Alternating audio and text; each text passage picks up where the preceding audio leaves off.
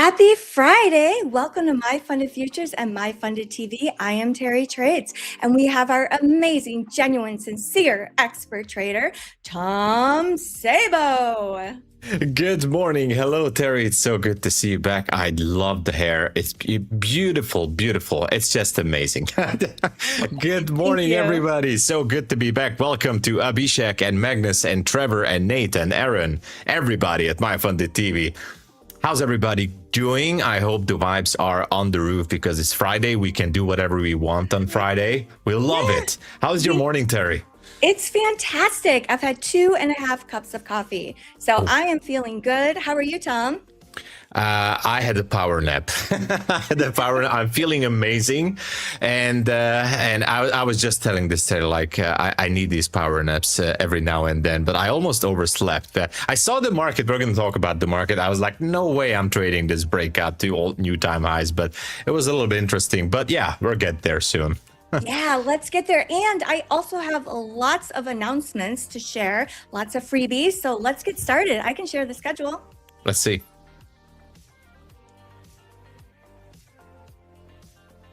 So today is Friday. You're watching Terry and Tom on the morning push.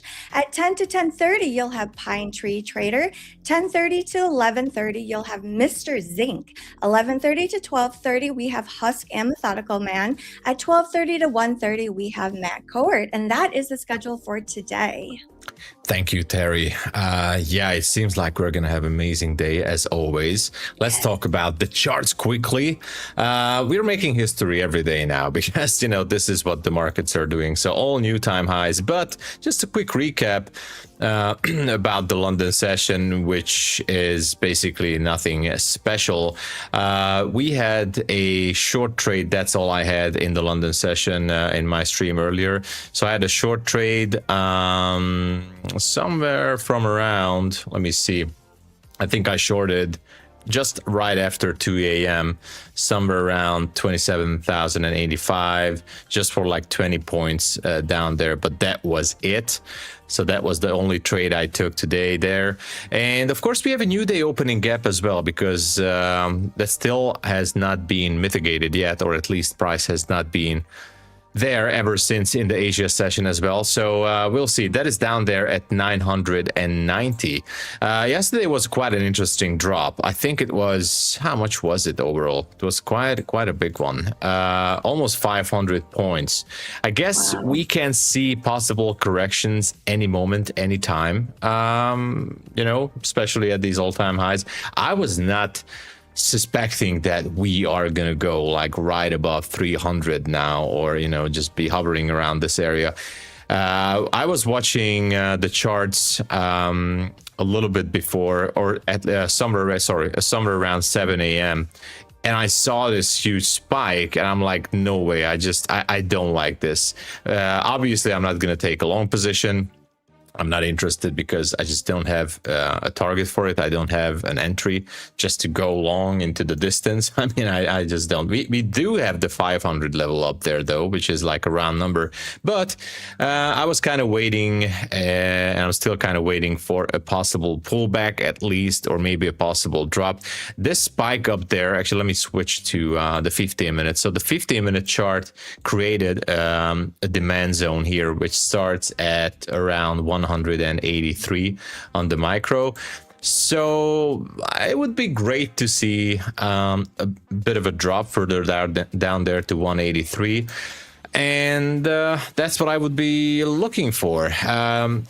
The London session was quite a bit of a congestion zone, so the range was somewhere around 30 points, which is terrible, by the way. So if we can drop through that 183 and go lower, I do have a liquidity void level at 27,053.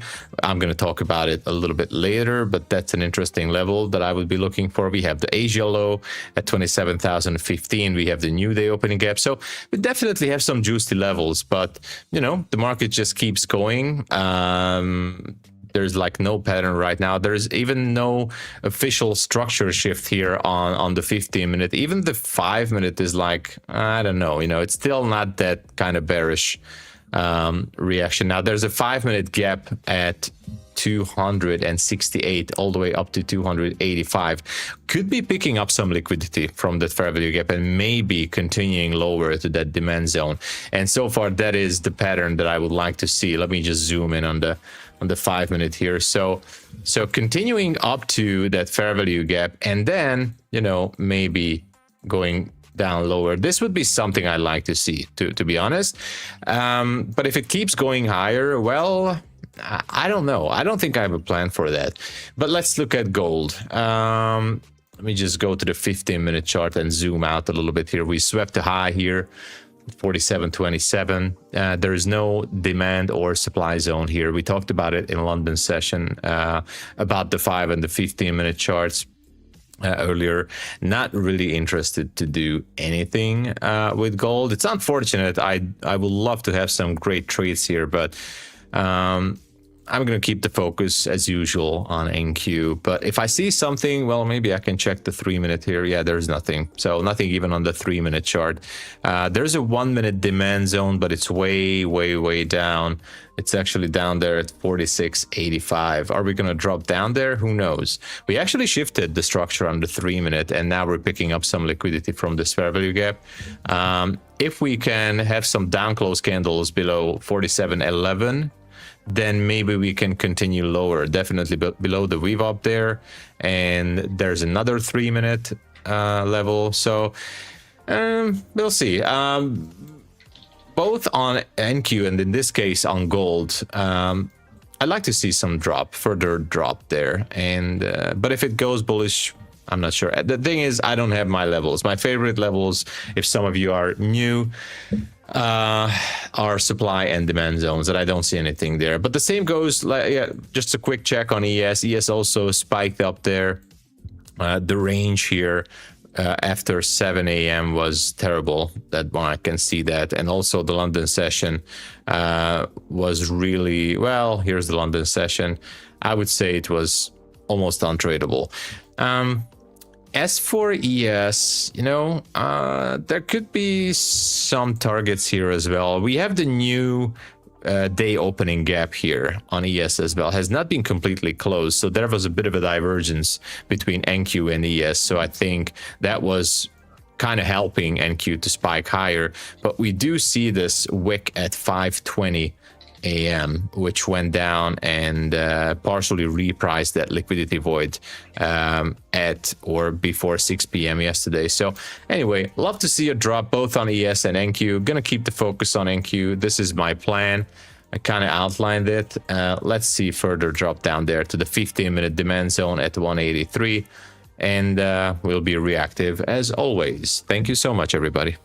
Thank you, Tom. You're welcome. Yeah, we had Intel earnings after the bell yesterday, and it was a big beat. It was up over 26% this morning. Oh my gosh, 26%. That is like incredible. All the earnings I've been seeing, everyone has been beating. We got to look into this AI thing as well. It seems like the market is, at least the technology tech stocks are definitely focusing on that much more. Yeah, as far as scheduled news, I see on the schedule at 9 a.m. Central Standard Time, so 10 a.m. Eastern Standard Time, we have revised U of M consumer sentiment, and then also revised U of M inflation expectations. And that is it for scheduled news. As far as major war-related headlines, the latest one I see was at 8:38 a.m. Eastern Standard Time. Iranian foreign minister is to travel to Islamabad, and yeah, that is about it. So yesterday, that really big drop was war related, and then another headline came in that was the opposite of the it was a bearish headline. It just immediately dropped. I was watching it and I couldn't believe it. I'm like, oh my gosh, this market is just tanking. It just kept tanking and tanking and tanking. And I saw it at like negative 300 points in NQ. It all happened so quickly. And then it was just a V bottom reversal because another headline came out and it was a bullish headline. So we're still in that space of Hey guys, this is the type of market we're in. It's just, these headlines are just, oh, look at that now. NQ is taking liquidity from that 5-minute gap there, just an information. So these markets are extremely dangerous, definitely more difficult than like a year ago, because we have the economical data, we have war-related headlines. It's like walking on a minefield, really. Yeah, it really is. But I have something exciting and very positive to share. Oh, yeah, I like that. Yeah, so every hour, starting in 3 minutes, a form is going to drop in chat. And then every 15 minutes, rolling 15 minutes throughout the entire day today, a special Friday test, special Friday treat for us. Winners will be announced. So every 15 minutes, we will have people winning accounts from MyFundedFutures. And if you want to get your name on that list, a new form drops every hour. So the first one will drop soon. Good luck, you guys. Good luck, everybody. And this is also for the reason that you guys have to focus on the chat as well and make sure to be here, right? Yeah, let's go. And make sure you smash that like. How are we doing on the likes so far, Tom? Oh, yeah. Let's refresh the page. I want to see how we're doing. Yesterday, we had an amazing job from you guys. Congratulations. We are already at 92 likes. Thank you so much, everybody. And we're at 364 viewers. Thank you. Thank you so much. If you're watching us on X or TikTok, please, pretty please, just go over to YouTube, smash that like. This is how it works. This is what the algo wants. Smash the like, make sure to subscribe. We're getting closer to 70K, and we want to give you guys more giveaways. Let's make sure of that. I will call Luke again. I will dance. I know that, but we will have the giveaway for sure. Let's get that 70K, guys. Let's go. We want to see Tom Savo dancing. And so speaking of giveaways, I can share my screen, some more giveaways for you guys, because you guys have been so awesome. Every single morning you come in here, you smash that like button throughout the day, you subscribe. Our channel is growing. We're able to add new and exciting faces, more content. You can see here on Sunday, we have a new long form video dropping. So pass without burning cash, episode number 3, mastering your evaluation strategy. This is going to be really good. It drops at Globex Open on Sunday. So make sure you hit your notifications on this preview. And so, oh, look, hi, Jan. Hey, Jan. Okay, we're going to comment. Hi. So this, you guys, if you comment while this is premiering live, MyFundedFutures is going to pick winners from the chat when it premieres on Sunday. So you can win an account that way too. Oh, yeah. We love that. We love that. Make sure to subscribe and make sure to turn on notifications, guys. Yeah. Oh, okay. Another way to win accounts, because you guys are so awesome and MyFundedFutures is so awesome. So on the YouTube shorts, any of the YouTube shorts, make sure you comment under the short, because you can win a free account that way. And it's just completely random, guys. So you have a fair chance of winning. Congratulations to @plong9630. You are the very first person to win a free account that way. Congratulations. Let's go. This is how you do it. Let's go. Oh my gosh, I have so many good things to share. I love this. I love this. Yeah, me too. This is such a fun job. Okay, so here we go. Let's talk about the discounts real quick here. So, I think the forum's going to drop soon. Did it drop yet? Oh yeah. You got to focus on the chat as well, everybody. Make sure to I don't know. Let me check it. I'm not sure. I think Magnus and MyFundedFutures said 9:15, so I'm keeping an eye. Tom, you'll keep an eye on. I'll try my best. Okay, yeah. Okay, so it is 40% off for 2 uses using code YouTube off of our brand new builder account. What is special about this account is you can pass in 1 day, and you can potentially get a payout every 48 hours. That's the form. Hey! Everyone get your name on it. This is our exciting, fun Friday form. Every 15 minutes, winners will be announced. So we're going to give this a try and see if you guys like it this way. Yeah, we're kind of testing the system, but whatever. You guys just have one job to do. Sign up for the form quickly. I like that idea. Every 15 minutes, so much it's like fun, right? Yeah. We wanna have a party every day.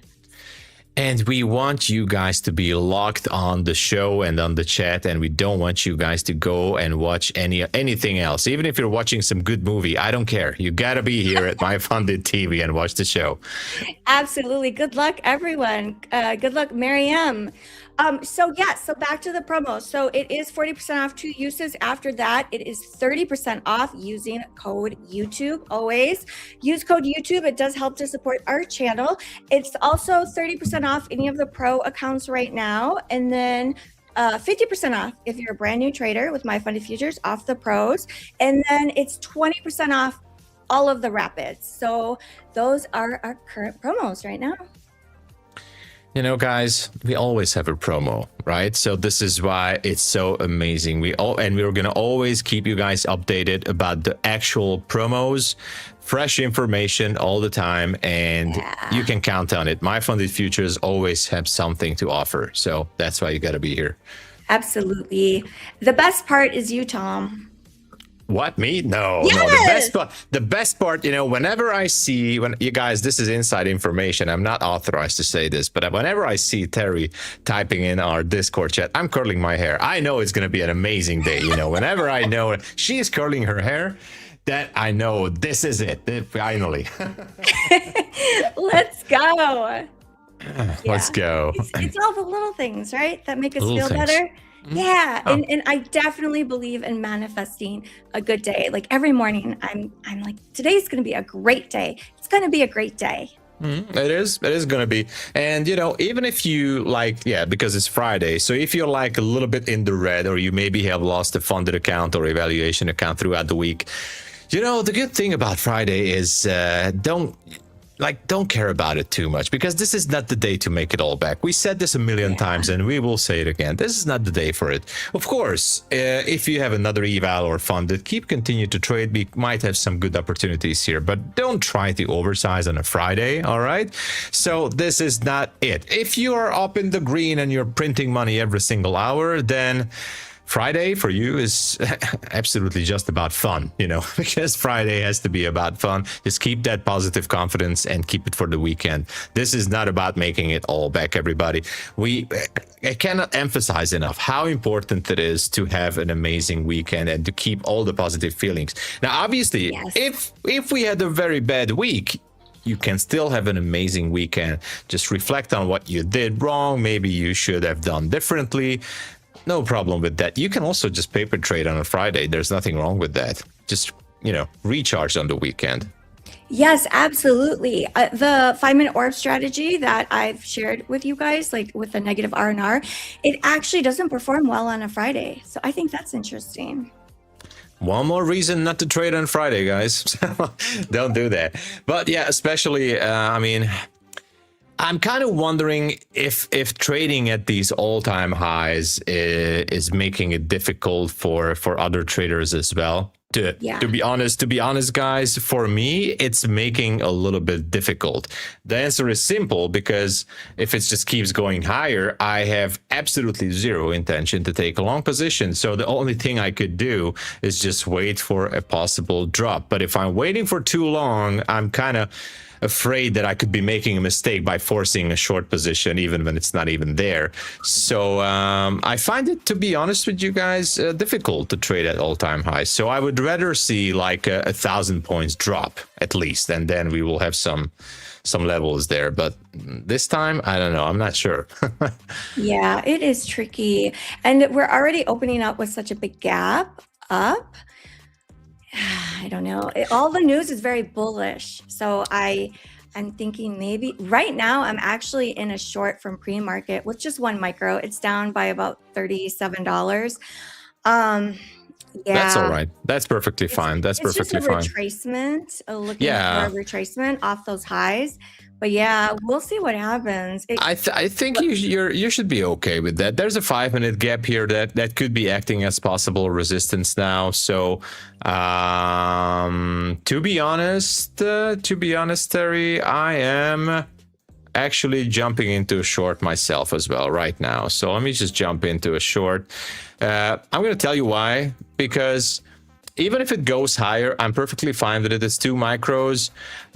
If it for example, my stop is going to be around 308, because if it trades higher than that level, I feel like we're just going to make a new all-time high, and I'm just really don't care about that. So I'm with you, Terry, on this one, 100%, and I want to see this drop down to that 184 level. So let's go for it. Let's go. I see the midnight opening price is about 27,034-ish, somewhere around there. I have a line on my chart. Okay, I'm almost back to break even. I'm down $10, Tom. That's perfectly fine. I'm up $20 to $23. Now I'm $22. I'm up at $20. Not a big deal, guys. I think I'm going to risk about, I don't know, like 100 and something points. But I'm really curious. Is this the probe trade? I'm not sure. But we'll see what happens. I don't know. That's a beautiful 15-minute zone. I like that down there at 184.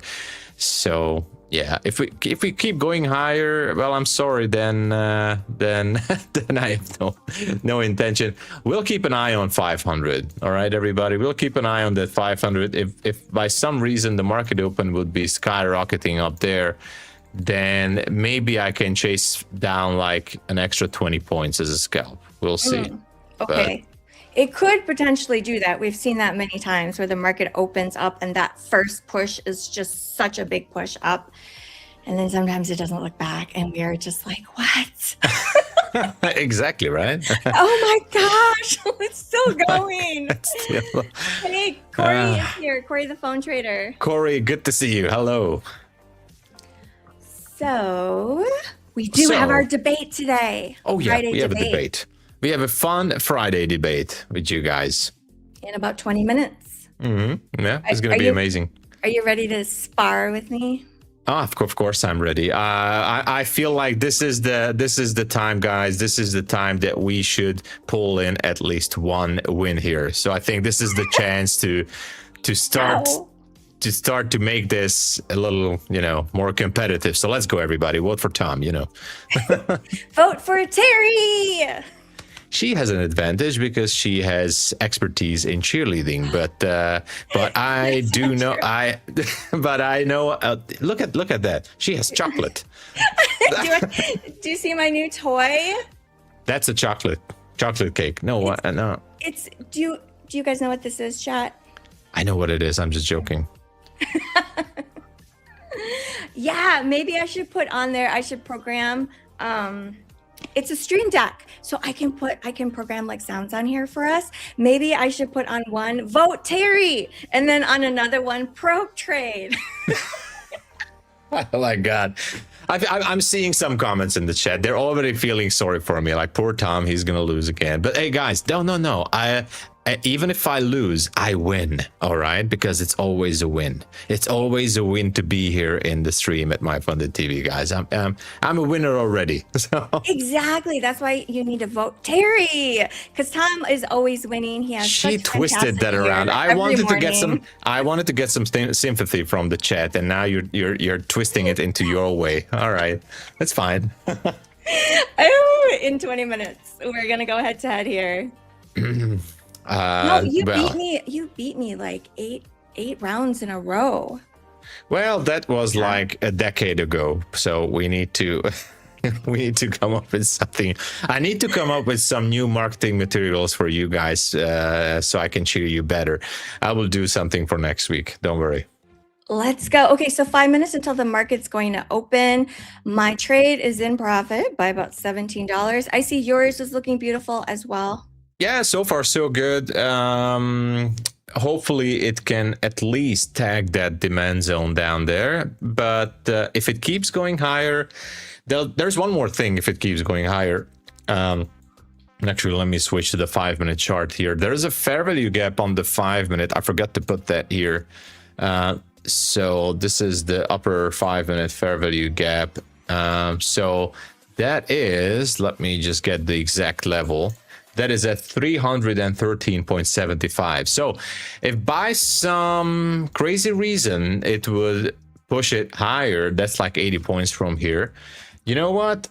If we get to 300, I might gonna go in with the heavy scalp and try to. So I'm gonna close my trade manually because my stop is at 308, and I might go into immediately reverse it. I usually don't like to do that, and I'm gonna go in heavy for like, I don't know, with like 6, 8, or maybe even 10 micro, just to get an extra 10 point, because then we should be taking liquidity from that upper gap. Hopefully not. Hopefully we will drop from here like a rock.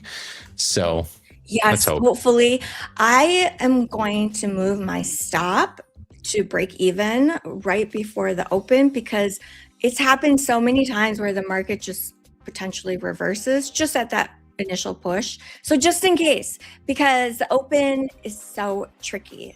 That's my plan. I'm in with 2 micros, so I'm taking off 1 micro at 16.75, and the other micro I'm going to leave it as a runner for 86.50. So that's how I'm going to go. Actually, 86.25 doesn't matter. So let's see what happens. Almost at my first TP here. Hey! Almost, but not yet. Almost. I did move my stop to break even, so we're good. Oh, you moved it to break even. Smart move. Smart. Maybe I should do that too. Should I do that? I think I should do that. I just it's NQ. I'm just like so tired of it going either direction and then it reverses sometimes. I think you're totally right. Just in case, I rather just take break even. It's all good. We go again, right? Oh, it missed my TP. All right, it's fine. Oh, shoot. So close. I was almost like closing it down manually, but it just spiked up there with like 10 points. No problem, guys. Let's wait for it. Let's go. Who knows? Maybe that first push will just be straight down. I wish. I hope. Wait and see. Yeah. Yeah. Let's hope so. Less than 2 minutes to go. So, I was thinking, should I move my stop here? I'm gonna give a little bit more room to this one, although I have a feeling that if it goes back up there to that 5 minute fair value gap, which I think it might just happen, damn it, then it might just continue higher. Whatever, guys. The law is saying, like, not the law, but the book Trading in the Zone, which is my Bible in trading, says predetermine the risk and just let it go. So I'm just letting it do its job. That's it. All right. Less than 1 minute. Less than 1 minute, everybody. Buckle your seatbelts, buckle in, and start praying, and heavy breathing. Focus on the chart. Focus on the chat. Focus on our voice. And relax. Let's hope for the best. Relax. Relax. Okay, TP1 being taken. Let's go. Woohoo! W's for Tom. All right, 20 seconds to go. I'm moving my stop to break even now, and we'll see what happens. All right, we're good. We're good. Let's see. Good luck, everybody. Good luck. I see in about 6 minutes, the winners will be announced from the first 15-minute giveaway. Let's see. Here we go. Oh, here we go. Let's go. TP taken. This is how we do it. Let's go. This is how we do it. This is how we do. I think that was NSYNC. I don't know. Or maybe Take That. Anyway, it's a cool song. Great trade, Tom. Mine is still working. My TP is at 27,163. My stop is at break even, so we're good. We'll just that's see good. If it works. Yeah. That's house money. That's good. That's good. Yeah. All right.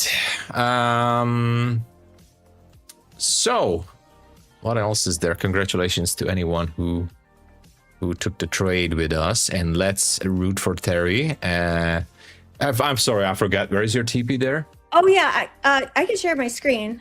It's at 27,163. 27,163. Yeah. I like it. You're using TradingView, right? I am. I'm pushing myself to get more comfortable with it. Normally I trade on Tradeovate, and I'm like, oh, I don't want to trade with it because I'm not used to it yet. But the only way we can get used to it is by doing it. Terry, you are actually, we definitely have the same thoughts, because even in my London stream, I was talking about like I want to get used to TradingView because it would be also for my stream as well. It would be easier to put on some trades visually on the chart. So I think I'm going to be using TradingView a little bit more myself as well. This is exciting. I like that we're both like pushing ourselves to learn new things, try new things. You got it. That's how it goes. So this is these are the markers for the inside bar. I have an inside bar indicator on, and then I also have, this is the midnight opening price. It just automatically draws. So yeah, I don't know if we'll get a fill all the way back there. It's such a strong market, right? It is, and it's definitely a tricky market as well. Yeah. Here's my entry up here. I like it. I like your entry and I like your position there.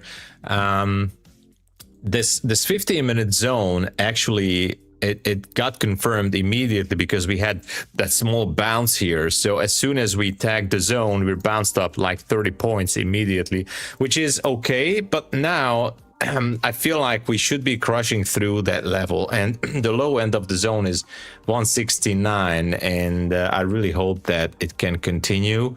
If it's not continuing, I hope it's not going to happen, but then we could reprice those fair value gaps on the 5-minute higher. I don't want to see that. We still have the weave up down there, so let's go. Let's go. I like the sound of that. Yeah, we have that. And so there was a level at 27,053. I'm going to talk about that later, but there was a liquidity void on the 3-minute and the 1-minute. ICT traders know what I'm talking about. It was basically a gap between a 3-minute, 2 3-minute candles, which was visible on the 1-minute as well. It was visible on the mini as well. So on the micro NASDAQ and also on the mini on the same spot. And that level is at 27,053. We spotted that in the London session. I said, like, if New York would start to crash down, then I would be definitely jumping in and chase it if I can catch like 30 points or something down to that level at 53. But we'll see how it goes.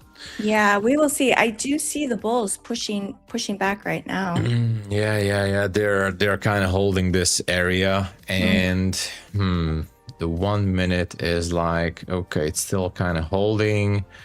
My confirmation for this short, and this is why I still would love to see more drop, is that we had that spike up there at 10 minutes after 9, so 9:10. On the 5-minute, we have a bearish pin bar, and it got immediately rejected. Then we had the bearish engulfing candle formation on the 5-minute at 9:20. It was enough for me to anticipate that we might visit that demand zone, but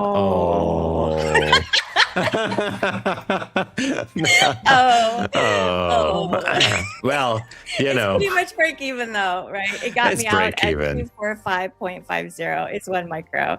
So I lost 0.25 plus commission. That's basically zero. That's nothing. So yeah, it's a tricky open for sure. I like how I managed it though. Right? It was perfect. Because like the open can be so volatile.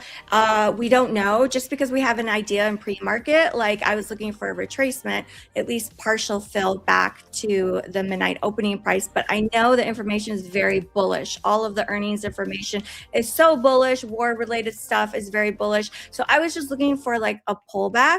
So I'm glad I managed it the way that I did, because I can live with break even. Like even if this goes, let's say it goes to my TP, yeah, it'll burn, but it's okay. You know, I feel like whenever you're reducing your risk, and which is that is what you did. Whenever you are reducing your risk, just putting it to break even or taking partials, that's always a good thing, right? Because it's all about protecting your capital, protecting the profits. So you did a great job with that, and it's just, as usual, one trade out of a gazillion trades. So, but now at least, you know, the good thing about exiting a trade, by the way, let it be break even or even a loss, you know, the good news is that you got rid of that pain, you got rid of that stress, and now you can just, you know, take a break, take a breathe, like, okay, let's relax and just let's look at the next level again. And so think about that. If you're done with the trade, specifically a bad trade, for example, break even is still a win, by the way. But if you had a bad trade, the good news is that at least you're over. You're over with it. You're done with it. Just, get your focus back and focus on the plan. I like it. Oh, such a good pep talk, Tom. Thank you. Yeah, pep talk all the time. I do that. Speaking of stops, the topic for the debate today is it okay to move your stop, to widen your stop specifically? Is it okay to widen your stop, or is it not okay? Like, do not move that stop. I think this is a really, really interesting topic. So you can decide whichever you want. You pick, Tom. You pick. You've been so gracious and allowing me to pick every time. I mean, ladies first. I always give you that advantage. I have to pick. You pick. Okay. I'm gonna pick the side. Okay. All right. I'm gonna pick the side of not moving my stop and never, ever, ever. That's what I'm gonna pick. Okay, sounds good. And would you like to go first too? It's up to you. You can choose. If you like to go first, you can go. Don't worry about it. It's fine. I love going first. But I think we should let you go first, Tom. No, Terry. I insist. You can go first anytime you want. And now we're debating who's gonna go first. This is gonna be the debate, guys. So just go. You're gonna debate. Stop debate. Tom and I are going to debate. We are debating about the debate, everybody. So this is a 2-stage thing. But anyway, okay. I'll go first. All right. So let me know when you want to start. Oh, okay. You're ready? So yeah. Well, I'm ready. All right. Let's get bamboozled, everybody. Let's hear it from Terry. Okay, here we go. I am arguing the side of it is okay to widen your stop. And the main reason why I would say it's okay to widen your stop is because it depends on market volatility. If market volatility kicks way up, all of a sudden VIX goes from 15 to 40, and we have these massive candles in 5 minutes. The mark NQ is going 200 points. Absolutely, you have to widen your stop. You have to trade smaller and widen your stop. Otherwise, you are just going to get crushed in just pure randomness. Sometimes the market, if you guys have traded in high volatility, you've seen this before, where in one 5-minute candle, it will move 200 points. But however, how it gets there in the 200 points, it's like a blink of an eye. You blink and then it's like 10 points up, 10 points down, 30 points up, 10 points down, 50 points up, right? So it's like, if your stop is only 10 points, you're just gonna get crushed and you're gonna lose so many times. So I think that is a main reason why it is okay to widen your stops.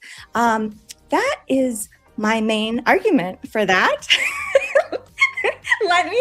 I see Hamzang is laughing. Okay, let me think of another very good reason to widen your stop. Yeah, think about it. Yeah, definitely think about it, because this is gonna make it easy for me. All right. Oh my gosh, yeah. Tom. I like it. No, but really, I think the volatility piece is the biggest argument. If you ask any professional trader, no, that's not true. A lot of professional traders do say you widen your stops in volatile times. PineTreeTrader has shared that with us. He will be on next after us, and he's been getting daily payouts like every day, you guys. So I think that is a big secret to his success. Yes, those are my main arguments. And Tom, I will hand over the mic to you. Oh, God, thank you so much. Vote Terry. I don't even have to say anything. I feel like it was good points there, but I feel like I don't know. I mean, it's so easy, guys. It's so easy. I mean, it's very simple. Obviously, Terry had some valid points there because the market can move every now and then, whatever. But it can move 100 points on a candle. But as we all talk about it, you predetermine your risk, before entering the trade, right? You predetermine your risk. you look at your swing highs, swing lows, certain valid levels that you're looking for. So obviously, before you enter the trade, you predetermine your risk. Once you're in the trade, it's very simple. You don't do anything with your stop. You're not going to mess up that stop loss because you're going to mess up your mindset. And this is how the whole spiral is kind of starting. You know, you start messing around with your stop loss. Oh, let's put it a little bit wider. Oh, whoa, the market is moving real quick. I don't want to be out from this trade. Let's move it a little bit there. You're basically messing up a little bit there. Some things. The domino effect starts exactly then. So you move your stop.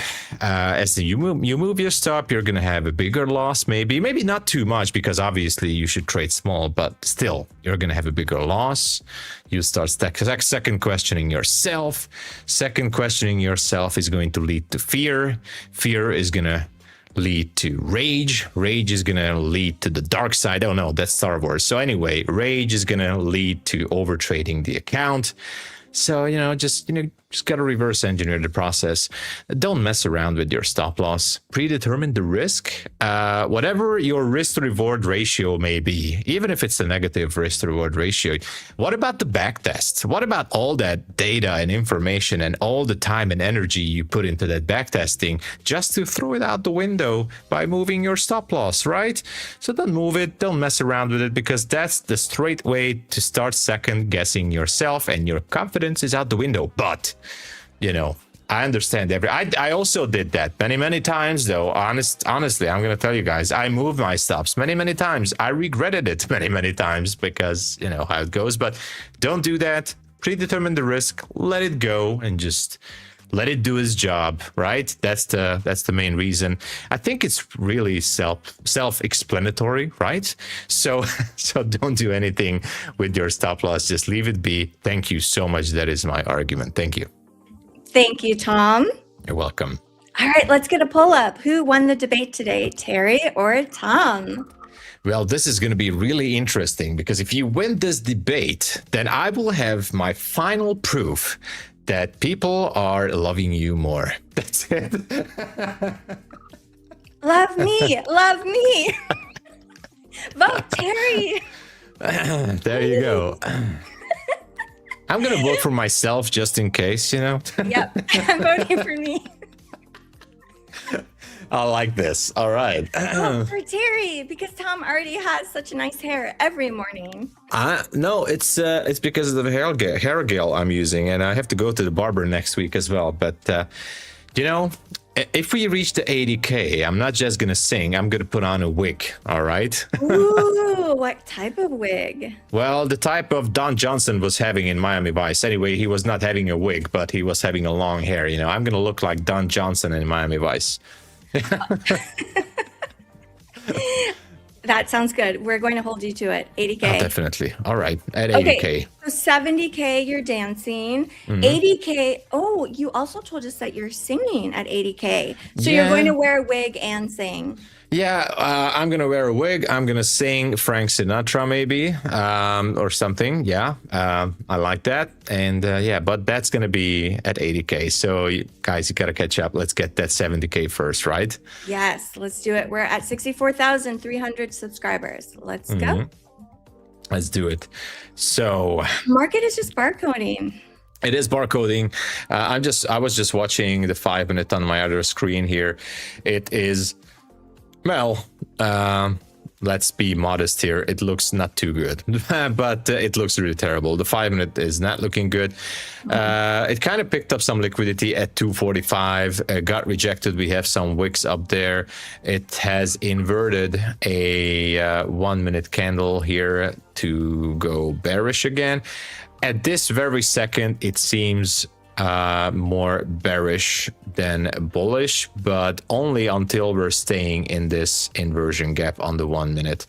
But even if let's go lower. I'm down to it, but I don't know. Part of me wants to take a short, but the fact that this was a very strong rejection, and we have news, University of Michigan numbers. Keep in mind that that is a survey-based news event, so it should not be moving the market too much. It's about the condition of the economy by managers, I think. But the thing is, it's a survey. It's not actual economic data. Basically, they are telling you their opinions about the economy, which is okay, but those numbers usually are not that crazy. So I don't think that it should be moving the market. Let's see. Is it? It's an orange folder, not red folder. Medium impact. Okay, so it should not be moving the market that much. I think it was red folder news for a while, and then they moved it to orange folder because it's just not that super high intensity news. The VWAP is slowly going up there. It's right in the middle of the zone.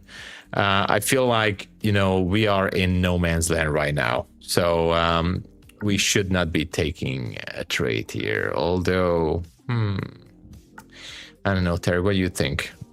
Yeah, I don't like it. It's barcoding. It's barcoding. It does barcode. We have some relative equal lows at 170 on the 1 minute when it was ranging from 6:30 to like around 7 a.m. The range was terribly low there, like 13 points. I feel like there could be some liquidity right at the bottom of the zone at that 170, and this inversion gap on the 1 minute is now ready to send it lower. The problem is with the lack of volume right now, is it going to be able to push it lower? It's not that far though. Well, 38 points, that's decent. So I'm okay with getting an extra 30, 40 points anytime. So imagine if you guys would have a system that can somewhat guarantee you to get like 30 points every single day, right? That could be life-changing. So easy to say than done, usually, I know. But I get this question all the time, like, it's so easy to make 10 points on NQ. You can do it every day. All right, prove it. Prove it, because it's not that easy all the time. It sounds so easy, like, oh, it's just 10 points, but it's actually very difficult to do consistently every single day and to end green. It's one thing to capture a green trade that's 10 points, but can you end the day green, right? Like, can be very tricky. So whenever I see people's P&L charts where it's like all green, like the entire month, and for some people it's like 2 months, I'm like, oh wow, that's incredible. Yeah. I mean, and although 10 points doesn't seem too much, but by the way, if you can get a system that on average can produce you that 10 points, it can be a life-changing strategy though. So many traders, including myself, I'm trying to go, because I'm trading like obviously more with micros, like 1 or 2 micros. Tom, you won. What? I won finally, everybody. Finally, the curse has lifted. Thank you so much for Team Tom. Congratulations. Thank you. I gotta be honest with you guys. I think I was a little bit advantageous here because I think, Terry, you had some great points, but I think my side was a little bit more easier, I think. No, it's because you're a great debater. No. You're such a good debater, Tom. Magnus wrote in chat one of the days when we were doing the debate, while you were talking, Magnus wrote, oh, Tom could sell anything. I can. Yeah, definitely. Tell me, if you want me, tell me what I should sell. I will sell it. And by the way, I was a salesman for an insurance company for a while, and then I got so good with corporate clients, they promoted me to only handle big clients at corporate. So I was having a fairly good paying job in my country, and my bosses told me like, all right, Tom, you could sell this whole corporate package to a huge company. We're sending you to everywhere. I'm like, all right, sure, no problem. So yeah. That was good.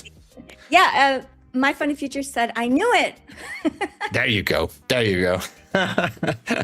Yeah, I was a salesman. Then I was managing a group of salesmen, so I was a manager as well. So I was having a good job, and I left it to be full-time here in social media and to trade, and I enjoy it, and I couldn't be more grateful for life and to everybody and to MyFundedFutures that we can be here with all the hosts and with Terry and with the team. This is such a great opportunity, guys. You took a risk. I took a risk. Yeah. It's all about risk taking. Life is all about risk taking. Take the chance, take the risk. It's better to take the risk than to look back in time and wonder and wish you had taken the risk. Exactly. Yeah. Like, who wants to look back in time and wonder, oh, if only I had tried trading, or if only I had stuck with it, or if only I had chased my dreams. Life is so short. Like, we might as well go after what we really want. Oh my gosh, yes, Terry, that is just so true. As I'm getting older as well, I'm just getting this, like, life is really, really short. So you just got to take your chances. Whenever you have an opportunity, don't think about it for too much and just take it. Do it if you can. That's it. Yes, exactly. I did see someone wrote in chat, just have to be brave. Yeah, and like being brave, having courage means you feel fear and you do it in spite of it. Because people, whenever we try something new, or we're on some new adventure, new journey, experiencing different things, it's natural to feel afraid. It's natural to have anxiety about it. And to have courage means we do it anyways. We push ourselves to do it. And I tell you, I've done things like work-wise where I thought, oh my God, I can't do this. I just cannot do this. And where I've like cried. Oh, like I was like, okay, so you guys yeah, were like, me too. What did you do for work? Okay, I was a professional in another field, and I had to lead this group, and it was a completely new thing for me. I had never led this type of group before, and I just remember speaking to my clinical supervisor at the time, and I was like, oh my gosh, I'm so afraid to do this. And she said, well, what's the fear? And we broke it down, right? And so this applies to any risk that we take in life, including our risk of trying out trading. So I was like, oh, I'm fearful of XYZ, all these different things. I'm fearful that all of these patients are going to judge me in a very mean way. And she looked at me and she said, yeah, and they probably will judge you in a mean way. So sometimes if we push ourselves to actually think of like the worst case, like what we're fearful of, and we just confront it head on, then it's really not so bad, right? Like I accepted that. It's like accepting your loss too. Like I accepted it. I'm like, okay, so the worst thing that can happen is they all hate me and they all think I'm awful and as a leader and all these different things. Well, I did it. And I'm thinking that in the back of my mind as I'm like leading this group, and I was like, so anxious about it, but I did it anyways. And what happened after I did 20, 30 of these, no problem. The anxiety goes away, the fear goes away, and it just feels like another normal day. So I just want to encourage all of you who might be scared to try something new to, give it a shot. It's going to take some time for that anxiety to go away, but it does go away. I'm so glad that you shared this with us, Terry, because it is 100% on the spot, as you said it, everything. So thank you for that, really. And I just want to add to it, like in regards with trading, and taking chances. So long story short, I lost a lot of money in between 2018 and 2020 from my personal cash account when I was trading Forex, and I was ready to throw in the towel. And I said to myself, and I knew that I wasn't really learning about trading. I was just kind of putting on trades on the chart because I thought it would go that way. And, I was, so basically the fundamentals of the knowledge that I should have taken earlier, that wasn't there. So I was just taking trades left and right. But when I lost all that money, I asked myself, do I want to look back 10 years from now or 20 years from now that I really didn't take the chance. I had the chance that I didn't really go for it. I didn't really try to do it properly. And by properly, I mean, and this is for you guys or anyone who is struggling in trading, like learn from the basics, learn everything, because I had to relearn everything. I decided in 2021 that, okay, I'm going to go back to the super basic things like candlestick charts, candlestick formations, support resistance, whatever. I just want to learn everything from ground zero. And because I told myself, I'm not gonna let my older self think that, okay, I was younger, I still had the energy, I still had the ability to take this chance to get to be a better trader or a good trader. I will not let this chance to go away. And so I restarted everything in 2021, and I'm super glad I did that. And so as I've seen the results, and I've seen the business side and everything, and a whole new world open here in trading, that's when I made the switch from my fairly good job, and I'm super glad I took this chance. I love trading, so that's it. Such a risk. I love it. And now you're here. Now look at you. And now we're here. Look what you did, Tom. Look what you did. And whenever still my mom asks me, like, what do you do? I can't explain to her. I'm saying I'm just pushing buttons on a computer. Don't worry about it. So she doesn't know. But by the way, quick talk about the market here. This was a bit of an inspirational talk. Thank you so much from Terry, from myself. I hope we added some encouragement to you guys. But about the market, we just pushed lower below the 15-minute demand zone, which we talked about, which is good. Question is now, are we going to reverse to push it higher, or because now we took the Asia, sorry, that's not Asia low, sorry, never mind. So we went lower. Are we going to have a reversal or not? Now, I'm kind of thinking that we are going to go lower. We have a very good wick on the 5:20 a.m. Eastern Standard. I feel like there's sell side liquidity, and we have that liquidity void at 27,053.50. So at 53.50, I would love to see a drop. What do you think, Terry?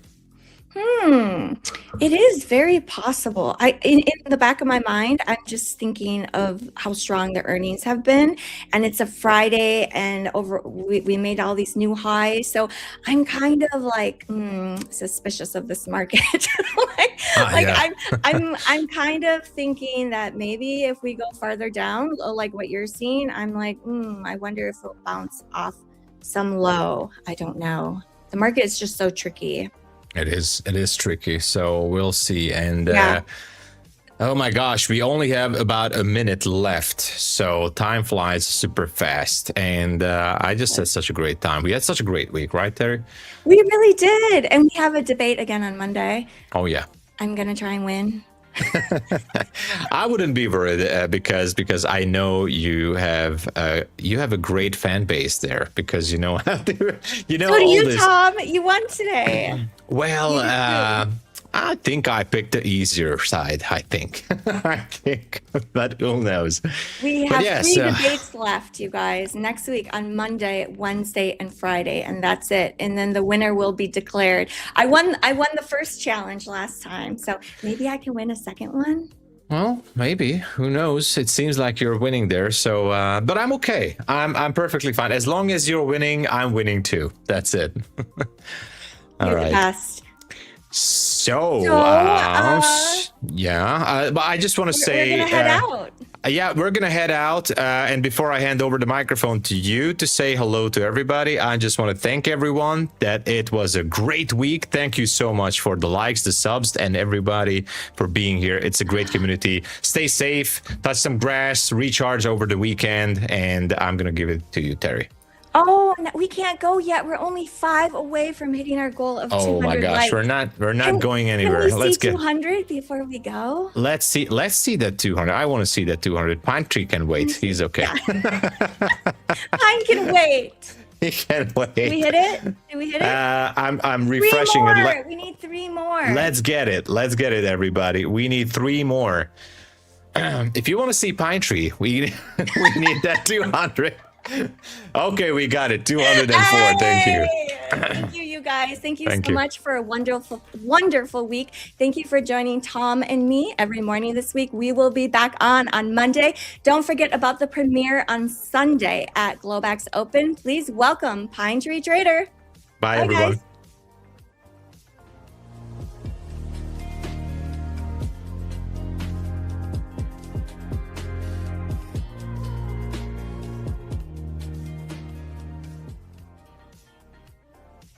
Let's go, let's go, let's go. Good morning, everyone. What's up? What's up? Pine Trees in the chat. Love it, love it. Son of Wall Street, Bear Trader, Panya, what's going on? ICT, Simple Trader, what's happening? Melvin, see ya. Labarto, what's up? Digital Nukes. Good to see you guys. What's going on? So I passed a MyFundedFutures Rapid account this morning on my stream. I was streaming just before I hopped on here and ended up passing this account. So up 768 on that. And then on a builder funded account, I'm up 738. So nice little moves. All I've really done is take the outside bar breaks. So looking for the outside bar breaks on a 2 minute, 5 minute, look for little scalps, that kind of stuff. So you can see I went short here off this 5 minute outside bar, and then I went long off this outside bar here just for a little scalp here on the 5. Now, something that I was sharing with my stream this morning, this is a little golden nugget if you want to go and, you know, do a little back testing, maybe just go through the charts and take a look, is when you have a 5 minute inside bar followed by an engulfing outside bar where it breaks the opposite. So let's just say in this case, on this 5 minute, it broke to the upside off this inside, and then it reversed it, put it in this giant engulfing outside bar. This can be a very good play here. Nice little short, and stop goes above. Obviously, very, very, very large candle to trade minis on, so very risky.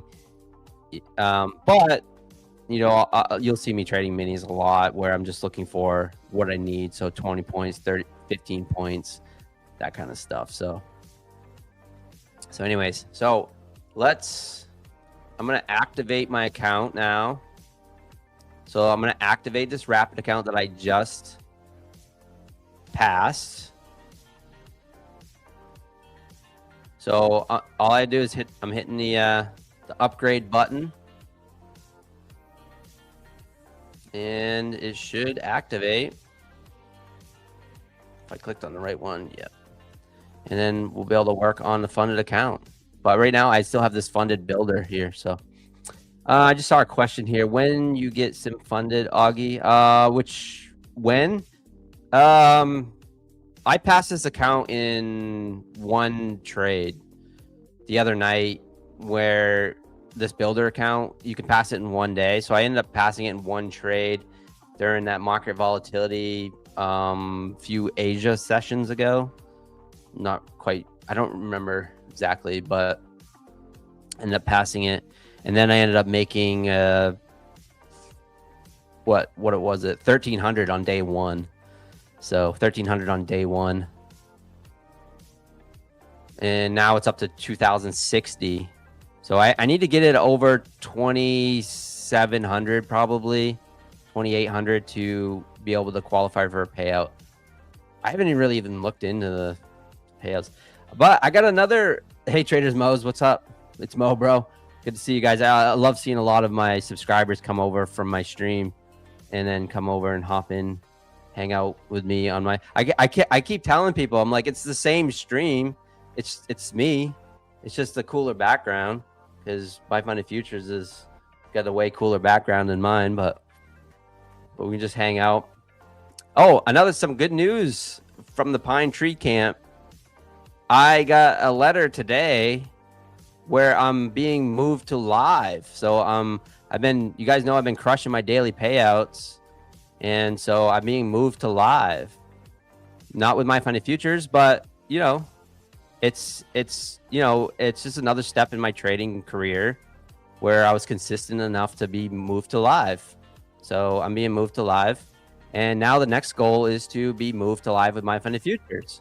So if I can be consistent with these rapid accounts and the builder accounts, that's the next step. So thank you guys. I've been live before, but not because I was super consistent. And with this particular account, I was very consistent. And so yeah, me and moved to live. So thank you guys for that. I've been moved to live because I've made a lot of money in one account before in one day, but never moved to live because of any consistency. So maybe this is another step where my trading is just becoming a little more consistent and I'm not hamster wheeling accounts. So hopefully in the future, I'll be able to stay consistent with that and let's see how long I can keep the live account. But pretty excited. All right. So I'm watching the market here on the 5. Let's take a look at the 2. I will trade this builder account, see if I can build it up a little more. I'm up 738. I'm not afraid to risk some coinage.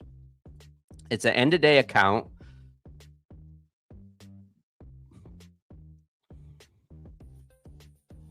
So I got a little bit of a mixed message here with these outside bars on the 2-minute. We have one that just got broke to the downside. We have one that is trying to get broken to the upside. And then on the 5-minute chart, we have this giant engulfing bearish candle here. This pink one, this big one right here. This, to me, just by looking at the chart, I'm going to be probably bearish until this high gets broke. So at right around that 250 level, 253, 254. So once this gets broke, then this candle is no longer active, you know, this is no longer in play. Then that's when I'll probably look for longs. But right now I'm kind of bearish. But like I said, I got mixed messages because I have another strat that's actually being in play right now. And this is this 5-minute Harami candle. We made a new session low at 130 and then put in this Harami or this pin bar, bullish pin bar, whatever you want to call it, with the body, and opened and closed within the body of that previous mother candle right here. And the idea of this trade is that you take the long off this candle and the stop goes below, and then you can simply look for the high, which would be this outside bar at that 253. So that's that setup. So I have 2 setups that I love that are contradicting itself, I guess would be the word. So I'm a little unsure. I'm a little unsure right now. I've placed quite a few trades this morning already. I will pull the trigger. You guys know I'm not afraid to sling some contracts. I want to see something a little more defined, I guess, because this can be a very powerful move, this purple Harami pin bar. If you guys got any questions for me, feel free to throw it in the chat. Let's give it up for Tom and Terry, by the way, and all the other hosts. I love listening in the mornings to Tom and Terry. There's W's in the chat. Love it, love it, love it. Love their debates. Love their debates. But yeah, Friday, guys. You don't want to do anything dumb. I'm having a great morning so far. And here we are. We're moving up off this Harami. Will it break? Now, here's another thing that I've had some people in my community point this out, where when they're taking the break off that Harami and looking at this mother candle, they'll just take profit at the body of the candle. They won't even take profit at the wick. It just smoked that. It just took out that body. Me, I look for the whole candle. I don't know why. Wicks don't bother me. I trade wicks. I see some people trading inside bars where the bodies is within the body. To me, that just gets more down a technical road, but But does that high hold here? The high of the this candle. Looking bullish here. And overall, the market is bullish. Look at the hourly chart. Now, you can take some nice scalps. I took some scalps to the downside today, looking for 10, 15 points, 20 points. But overall, I mean, if you don't want to fight the trend, market is going higher. Take a look at oil here real quick. Yeah, oil's starting to come down, looking like it wants to roll over a bit, which means NASDAQ might push up here, might take out that high.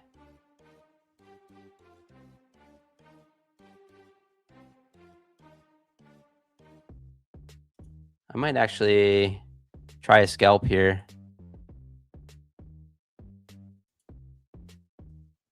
I'm gonna try a scalp up to 55. Stops at 215 off this funded builder account. Just was 4 micros. I'm up $740 on the account. But looking like oil, looking like it's trying to roll over, and then that Harami candle.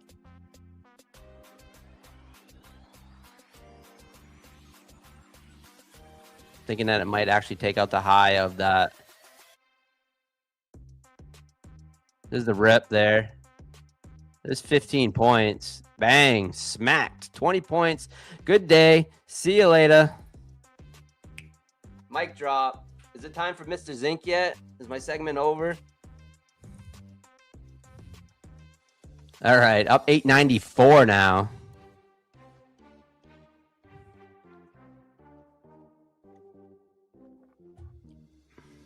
Up at 894. Now let's look for another trade. Let's go. W's in the chat. W's in the chat. Like I said, if you guys got any questions for me, keep it appropriate, but I'm an open book. Feel free to ask. I will definitely try to answer as best I can. Gold is looking good. See ya. Take a look at gold. A lot of gold traders. Yeah. Whoa, gold taking off. Wow. Yeah, gold is ripping. Take a look at gold.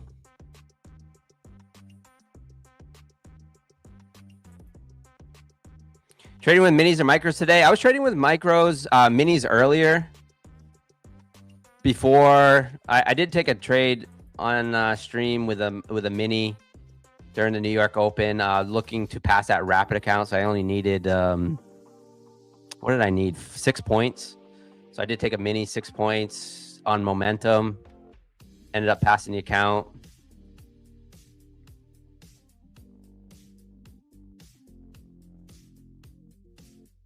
And as you can see, oh, I forgot to mention. So here's the rapid account, brand new, funded, instant activation. You guys, I activated it. So I passed it today in an instant activation.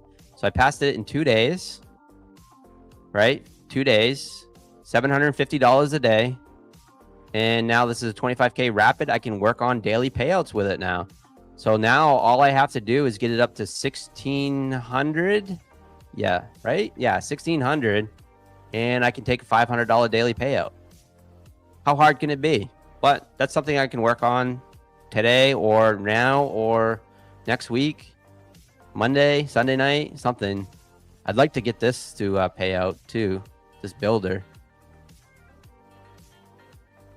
So instant activations, instant payouts with MyFundedFutures. You cannot beat that. You cannot beat that. The technology that they provide, especially today's world where we have no patience, you know, having that instant activation and instant payouts is awesome. Hoping to see Monday for payouts, maybe. Yeah, who knows? We might be doing hopefully we'll be doing a payout. No pressure though. No pressure. Yeah, today we have no patience, right? It's guys, I'll do a giveaway on my I'll do a giveaways on my stream. So quite often actually. I'll do giveaways, and sometimes I'll have to email the affiliate manager, say, hey, I just did a giveaway. Here's their email. Can you credit their account? And it's like people are like messaging me like 30 minutes later, like, hey, I haven't got that account yet. It's like, yeah, I know. I gotta wait. You gotta wait. Might be Monday before you get it. But yeah, people are they're not very patient anymore. And I think that's a good lesson, when it comes to trading, is that being patient is key. Let's go back to NASDAQ. That's my bread and butter. That was gold there we were just looking at. So this Harami paying off. I do have a video on this. If you guys want to check out my videos, long forms, it's called the 1 trade a day. And this setup is beautiful. Now, it was, like I said, it was a little confusing with this outside bar. And that outside bar did pay a nice little win. Someone from one of my little pine cones just messaged me and said, thank you for that tip with the inside and outside bar. I just smacked 20 points and I'm done for the day off that break of that outside bar. So congratulations, Lay, who just messaged me in Discord on that. But I have a setup called 1 trade a day, and here's the basic setup. You can find it in my my long form videos at PineTreeTrader on YouTube, and look for 1 trade a day. It's this Harami. I call it a Harami, which means pregnant in Japanese, right? Because they call this the mother candle, this big engulfing candle, and then it breaks it, it reverses it, but the body opens and closes within the body of the previous candle, which is why they call it Harami. So in Japanese, it means pregnant. And you just simply look for the break. You go for the long, stop goes below, and then you target the high of the mother candle. And that's it. That's all the trade. It's very, very simple. It's a pattern that I noticed one day, and I started trading this pattern. And then someone in my chat says, oh, that's a Harami pattern or whatever. And I was like, oh, okay. I was like, I just thought maybe it was a pin bar or whatever, but there's different names for it. And then one of my community members actually made an indicator for it. Ed of the Woods, shout out Ed of the Woods. So it's called EOTW Harami, and he made this for us. He made it for us for free, and it just highlights these Harami candles where the body opens and closes within the body of the previous candle, but it wicks above or below. So that's it. It's pretty cool. It's just another tool in the tool bag, I guess. You can find it right in the community indicators. And the cool thing about it, if you go explore community indicators here, this is what I find cool. So if you go EOT, or if you just type in Harami, actually,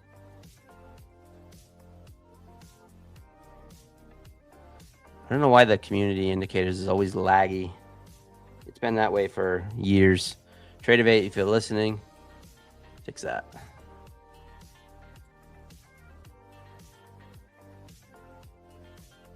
Well, it's lagging now. Now my chart's froze. And it just completely froze my whole chart.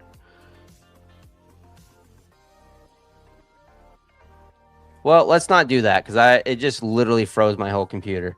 So, but anyways, if you just type in Harami, you'll find it. And the cool thing is seeing all the downloads from it, and it was from a member of my one of my subscribers. All right, we are just consolidating here. We just took a nice trade there for 20 points on this rapid account, and the whole idea was trading on momentum. So that is something that I'll often trade, where I could just place a proper stop on this 2-minute chart. We had the setup where that Harami got broke. I was thinking there's probably pretty good probability that we take out the high of that 5-minute candle, the outside bar.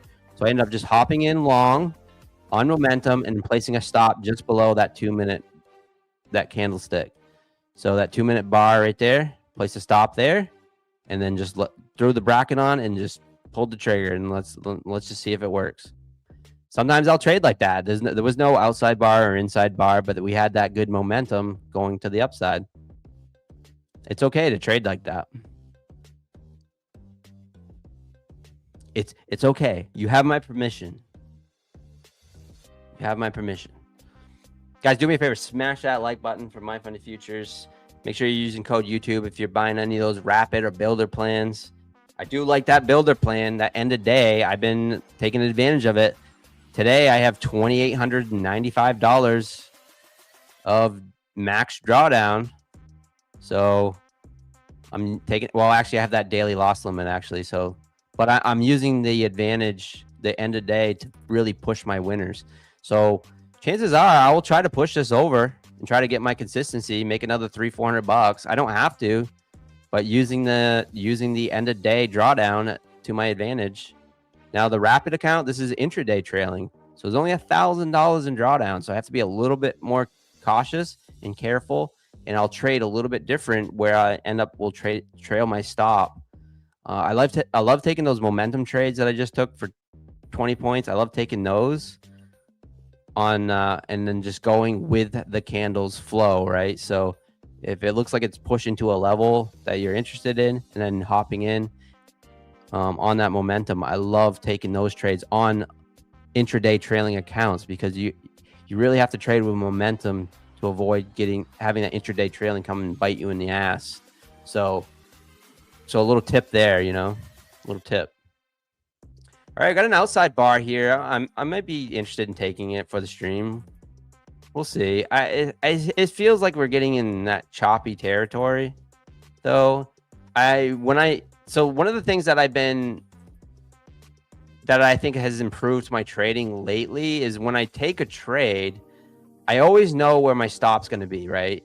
But then now, if I take an outside bar or an inside bar, I have a good idea of what I want the profit, where I'd like to take profit, or where it might be heading. Now, I don't really know, because to me, my belief is the market is completely random.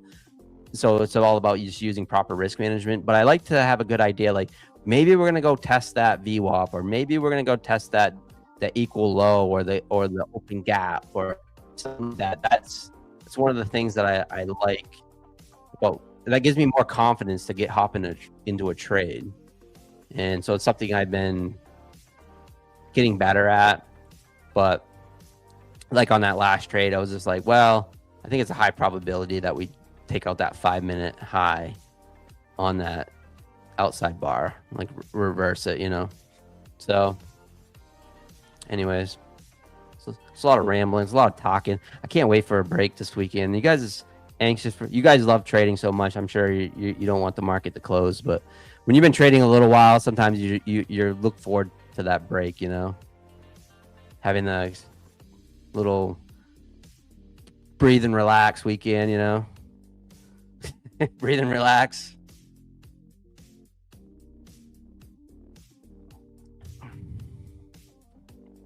Yeah, we got Mr. Zinc on a little bit later. You guys got any questions? Feel free to ask it in the chat. It's too much winning, Wyatt. That's right. Too much winning, too much making money. It's just too much. No, it does get exhausting. Although I haven't been trading all day, every day this week, and it feels good. I feel refreshed. I tell you, the older I get, if I sit here and I trade and scalp and I'm tilty all day long, where I'm making 50, 60, 100 trades to try to get back into green territory, or I'm trying to pass a bunch of accounts, evals in one day, or whatever I'm trying to do. If I sit here from bell to bell and trade, it affects me the next day, where my brain is fried. Like I need some ginseng or something. I don't know. But yeah, it just fries me. I don't know about you guys. You just know it.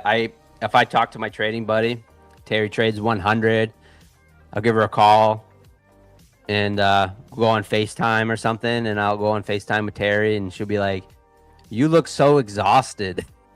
You have that, she goes, you have that look where I probably tilted that day, where it's like my face is probably drooping and I'm exhausted, tired from trading, you know? Now, the outside bar, I don't like to take it unless it's, there's another tip that I've been noticing is that I like to take it on the very next bar. So in this case, we didn't really get the break, even though, you know, it could break the low at 212 and go all the way back down to the lows for all I know. But I'm sure Mr. Zink's a little bit better at swing trading than me. Actually, he is better at swing trading than me. So I can't wait for his analysis on what he thinks with the initial balance today. Like, I don't even know, like, did we just push up and retest the range, and are we going to roll back over and start heading lower? You know, that whole stuff. So, oh, there's a little scalp there. Kind of missed it there. So very interesting. Love it. How you guys doing today? You guys making any trades? You making money? It's coming down. It sure is. Just got kabooshed. I mean, we are due for a red day, and like a real red day. We're due for could this be the Friday where the market finally decides the glass floor breaks and we finally start to break down? I mean, we tried to yesterday, and then y'all saw what happened with that. We got bought right back up. The old plunge protection team came in and bounced it at the 681.75 on NASDAQ, and it hasn't looked back since. So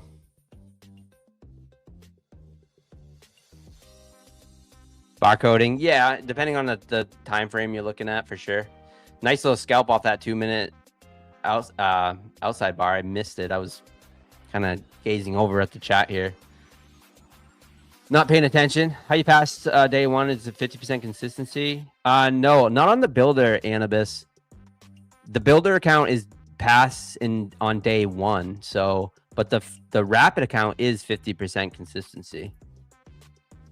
Yeah, the rapid is 50% consistency.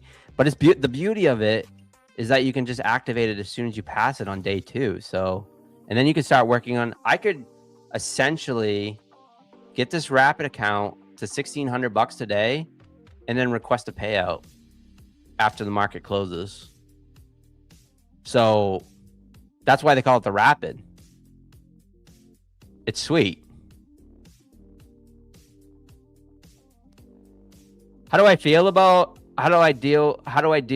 intraday trailing on rapids? So yeah, I've talked about it many times, but just looking for the scalps.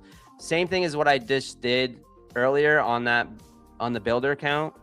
Really no difference. Just looking for quick moves with momentum. So in this case, 20 points.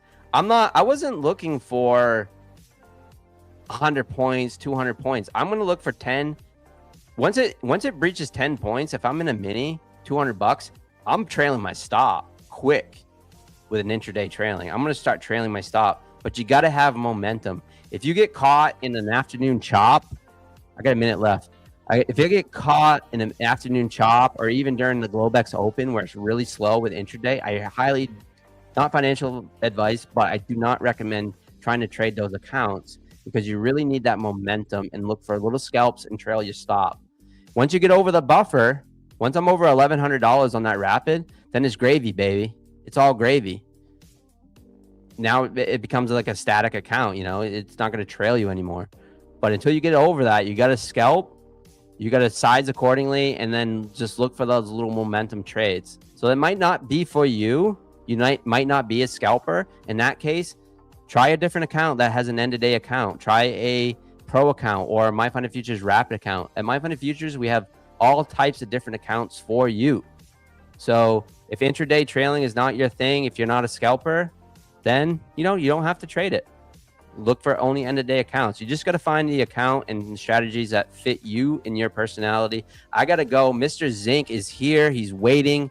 My fellow Mainer brother, 2 Mainers in a row. You guys are so lucky. Thank you guys. I'll see you guys Monday or Sunday night.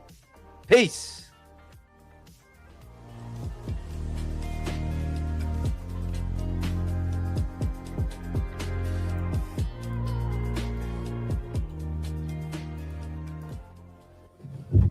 Good morning, everyone. How we doing?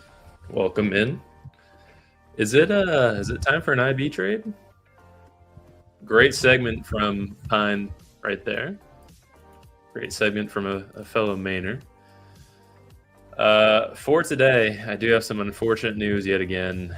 No IB trade for the Friday because we are diverged on SPY and Qs. Now I will go and review the anticipation for a move today. Say hello to everyone in chat first.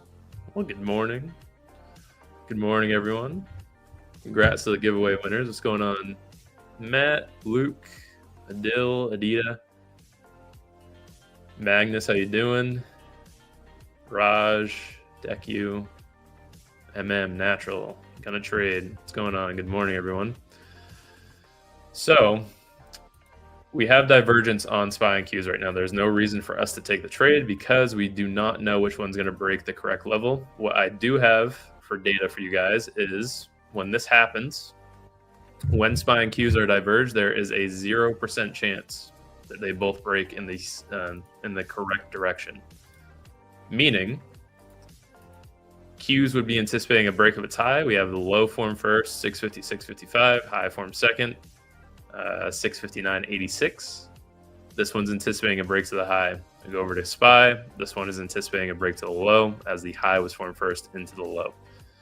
A little bit of divergence there. What I do like for today is if we go over to MGC, if we can get a pullback on here, I'm going to enter. If not, so be it. I'm anticipating a move up to 4757.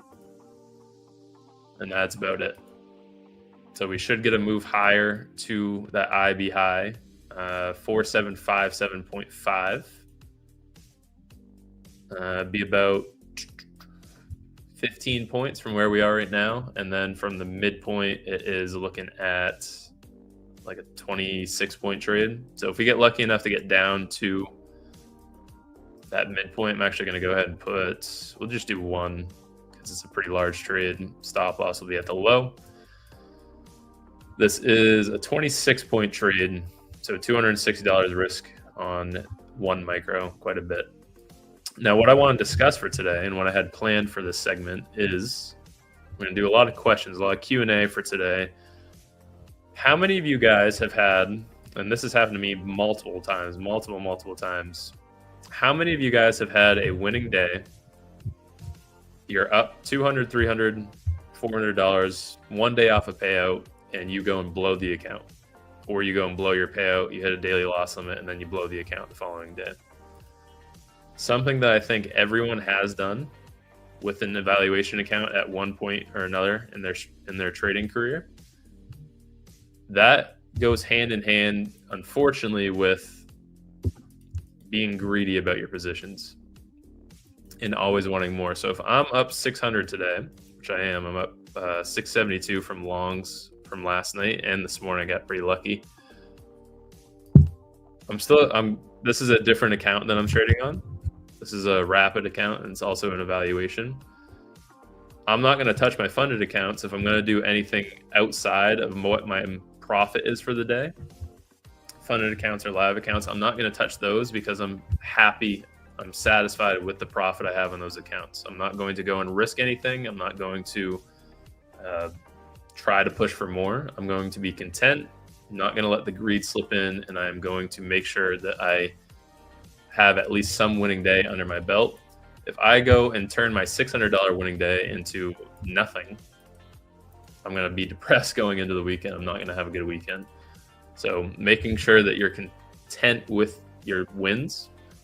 Something else that always helps with that, it always boosts what you're doing in terms of profit, P&L, making sure you're not overtrading, is you need to make sure that you're trading with a purpose. So if I'm trading for just the money, if I'm trading for a monetary gain, I'm not going to go anywhere. I'm not going to do well. I'm not going to make profit. I'm not going to consistently make profit. If I'm just trading for money, Money comes in, money goes out. If my purpose for trading is to make sure that I provide a stable income for my family, or so someone that I love doesn't have to work again, or I want to take care of my parents, whatever it is, I'm going to be less inclined to go and blow an account or revenge trade or trade for more, because if I screw up, they're the ones that are getting hurt from it, not me, not just my monetary value. So it's very important that you guys make sure you have a purpose to trade for and you're not over trading. Ike said it earlier this week, on Wednesday this week, if you're going to do something stupid, do it on an evaluation account, do it on an eval. There's no reason to go and risk your $800, $900, $1,000 profit day, $100 profit day, whatever is a significant amount to you. There's no reason to risk that to try and go make a little bit more. Magnus, I know he's in here. That is essentially just a much larger scaled negative RR, or evolving RR, sorry. If I am risking my profit for the day, I'm risking $900 to make another 100 because I want to round my day up to $1,000 profit, and then I end up going and blowing my account. It does absolutely nothing for me but reinforce bad habits. So you want to make sure that you're not over leveraging, you're not forcing trades. Be content with your profit and make sure that you're trading with a purpose. Let's catch up on some of the chats here. Good advice. Good advice. Thank you. Thank you. This month, not just this week. Market been building quietly. Yeah, we'll take a look at, if you guys want to take a look at higher time frame analysis, maybe give you an indication of where the market's going for next week. You guys can drop a 1 in chat if you want that. For next week's data, we do have market data this week. I think we have FOMC, an FOMC read next week. It's the end of April. Yeah, we have FOMC on Wednesday next week, and then we have consumer confidence 10 on Tuesday. We'll get into that higher time frame analysis here shortly. We have a bunch of data on Wednesday. GDP on Thursday, PCE, and then no scheduled news for May 1st. Yes, I do have an order set for the midpoint of the IB. It's just 1 micro. But we'll get into that higher time frame analysis. We'll review the week as well. So we'll start with this week's analysis. Yesterday, I do want to cover, if you guys struggled yesterday at all, do not fret. Yesterday was a 2.14% outcome. That's how many times that day has happened over the past 5 years of trading. 2.14% of the time. I think it was 6 total days out of the past 1,200.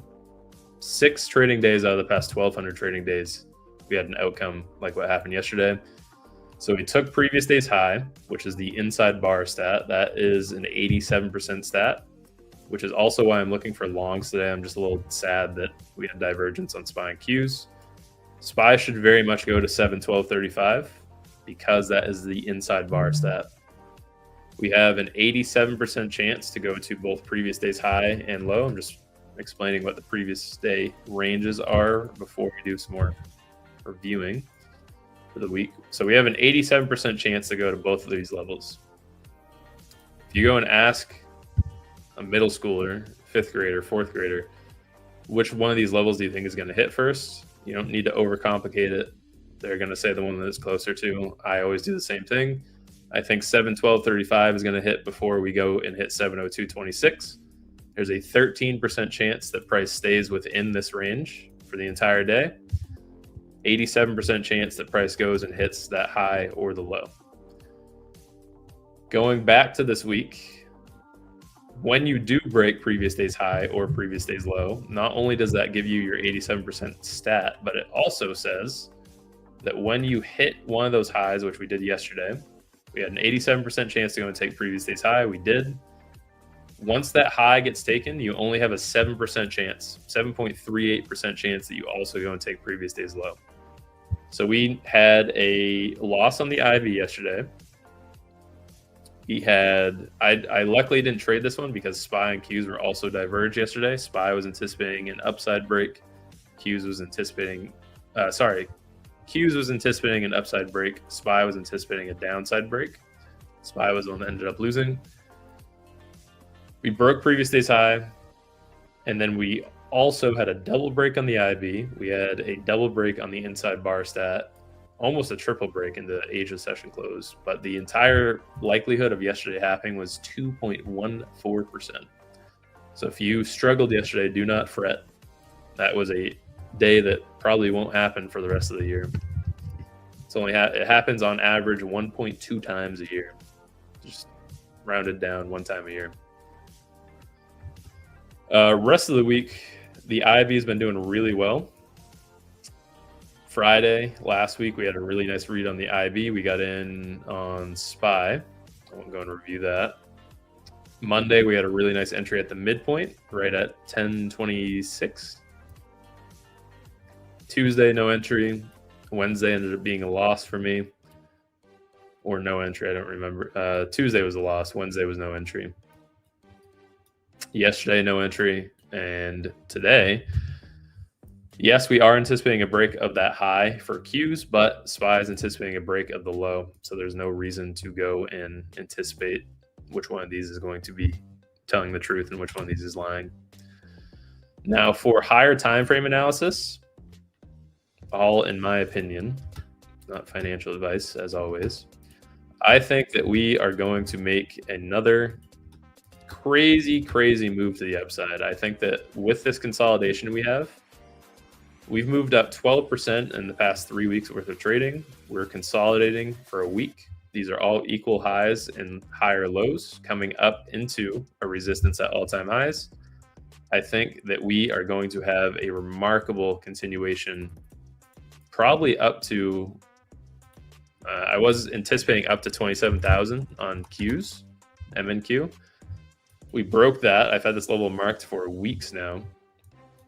After we broke 26,000, when you break psych levels, you usually proceed to the next, whether it's 100-point increments, 500-point increments, 250, or 1,000. Now that we're over 27,000, I think that we're getting up to 28. I think it's going to happen within the next couple of weeks. What's going on, Leo, sorry. Zinc about to chef up some sauce. If we weren't diverged, I would have. I think first off, SPY is going to take previous day's high. We have an 87% chance that goes and hits. Technically an equal chance, but because Qs is anticipating an upside break, I think SPY is going to be the losing one. And this is really cool. I don't know if David's in the stream right now. He's the one that suggested this to me earlier this week. When these are diverged, you have a 0% chance that both of them break out in the correct direction. Again, Qs is anticipating an upside break. SPY is anticipating a downside break.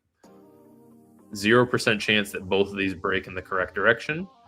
So if we see Qs go and take that high, SPY should also go and take the high, because there, again, is a 0% chance that they both break in the right direction. That would mean that Qs goes and takes the high, SPY goes and takes the low. We could take longs on ES. I honestly would like to see ES get up to 712.32, which if we go over to MES, that would be 7182 is what the implied move of that. 7181.5. So we're anticipating like another 20 points. There's the almost took the IBI. Just about.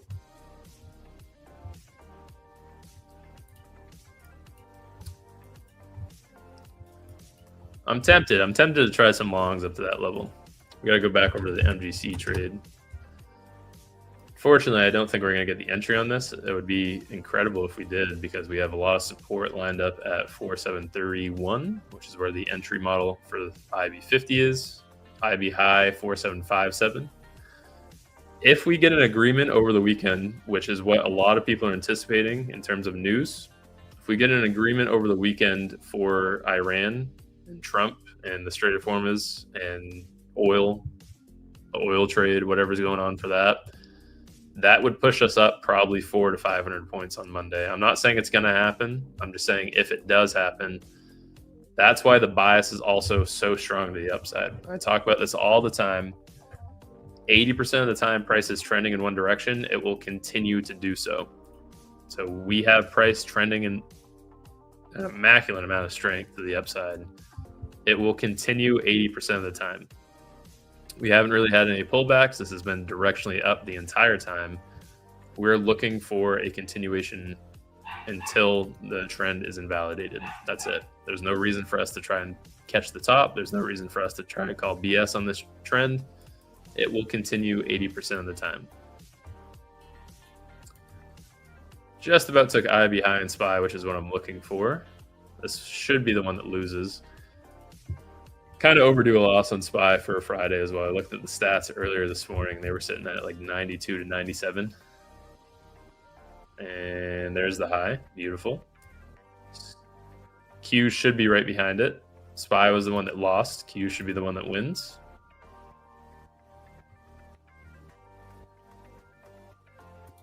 Nice consolidation there on MGC as well. There's Q's IB high. Very good print of the model there. Very content with that. Now we should be anticipating a break up to previous day's high on ES 712.34, which again, if we go over to MES, that lines up with 7181. It's about 12 points from where we are right now. I think that we get a move up there pretty quick.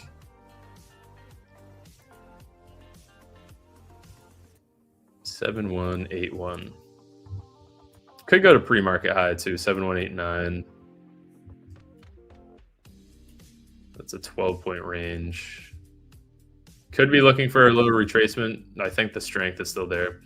Also, I don't know how many of you guys use gap fills. We're gapped up. We were gapped up 1.2% into open today.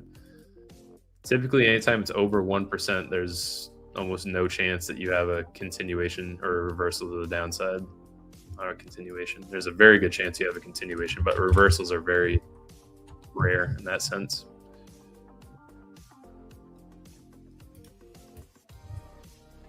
So 7181.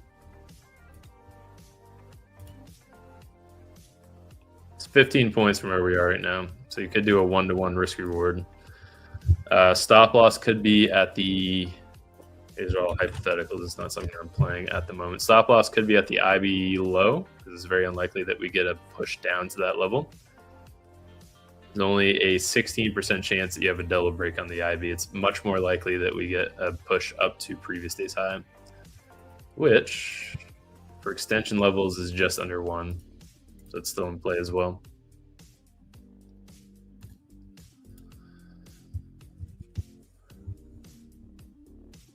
Did someone lose some trade chasing the dive yesterday? I'm sure a lot of people did, yeah. Look how the people wanted to win. Yeah, we have forums coming out here soon, I'm sure. I haven't seen them yet in chat.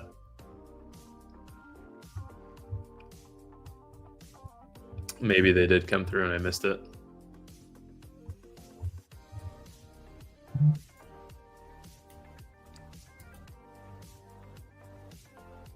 Let's go back over to MGC. Well, we might get an entry on this.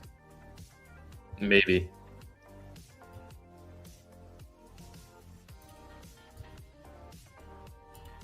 $15 points is it's $75 for a risk on ES, one MES contract.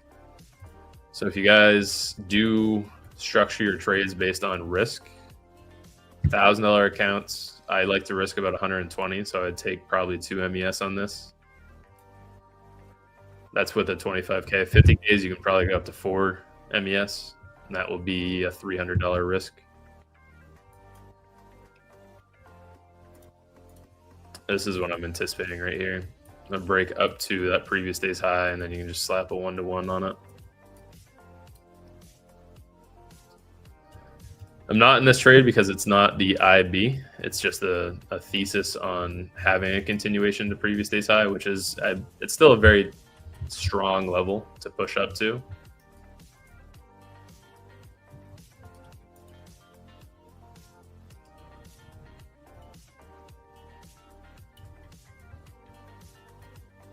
Decent continuation there. I also really want to see that pre-market high from Q's. It's a Newsweek high that we had. Back in 5 minutes. Good luck on the giveaways, everyone, on the forums. There's a nice little continuation there.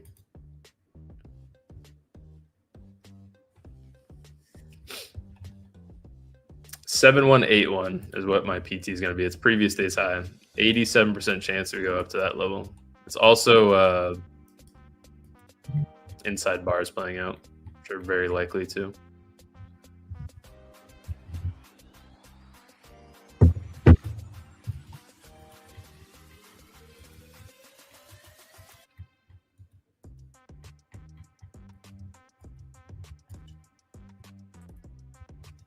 MGC still set on that order.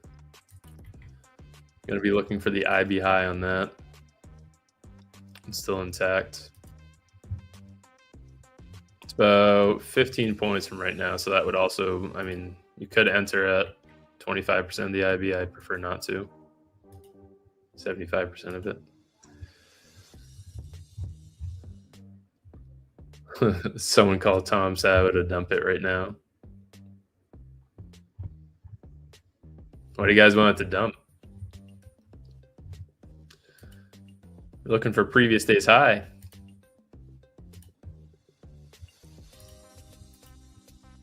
It's pretty good on the retracement too. It's not, typically you don't get that large of a retracement down. For the IB, we did almost hit 25%. We hit 20%, which is the most likely retracement spot for the IB.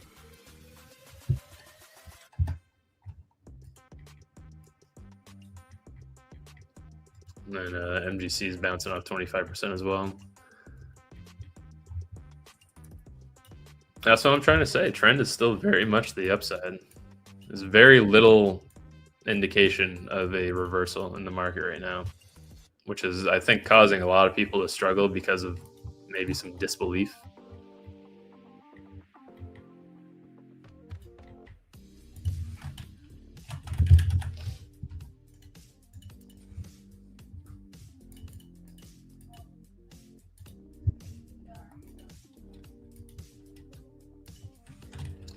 Coming back in a little bit.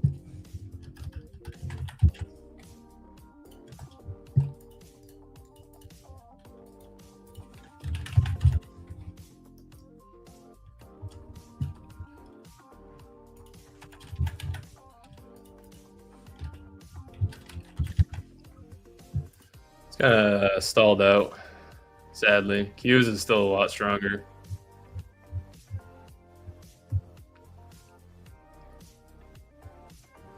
Market out here being intentional.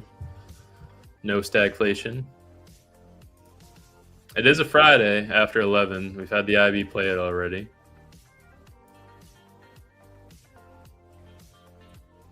Kind of crawling over there on SPY.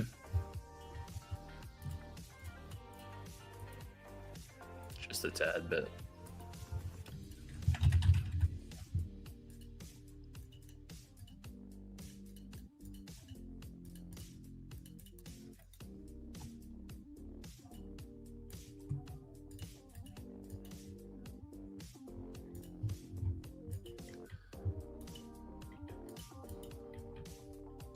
I want more. I want more upside. See any questions in chat from anyone? I got one right here. When the market doesn't respect your setup, how do you personally handle losing streaks without losing confidence? That's actually a really good question. You have to be able to let your model play out to the point that you allow your profit curve to form, or your growth curve to form. So if you don't have winning months or winning weeks, even winning days repeatedly, it's something with your model. It's not necessarily the market that's hitting you. It's the fact that you're either not letting your model play out, or you have the inability to have a continuation with those trades. What I mean by this is, if you struggle to allow your trades to develop, you struggle to allow your model to develop, I know personally that the IB works over the course of multiple months for me. It's almost been a full year trading the IB. Come June, I will have traded the IB for a full year. It's done well over like 120,000 in payouts, not to mention other income that has been generated from the IB. So trading the IB and knowing that I can target an entry at the midpoint, I go to the high, stop losses at the low. If I do go on losing streaks, I have the confidence that I know it's going to rebound. It's going to recover in terms of what the profit factor is, what the overall profit on the IB itself is. I know for a fact that I am going to get my money back. And that's my answer for it. So it's tricky. It's tricky being able to handle losing streaks. I was on a losing streak for the last 2 weeks of March. Now I'm right back to where I was. I'm still a little behind on my personal targets for payouts.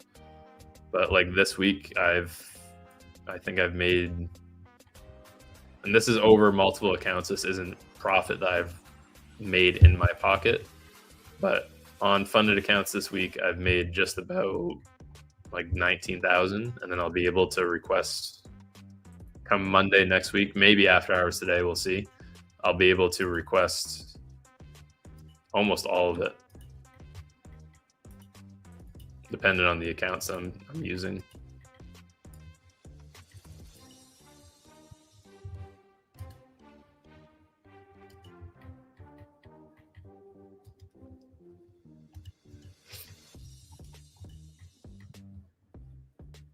Baller, nice job. It's all about having the confidence. I was actually just talking about this to my baseball team yesterday, funny enough. Also, here comes our previous day's high and SPY. Not looking like we're going to get an entry on MGC. But you need to have confidence in order to honestly be a better trader or just be better at anything in life. How difficult is it for you to go and try something new and be comfortable doing that new thing? It's not a very easy task to do.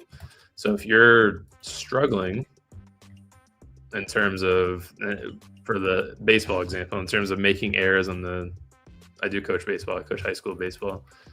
In terms of making errors on the field, or you're going to play a team that is much better than you, or you're worried about winning a game, you're not going to do well if you haven't won any games before. So if you've always been on a losing team, same thing correlated over to trading. If you've always been an unprofitable trader, you're not going to have the same confidence that someone that's been winning for years and years and years is going to have.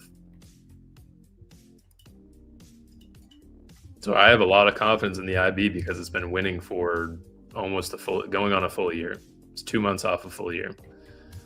That's how long the IB has been a profitable strategy for me. So I have the utmost confidence in it that it's going to perform well for me. There's no doubt in my mind that if I go on a losing streak, the next month is going to be a significant winning streak.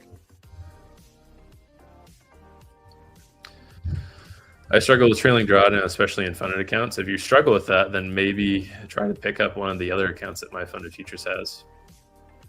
There's the Flex account you can get one builder account. That's the only downside to the builder accounts, is that you can only you can't copy trade. You can only trade one. And we might get the entry on Qs, on MDC, sorry, not Qs.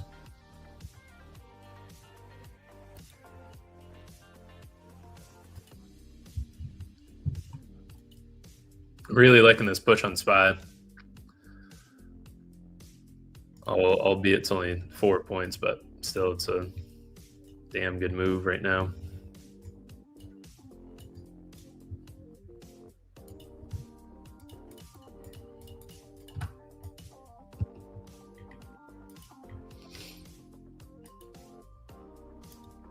Qs is much stronger. I think that's still going to go up to previous day's high. Good luck all. Thank you. Thank you. Let's see if I missed any other questions. So what's the big deal? You go long on green candles only. You're not short. You can always make a small low profit from retirement. Adds up. I'm sure that was a joke, but it's actually a surprisingly a good point. I prefer to only go long if I can. I'm not a fan of going short at all. So if in a perfect world, if I could only get long setups for the IB, that's what I would trade every day, all day. Master one direction and look for all the possible setups that work in that direction. Like, I'm not a big fan of shorting the market, so I don't look for short setups as often. But I'm very, very good at going long and capitalizing on long moves.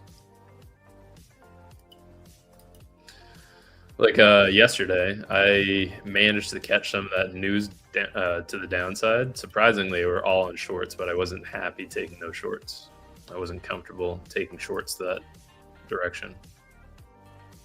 If it was a long move, I would have stayed in it for a lot longer than I did, but shorts, I'm just not as comfortable with. Very close to previous day's high. We're only off by 80 cents now. Should get a continuation all the way there. 4 micros would be up about 110 right now. What do you think about next week, next level of wildness? It depends on what we get for news over this weekend. I think that we're gonna, and don't quote me on this, but I think this week, because the ceasefire ends, I think we're going to get an agreement with Iran and the Strait of Hormuz, and hopefully this entire conflict gets put behind us. Trump did the same thing with tariffs, and I think that's why the market's buying it as much as it is. You remember April of last year, tariffs were the whole topic. That's why the market dumped 26%, I think, in the matter of 2 months. 26.04% in 2 months worth of trading. And then come to find out, on April 9th of last year, Trump made an agreement behind closed doors, said that tariffs were no longer going to be a thing. We had a 13.6%, which is the largest single move in market cap ever. Has never had a larger increase in wealth than April 9th of last year. And then we had a 60% expansion off of that 26% drop, all the way up to the high to the end of the year. 60% on the dot, 59.45 to end of the year. So a 26% drop, 60% return. We're doing almost the same thing right now, just not as large of a scale, because honestly, the Iran conflict isn't that bad. It's a terrible thing, yes, but it's not bad in terms of tariffs and what those would have done last year. So the market has a perfect example from April of last year. And funny enough, the pivot we had this year was almost the exact same day, April 7th. Last year was April 9th or April 8th, 1 to 2. That's why the market's buying this up. But over this weekend, because the ceasefire is over, I think that we're probably going to get an agreement or news of an agreement. Also, it is after 11. That's another rule I have. After 11 o'clock, no more orders on the IB. It's too late in the day, especially for a Friday. Too late to trade the IB.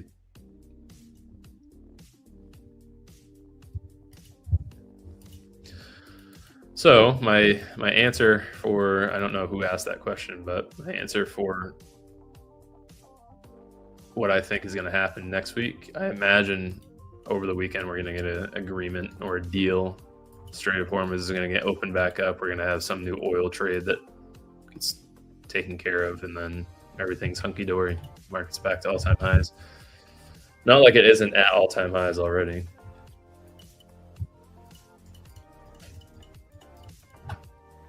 It's going as high as it possibly can.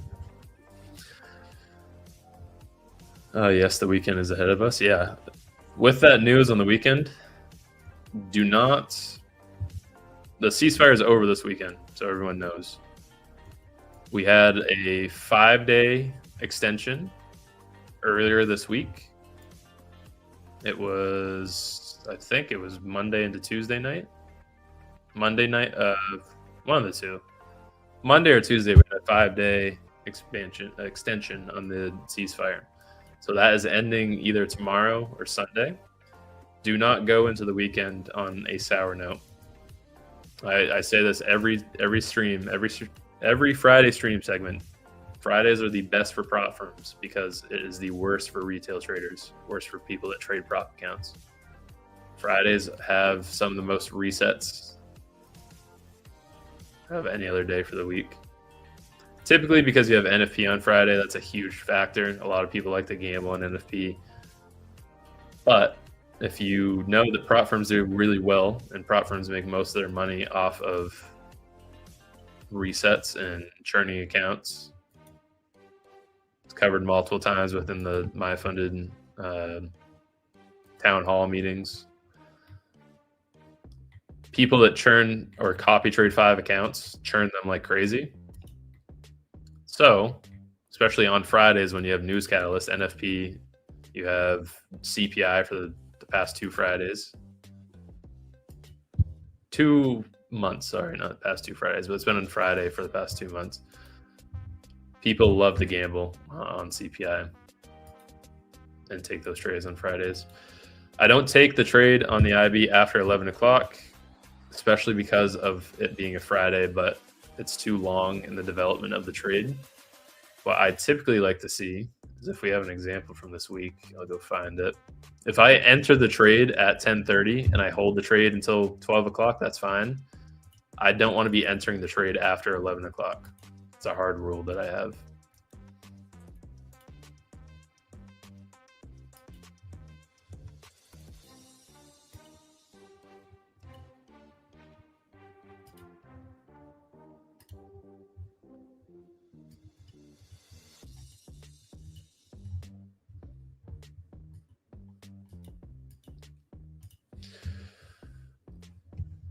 People love to gamble every time. Yeah, people love to gamble in general.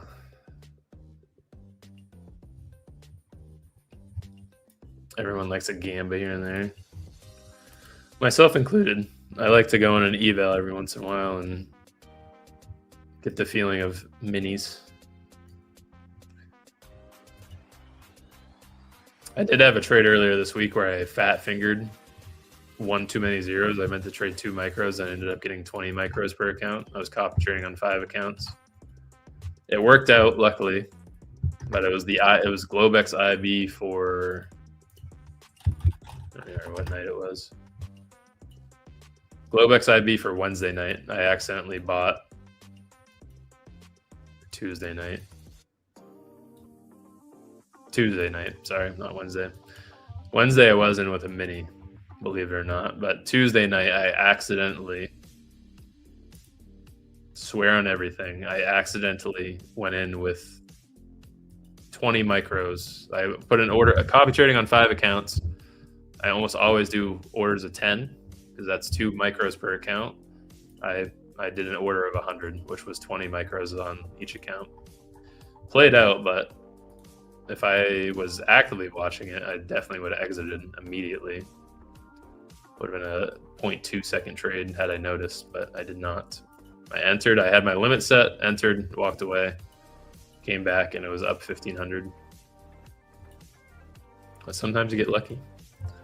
There is a lot of luck that goes into trading. We got 20 minutes left for the segment. If you guys have any questions regarding psychology, any questions regarding payouts, anything along those lines, we do have Husk up next. I'm not sure if Methodical is going to be live today. He did have some issues with his Wi-Fi. Let's see.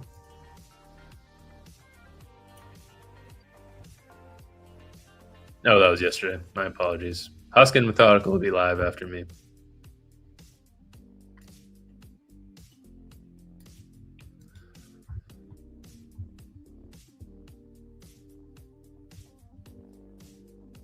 NQ to the moon. 28,000 is my next price target, believe it or not. I know that's way up there. It's crazy to think, but again, anytime that you proceed over a psych level, you typically go to the next psych level.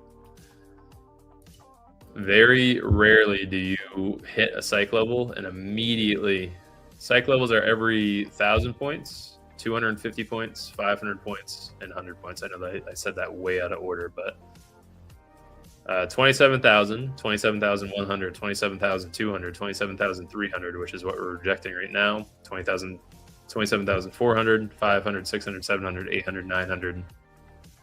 And then each 250 increment. So 27,250, 27,500. Those ones have added confluence to them every 500 points and then every 1,000 points. Your 1,000 point psych levels are your biggest ones. Those ones are going to have the most impacts on your trading. Very rarely do you hit a psych level of that size, so 27,000, and immediately reject. Our closest point of a psych level, our closest point of reference was 26.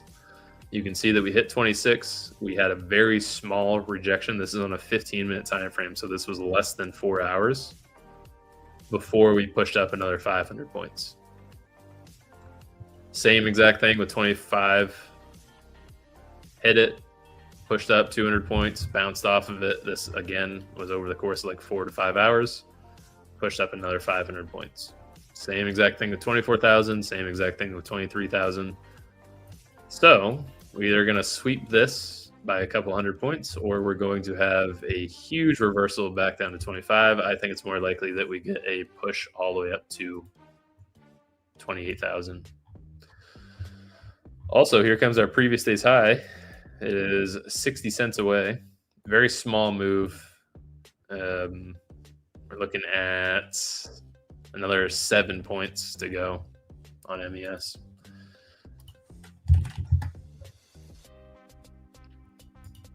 Another 7 points. That's 2 previous days high. Oops, that's not MES. That's Morningstar US, whatever that is. 781.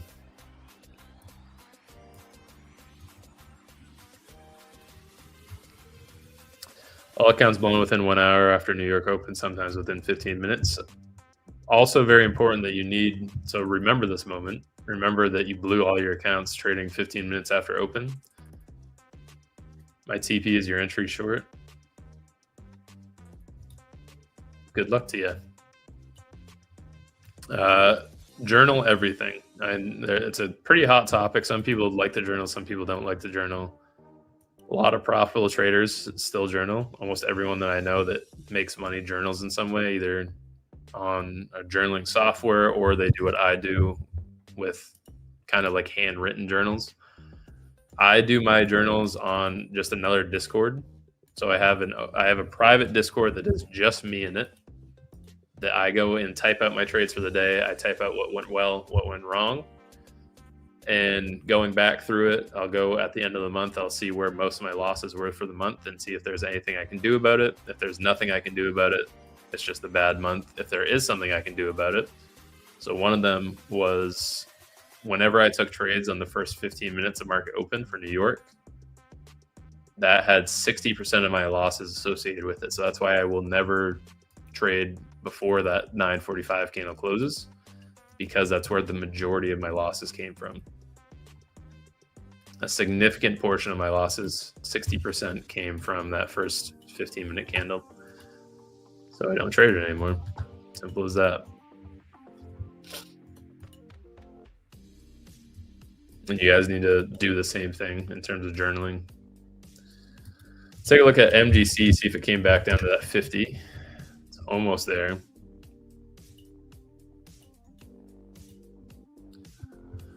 Good trade that was. This was a very good one. I wouldn't move it to break even quite yet. Evolving risk reward. Magnus, if you're in here. Still leave it at 1-to-1. Previous day's high, this has an 87% chance of hitting. It's very unlikely that we just chop in here for the rest of the day. By in here, I mean the range that we're in right now. Very unlikely.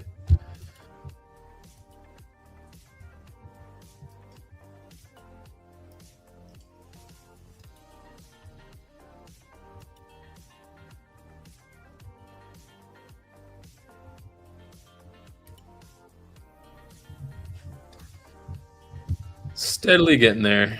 We haven't even had a red candle on the 5-minute. Significant one anyway. This was plus 0.1 cents. This was minus 5 cents. So I guess we have had one. I'm a fraud liar. Doesn't look like the winner is here. I'll take his account, Magnus. You can just send it to me. Just kidding. Just kidding.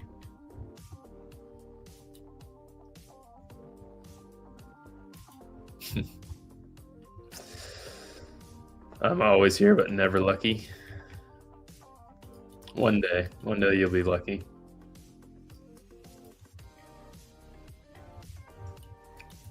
One day very soon. So my crystal ball tells me. Q's almost at pre-market high.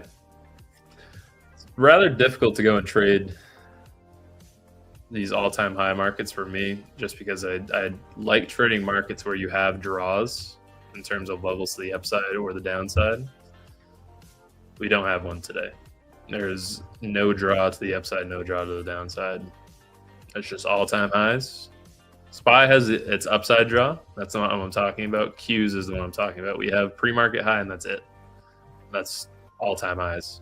We're at all-time highs for regular trading hours right now. So anything that we do from here is good as guessing. Extension levels, you can have price targets, you can have expansion targets to extensions. Up to you.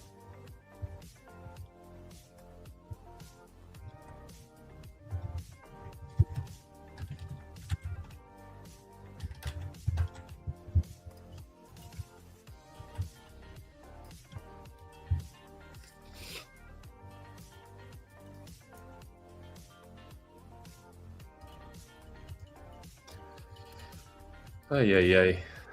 Just get up to that level, SPY. Stop rejecting. It's only rejecting like 10 cents too. That's the worst part. Got 13 minutes left. 12 minutes left. Another reroll.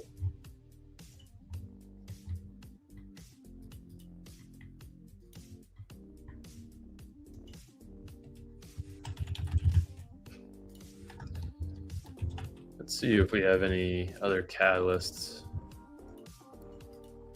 I'm not sure if this is, I don't think it's advertising, but if you guys want to use something as close as possible to Bloomberg Terminal, Walter Bloomberg on X posts everything that Bloomberg Terminal posts. He just copies and pastes it. I don't know how he's gotten away with it for so long, but he's at like 1.1 million followers, and I've used him for the past 4 years.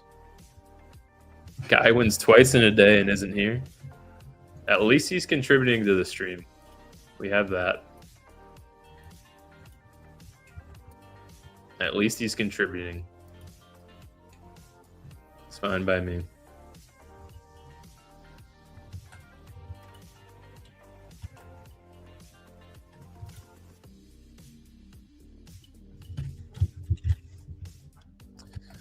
All right, we're pittering out a little bit, struggling to have, I don't know, 20 consecutive green candles in the 5-minute time frame.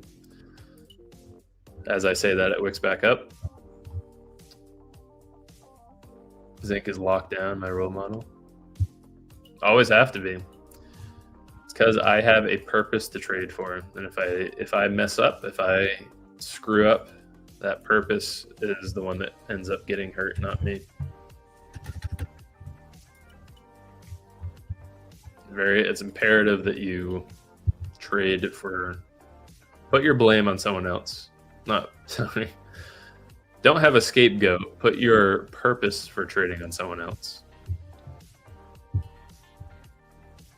So my purpose is making sure that my wife doesn't have to work.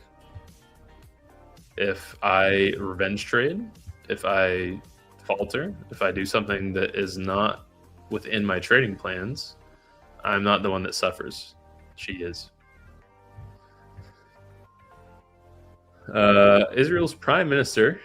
We have begun a process towards achieving a historic peace between Israel and Lebanon. That's a good start into the weekend. Very good start into the weekend.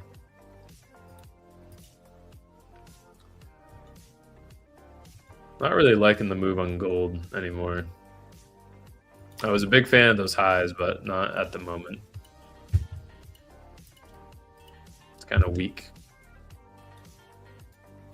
I mean, I still am. It's just, it's taken way too long. Way too long. Done another Magnus. Nice. My PNL needs a calf fill.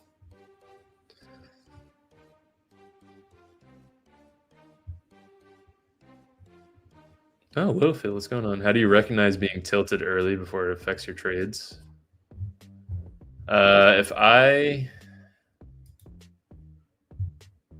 It's really about your mood. A lot of it goes into your mood. So if I find myself not trading my model and trading in terms of hoping that the trade goes in the direction I want it to, when the IB is formed, for gold, for instance, today, I know that this should go to the high, 4757. When the IB is broken, and let's say we didn't have previous day's high that we were targeting, and I was trying to take more trades on M and Q right now, I have no bias. I have no draw. I have no confidence in that trade going to where I want it to go. So I'm tilting there. And then what's even worse is that if I take a loss on a trade that I was guessing on, that trade, one, it reinforces bad habits, but two, it also puts me into a state where I want to go and tilt. I want to recover that loss. I don't want to end my day. I was up 800. Okay, I just took a $200 loss. Now I'm only up 600. That's the sad part about how people think. You're still up 600 on the day, but because you took a $200 loss, you're in the mindset of being able to tilt or being susceptible to tilting. So I recognize it by trading outside of when I should. If I find myself doing that, then I will move over to an evaluation account, also just about at that previous day's high. Very close. Wish you all good luck, and good luck on getting the accounts, everyone. Hold long the 26,360. Is that where our high is? Let's see. Yep, 27,360. A little bit above it. We should push up to that level as well.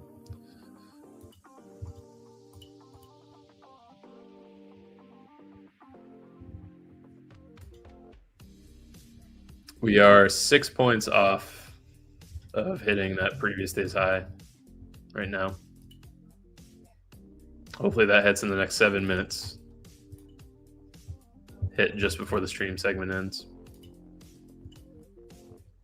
Broke 712. That's kind of good, I suppose.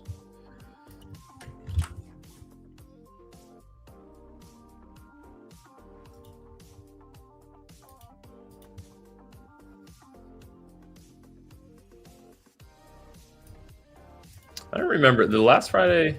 I think gold played out last Friday, didn't it? I remember I took a trade on last Friday's segment, but I exited early on it. And it did not play out for the rest of the day. Actually, it was a no break on the IB for that day. I remember I took that long, got out at 9:01. I recall now. I made $100 on it, but I exited before it hit full TP, and then it never ended up playing out for the day.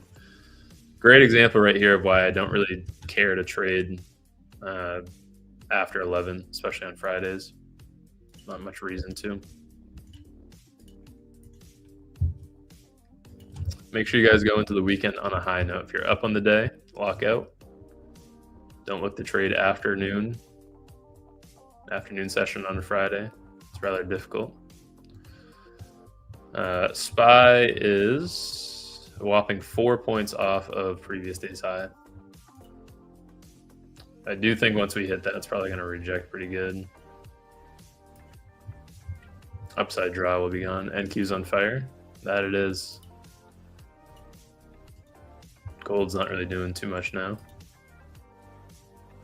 Pittering out a little bit. It's after 11. No trades. No trades on gold to take.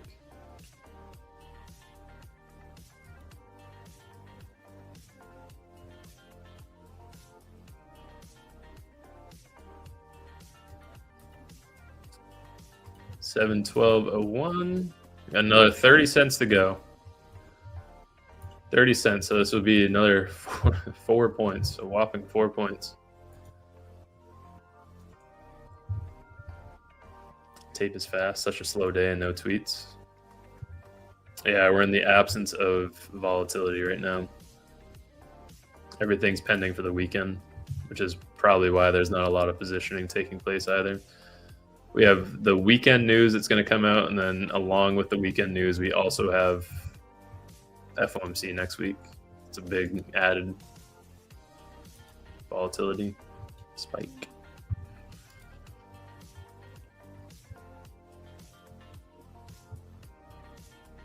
Could definitely get a 50-point move up to that high.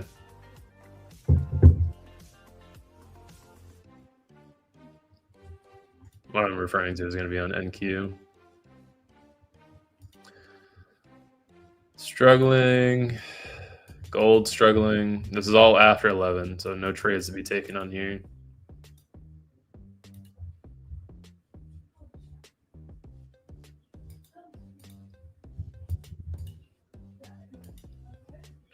What's going on, Methodical Man? Good morning. Good morning, Husk. Welcome in. If you guys are excited for your segment coming up, the market's doing fantastic things right now. Nice and slow. Also, very important, slow price action does not mean size up. Price isn't moving. That does not mean that you get the same profit you do on a day where price is moving a couple hundred points. Your profit is dependent on what the market wants to provide, what the market wants to present to you. You do not go and take a Toyota Prius 120 on the highway just because you drove your Lambo 120 on the highway. Different circumstances, different outcomes. There's no reason to go into a market like this. I'm going to trade 20 minis because we're chopping sideways. We're moving so slowly. I'm not going to make any profit if I go in with a micro. That's not the point. You're going to make the same profit on the same trade setup. Mental profit.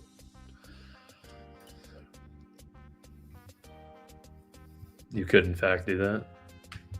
You could take a Toyota Prius 120 on the highway, but it's probably not going to end too well for you.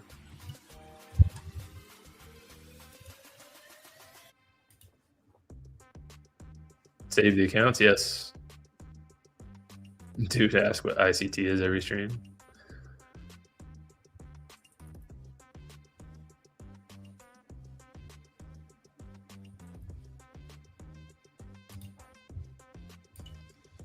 Gold is pittered out.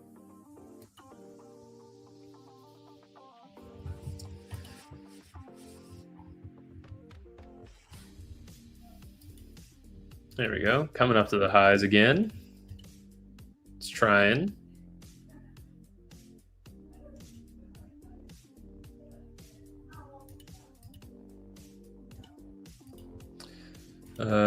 Gold is the only one that's being a little finicky right now. But again, I think that's because it's after 11. A lot of validation on the IB's lost after 11. Yeah, for real. Jin, if you win a third time, you've won twice today. If you win a third time, go buy a lottery ticket. Don't claim the account and then go buy a lottery ticket.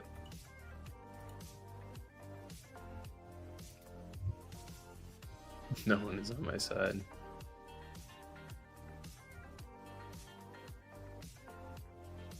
Thank you, Avashet. W. Thank you, Corb. Yeah, pretty good segment today. I know we didn't take any trades. I was very pleased with this bias on SPY. It's still playing out. MGC, you could still take the IB on it. It's after 11, so I'm not going to be taking anything there. I don't think it's going to have a continuation.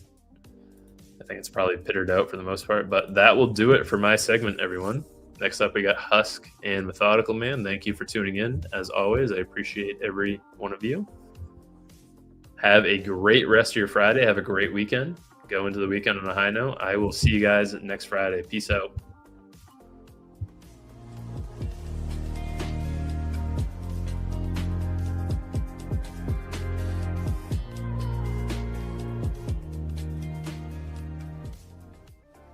Good morning, Husk. What are you up to today? What's up, buddy? You made it back. You made it back from down south. We here. You get too deep in the south, you don't come back, man. Got to stay out of the south down there. Oh, man. What's wrong with the South? Nothing wrong with the South. Let's go. No, I said deep south. You're getting down there in the, Florida line. Somewhere in there. We're doing good today. I was on the struggle bus, so we went into the morning. Since we were green on all of our fundeds all week, we decided to say, hey, we're not going to copy trade our fundeds today. Good thing we didn't, because this price action was so whippy this morning. And plus with me trading on the 5 minutes, if you did not buy at the right time on these 5 minutes, you're looking at 20, 30, 40 point whips. We did take a red trade on our one single funded, but we're able to scratch most of it back. So it's basically a break-even day. Whose back did you scratch? Hold on now. Whose back did you scratch? No, I'm just kidding. No, scratch back, man. Scratch back. Just kind of get back in the green. And a cent. Congratulations. I'm going to trade. Are you here? They're announcing some winners here, so I'm trying to call them out so you guys have an opportunity to hear your name called. So what are these, some extra winners? What's up the deal? What's that? I think it's from the last segment. Guys, I'm looking at gold here. I'm looking for a 5-minute break here on gold. I am green today. We did hit $2,500 in payouts this morning. Let's go. 2,500. We'll take it. Across a couple of different accounts there.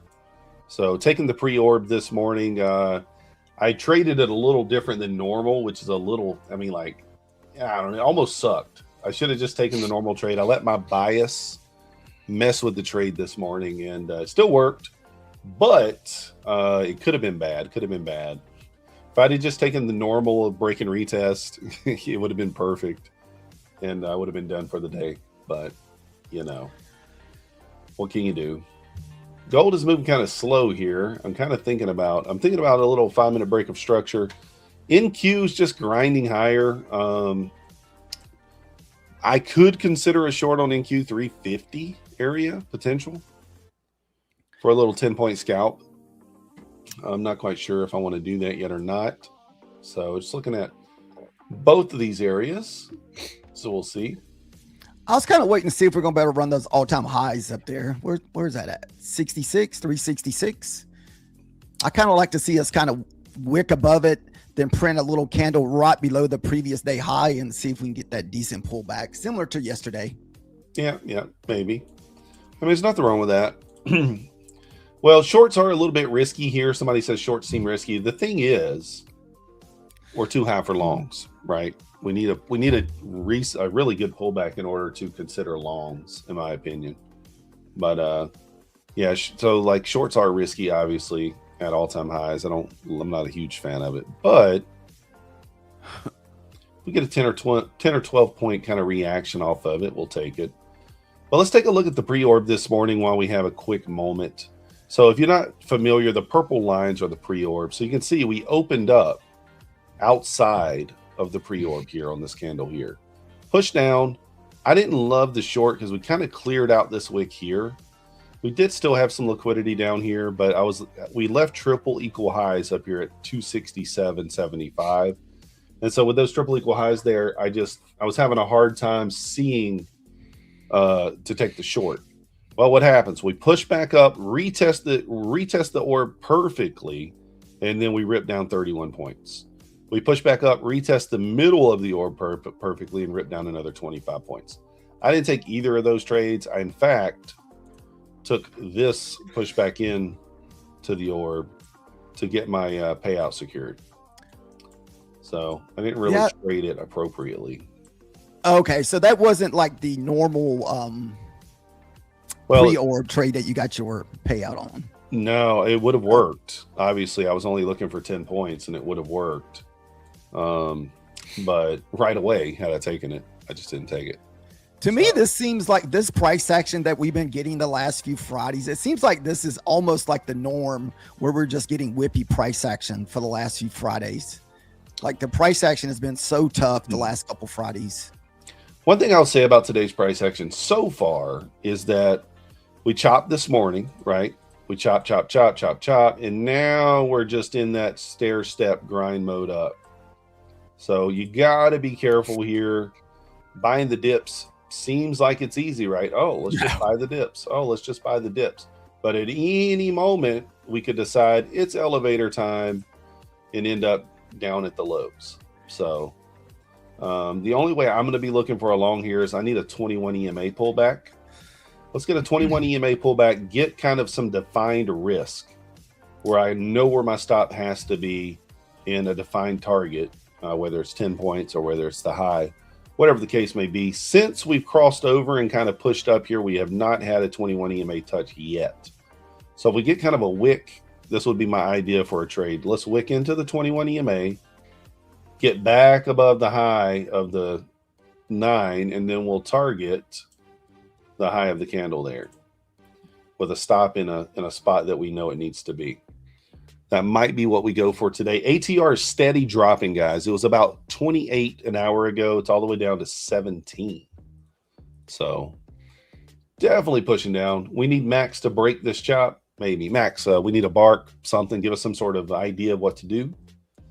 So ICT-NGL says bears incoming. Maybe. Yeah, I want a short, but there's just no way unless we run those 360s. Because like Methodical said, as soon as it pushes down, it's gonna be like, nope, it's going to yank it right back up. So it's making shorts very difficult. It is tricky, but I mean, here's the thing. I mean, we are in kind of a double top area on the hourly, right? Already in a double top area. You don't have to hit the entire high in order to get a pushback down, but obviously it makes it a little safer. So what up, Izzy Lizzy? Guys, if you're not a member of the Discord for MyFundedFutures, the link's right there in the chat. Let's join the Discord, get a little bit of get the information a little quicker to you there in the Discord. So we're getting the pullback, breaking the 9 EMA here. Let's see if we can touch the 21 or not. That's also oh, go ahead. I was just saying I am on the 2-minute chart here. Oh, okay. I was supposed to say you're also right there at the 212s, 213s. That's the top of the hourly candle. That was that one target that if you were in Myth's lobby, that's the one target he was looking for, which is that previously hourly high. Well, not the actual high. You got your 4-hour high also at the 360, but the 312 is something he was looking for earlier. Simple trader. I did not trade the challenge account yesterday. I decided not to break the rules like Husk did. Dude, that rule was never brought up. That's like me not saying you trading other future contracts on like ES and stuff. I never brought that rule up, and you never say, hey, we got to be on the stream at the same time. Oh, okay. So there's a fine line there. Husk is trying to squeeze through a loophole here, guys. Yeah, if you got a loophole, I got to use that loophole. I don't have a loophole. What are we talking about? I tell you one thing though. If he would have lost yesterday, he would have been like, "Oh man, I shouldn't have traded that." You know? Oh no, we would have taken our loss, man. We don't let the emotions get to us on the losses, man. That's we just started out trading emotions. Oh, come on. It didn't quite get to the 21 EMA here, and then we're getting a little pop already. I need the 21 EMA touch to make something happen. Make something happen. Am I selling hats? No. We don't sell hats. This is just another YouTuber who this is kind of their slogan. So I go with I like the hat. Little trucker hat. It doesn't it's not a reflection on my personal trading at all. Or anything that I do in my personal life. Okay. It's the poker player in him, guys. It's the poker player. Just a little gamble action. Nothing wrong with that. So here's kind of what I'm talking about. Back into the 21 EMA here. Got to still have around a 20-point stop on this. I mean, your target would be the high, though. It's about a 1-to-1. This might be the only trade on the challenge account here. I may go 3 micros and then we'll take 2 off at 10 and then kind of see if we can't get a runner into the high. So something like this and then a runner into the high. I don't like it unless we can break back above the 21. The stop will go at the local low here. Could work, could fail. I don't know. This play probably is about a 50-50 win rate, I would guess. That's what I would guess. Kind of a bull flag look here as well. Holding that hourly high as well. A couple of different reasons here to think maybe we squeeze higher. So we'll see. Tagged in here. I would like to be out of the first two quickly. Just squeeze it up and get us out of there.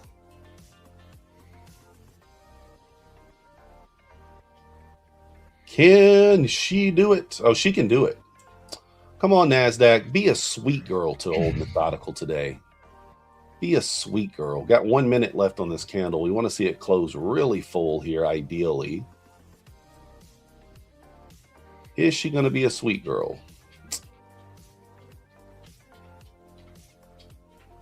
Is she going to be the type of girl that you take home to mom or not? I think as long as 21 holds, you should be good. Let's see here. Max over there flopping. That's a little bit of a signal, right? It's a little signal there with Max flopping. See, the 21's holding up. That's my 9 EMA on the Rico candles. Come on, NASDAQ. Don't you do it. Guys, it one ticked me there. I would have got long above the 21. I just don't feel like fighting the all-time highs up there.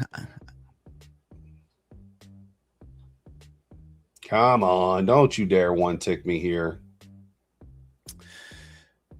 Guys, if you're new here, you're joining us for the segment for the first time. If you wouldn't mind giving us a like button, we still have not reached our 300 likes today.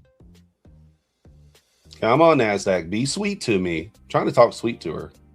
I don't know that I'm going to let this go back red. Dude, you know what you got to do, man. You got to put the magnet up there.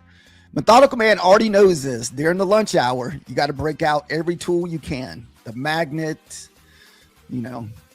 I don't have all a the magnet. other stuff that's in his arsenal. I have no magnet. Oh, you got a magnet.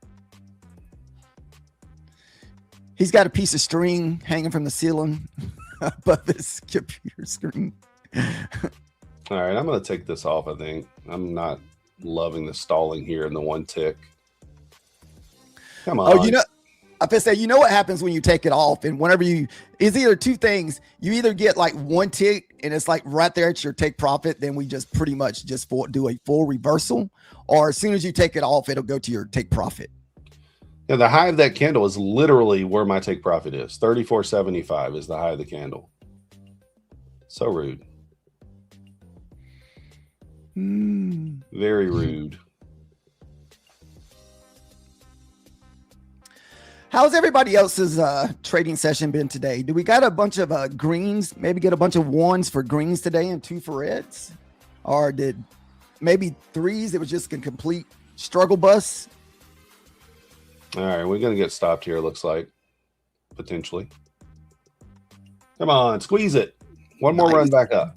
Some ones. Dude, congratulations on the ones, guys, because that's nice. Because I feel like I was on the straight struggle bus. Oh, got a 3 in there. I'm with you on the 3, man. This is like, I'm so bad I got a 4. Oh goodness, that's good. Come on, get one more run here. ES gets back above 75. So usually when we get price action like this, guys, I just call these like survival days. You just got to survive without blowing up your account and just make it through the day and just get through the weekend without being stressed out because you had a crappy Friday. No, you got to be kidding me, man. Rip this up.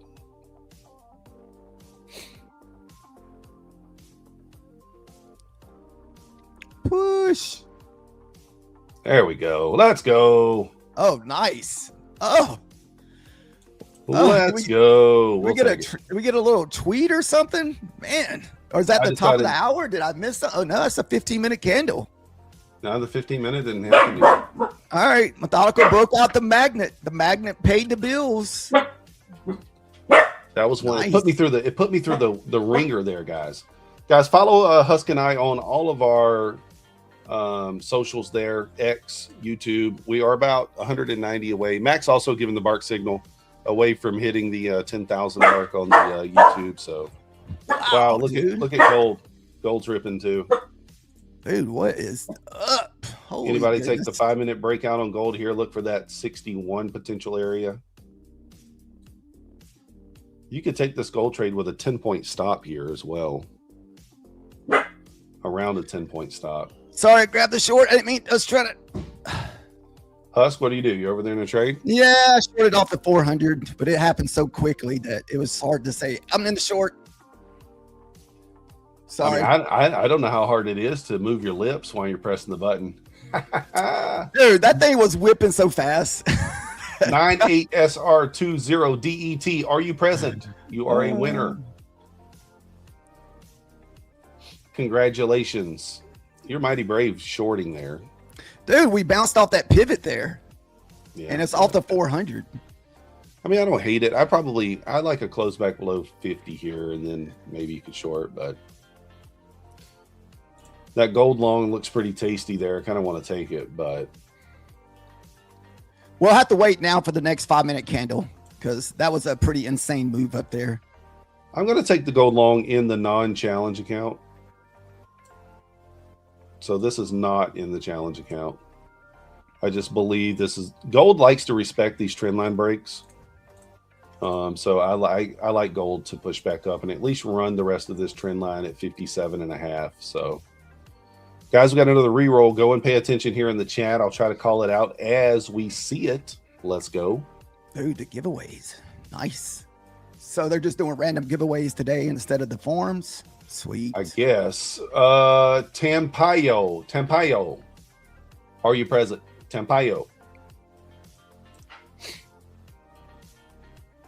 Yeah, that was a little bit of a crazy candle there. What was that? I don't know what that was. Dude, that was a 100-point candle. I know, man. That's what I'm saying. At first, I lose track of time sometimes when we were streaming together. I was like, man, is it the top of the hour already? I mean, it felt like that was a top of the hour candle. No, that was a 100-point candle. That had to be some sort of news. Your patience is thinner than the liquidity in the overnight session right now. Let's go. I feel that. Nothing wrong with that. I saw that twitchiness. I don't know if you saw that twitchiness when I was in that trade there. It got a little twitchy, and I was like, eh.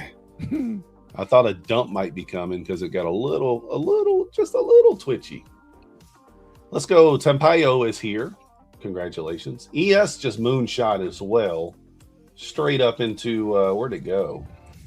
71.97. We're definitely up here in the no man's land. Gold long is in a little bit of drawdown here. I got my stop at 730.6. Entry is 746.4. Again, So, this is on another account.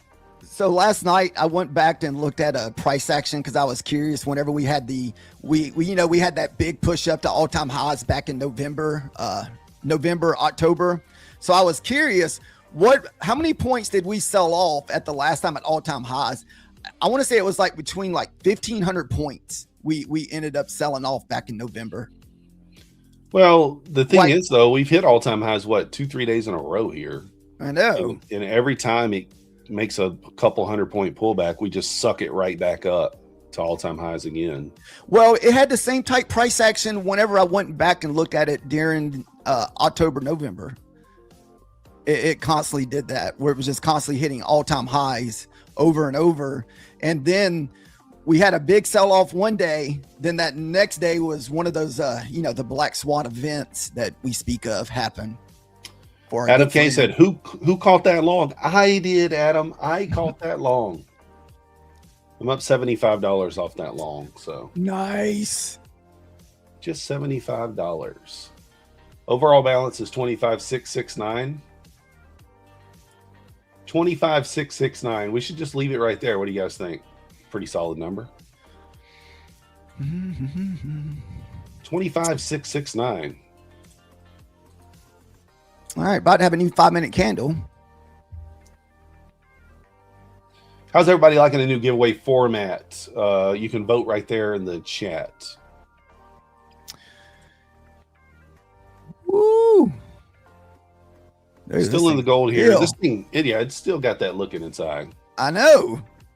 Did ES make new highs? Let me see. Yeah, ES did push the high as well. Okay. ES pushed the previous day high, all-time high as well. So where's that wick at? 20? What are you looking for? No, I was seeing where the top of that wick was. I was seeing where we pushed up to. 417.75 on the NQ. MNQ all the way up at 420 or 418. It's like I want to go long, but it's like, where do we go? That's the only thing that's crappy about all-time highs. It's like you're jumping in long, but you just keep getting these massive yank backs that it's like, where do we go once we get there? Debo was long from 27,210. Got out at 27,400. Let's go. It's about a 200-point move there, Debo. 190 points if we're being technical. I can't give you full credit for the 200 because it wasn't quite 200, but close. Darned close. Let's go. Yeah, I was really hoping on that last candle there that it would start squeezing below the previous day high there at 60s. Listen, if we can hold above the 400s here, that could be interesting.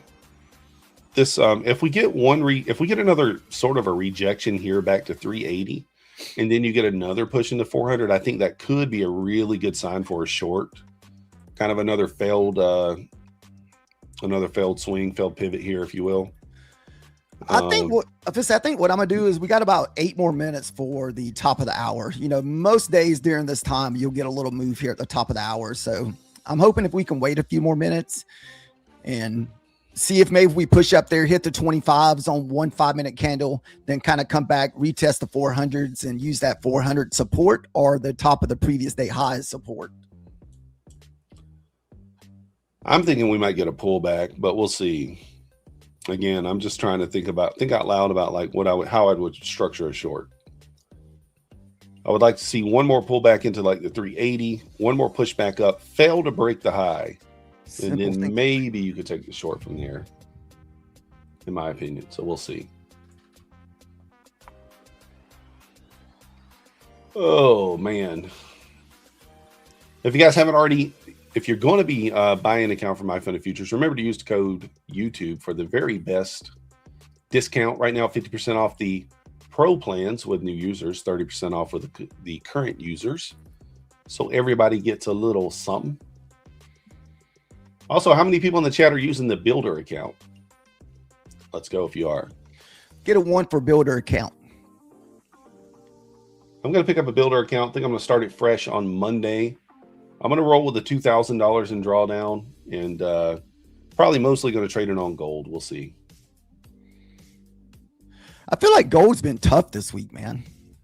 Well, it had one tough day. You got to remember, if you're following the rules, right? What are the rules on gold? Well, if I take a loss, I'm done for the day, right? Put the count away. Yeah, so Sunday was a winner. We'll call it 150. Monday was a loser, 150. Tuesday was a winner, 150. Wednesday was a loser. Thursday was a winner. So you're basically break even on the week if you followed the rules. If you didn't follow the rules and you took more than one trade after a loser, you're probably red. So not everything's going to win all the time. Sometimes you're going to have tough weeks, whether it's the pre-orb, whether it's gold, no matter what it is, whether it's your normal strategy. Sometimes you're not going to have a good week, and that's just the way it goes. So I think you should be up. You should be up 150 on the week, if I'm right there. Because what do we have? We had 3 winners and 2 losers. Yeah, so you should theoretically be up 150. I think most of those winners came on Sunday night, right? You had those 3 winners. Well, Sunday you would have went 7 for 8. 7 for 8. Yeah. Oh, but the thing is, you would have stopped after 3 wins. So it depends on when the loser comes, right? That's kind of how it works. So really just depends. Gold's kind of slowing down here. Not that it was moving fast at all anyway. It's kind of chopping anyway, but let's see if this thing can push up. I'm going to consider going break even on gold through the 50.8 level, because I want to see a little bit of an expansion candle kind of above there. We got 5 seconds left here on the 5-minute candle. This is what I'm talking about. So I'll consider a short on NQ if this candle can pull back to 80. So we just opened a new 5-minute candle here. And I want to see if this candle can kind of pull back into the 80, maybe try to make one more run at the high. And if it fails to make a new high, I'll take the short. I'll take the short there just for a 10-point run. Nothing crazy. I'm waiting about 5 more minutes to kind of see what happens at our new hourly candle. So like 407 on the next push back up. If we can get a little bit of a pullback, I would be willing to take a cheap short here. And plus I mean, I don't know how you get a pivot there, 400s, when we've never been up there, but it's there. So she's there waiting for you. You can have a really tight stop on this too, if you wanted to. I almost feel like we would have to lose the 4-hour candle, and even if we lost the 4-hour candle, your resistance would probably be back in what, top of the 60s there. 30. Well, remember, we're only looking for 10 points, so we're not looking for anything crazy. And I can go stop to break even pretty quickly. The only thing that's a little scary is the top of the hour here coming up, right? All right. About we may try the short off this pivot here, even though I don't know how we got the pivot, but we will try it. So Husk is short? Short. All right. But I'm only risking about 10 points. Good luck, sir. Or actually, no, I guess we're in about 15 points. Good luck. Good luck. I like the idea of the short. I would like one more push back up to 406 area. Yeah, I feel like to be safe, my stop loss needs to be way up there at 420, 417. Well, I mean, I like the test of the 80 here too. I mean, if we lose the 90, I think we go to 80. Yeah, I was thinking like that 75. A lot of times, we like to get the 75. We get the 75, I'll just try to hit the break even real quick. We get one more shove higher, I will partake with the short with Husk. Want a little bit more of a push, but we may not get it. It might just say, nah, I'm not going to give you the push. I'm just going to go without you.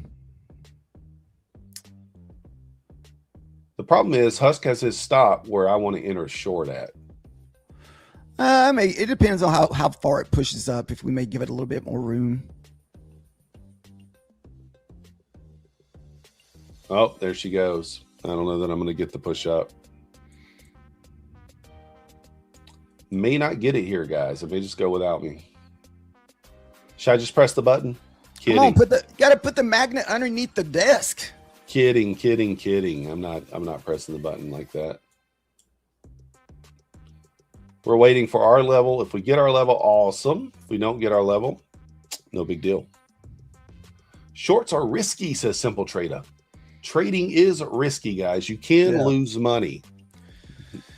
These are just like scalping shorts. It's not like I would be, say, looking for a complete sell-off. These are just scalping. Trading is risky. You can lose your money. Oh. I mean, on the 2-minute here, it does look a little bull flaggy. Does look a little bull flaggy here. And I could take a really cheap long here, potentially. We could. Yeah, I hate that it keeps pushing down and can't get through there. That's making a little bit more nervous in there. Well, I think if ES loses 92 here, that's kind of the key area. If we can get through 92, I think you're solid. I think you're solid through 92. If ES holds 92, not so solid. I might take a little bit of I might long here. Depends on how this candle closes. Well, since we're about to be top of the hour too, so this is going to probably tell us a lot here which way we're going to go. This thing could just pretty much rip my face off here at the top of the hour. All right, I'm going to long here. Stop at the swing low. I'm risking like 12, 13 points, looking for 10. My screen froze. Everything froze. Okay, there we go. Yeah. Back through the 402s, 403s here. I think I'll move the stop to break even. Nope, holding the pivot for now. it should get through. It's kind of tapping it.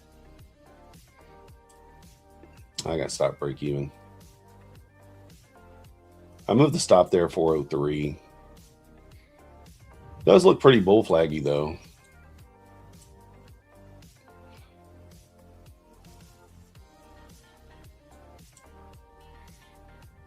Almost back up to the area I was thinking about taking a little short at too. I think if it starts pushing back above the 400s, we'll probably close this because I just don't want this thing to rocket up there because we're on a new hourly candle. Might have been the spot for me to take the short. I don't know.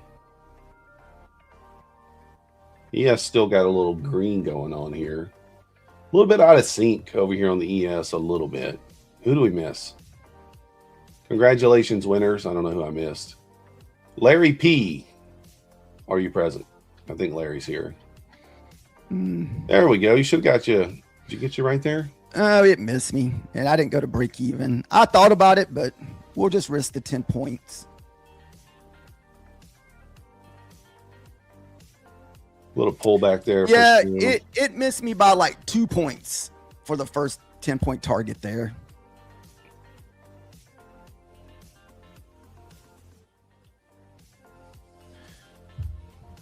I mean, I don't know.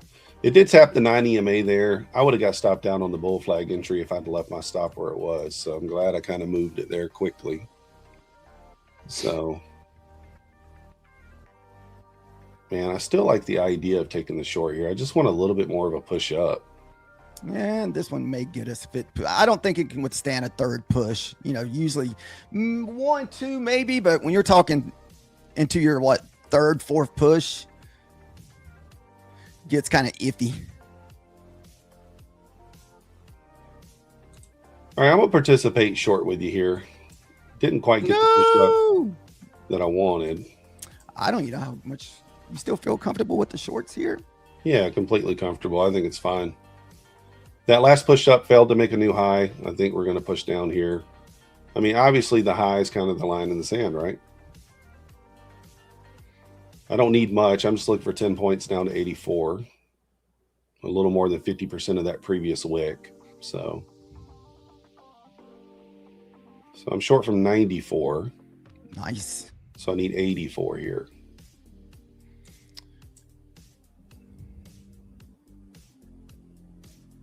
And there it is. So I'm out. Up $91 now. Oh, I just realized there's an order block sitting right there. Yeah, that's not very clean. I mean, that's so small. You got wicks on both sides of it. I think you get the breakthrough this time. There you go.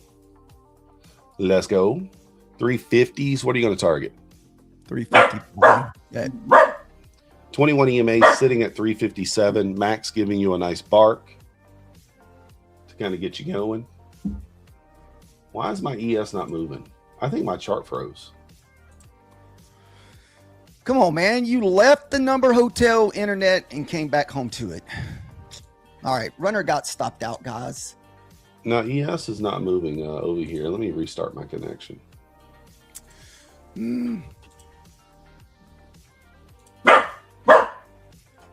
So pretty much to the top of that 4-hour candle.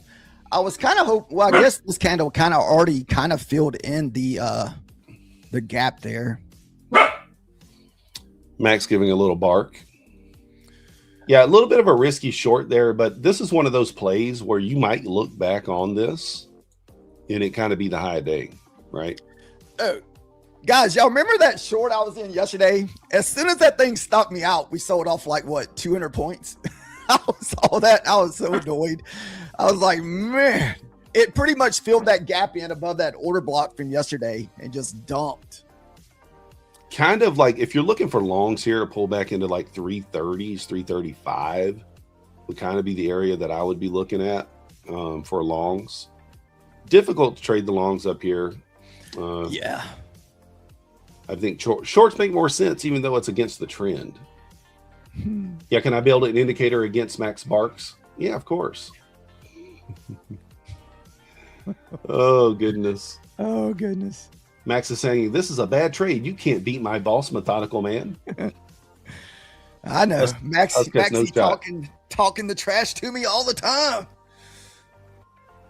He does that when I visit too, guys. I like to pet him just so he gives me the stink eye. He's like, oh, this, you know, I can just feel it. I can just feel the tension every time I try to pet him. The only time he's ever nice to me, if you have like a little food or something, he's like, oh, what do you got there, guy? But other than that, no.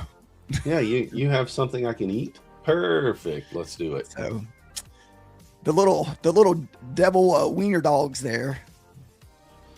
Perfect. I did see a little girl Dotson for sale yesterday. Oh, Methodical Man wants to buy him a mate. Problem is, I don't know if Max would ever Accept. I don't know if he'd leave the dog alone. Let's see if I can show you guys. Let me see if I can show you guys the picture. There's the dog. Oh goodness. She's got blue eyes. She's like a cream Dotson. They would have to switch over to yours. Oh, No, you can see it Okay. right there. It's a cream colored Dotson. no, pretty Dotsons. That's a nice one. Adam. Yeah, he probably would. He wouldn't leave it alone. You got to keep it PG. Use y'all's imagination. Got to keep it PG. Just use your imagination when he said won't leave it alone. Yeah, that one that's what would be happening. So all right, look at this. We're finally getting that push down now. I like this momentum. I really like this momentum. I'm tempted to participate. I'm going to wait and see if we break that 4-hour low. I think that's probably the safer bet for me. Is that the 4-hour low or 4-hour high there off that wick? I think we need to break down into that 4-hour candle. Problem is I'm late to this, but I do kind of like the look of it. If you guys remember the last time when we were at 27,000, how many times that level paid? You remember that? Like it paid probably 20 hits before we finally got through 27. Yeah, we're through it now, though. We are through it. Man, I wanted to take this short, but I was just too late to it. Really, what do we talk about, guys? We're kind of creating an idiot box here. I know it's not on my screen, but kind of creating an idiot box here. You don't really want to be shorting the bottom of the box. You'd rather be shorting kind of the top of the idiot box there. And it kind of hit the level that I was looking. I was looking for like 406, and it pushed back up there, 403, 404. Didn't quite get to the 406 that I was looking for, but that's all right. So, if we're trying to frame out a short here, then probably need one more shove back higher, top of the range. You could also long here. Not a bad long spot. Bottom of the idiot box, but we've run a lot of buy side liquidity already. Long's probably a little more scary. So it could be a thing. ES pulling back here, lost that 92 level back to 87. We'll see kind of how price reacts. Again, we talked about a minute ago, a nice pullback into the 30s would be best. It looks like that's what NASDAQ might want to do. Yeah, that 25 down there. We got what? 1, 2, 3, 4, 5, 6 candles down there sitting on top of 25. Well, if you're drawing out a 5-minute trend line, then that's kind of where the back test would be for me.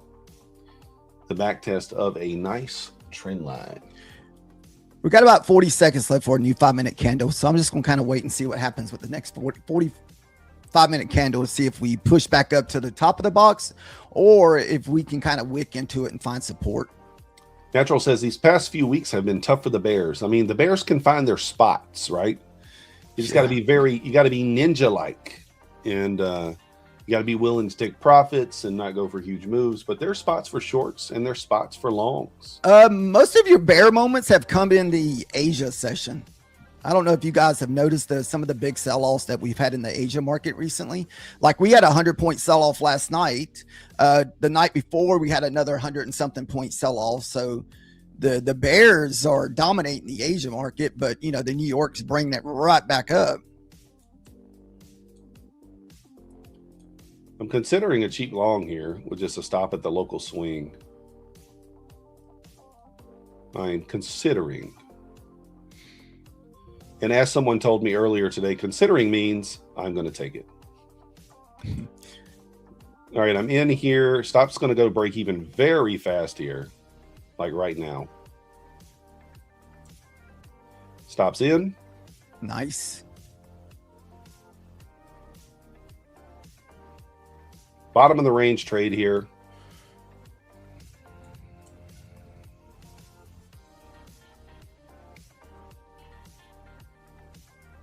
Got the stop in plus 2 points here. Bam, let's go. Guys, just marking out the Tom Sabo box here. Yep. Just marking out the old Tom Sabo box. Let's draw a little Tom Sabo. Yes. Woo! Thank you, Tom. Buying the bottom of the Tom Sabo, the Jom Sabo box. Just buying the bottom of it. That's all we're doing. Yeah, so that's kind of what we've talked about the last few days too, is getting better at playing the trend. We're just playing the range, right? We just kind of create the range. Create a range here, a little peekaboo below it, held the 21 EMA, easy buy, right? Easy game. Easy game. Now you might get that failed pivot here. You might get the push back up into kind of this area. Then maybe that would be the best short opportunity. Now, I wouldn't be surprised if one of these, the ES or the NASDAQ, kind of break through and make a high, and then we go down. Remember, guys, when we're looking for a full-on reversal, first thing you're kind of looking for is an SMT. Right now, I'm not really looking for a full reversal. I'm looking for just a little pullback, right? Just trying to play the range, get a little pullback going, that sort of idea.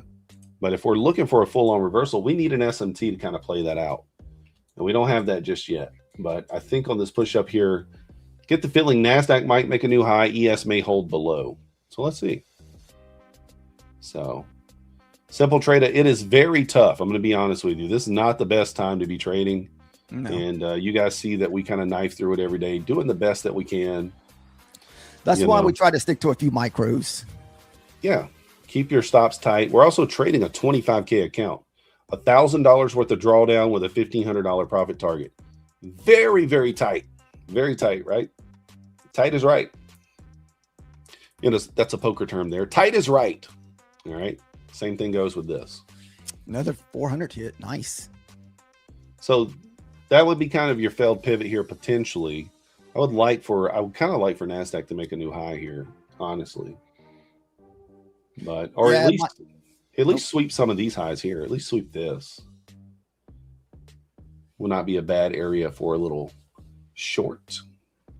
Yes, it's all about risk management, right? I mean, think about what you're trading. If you're trading a 25K, 1 to 2 micros, maybe a third is an option with very tight risk management, kind of like Husk does. If you're on a 50K, all right, you might could take it up to 5. But man, you really should not be on a mini on a 25K or a 50K. You really shouldn't be. But I mean, I pretty much have gotten a 50K and my 25K pretty much to pay out just trading 2 and 3 micros every day. Debba Deep, you could use that. You could use that saying, that quote, in life as well, right? Whatever part of life you want to use it with, you could do that. 25K, 3 micros is considered over leveraging. I agree, Wyatt. It's pushing the envelope a bit because 10 points, 10-point stop is going to be $60. 20-point stop, $120. You can't really go north of that, right? It's very, very close. Yeah, I just look at it as about the 10%.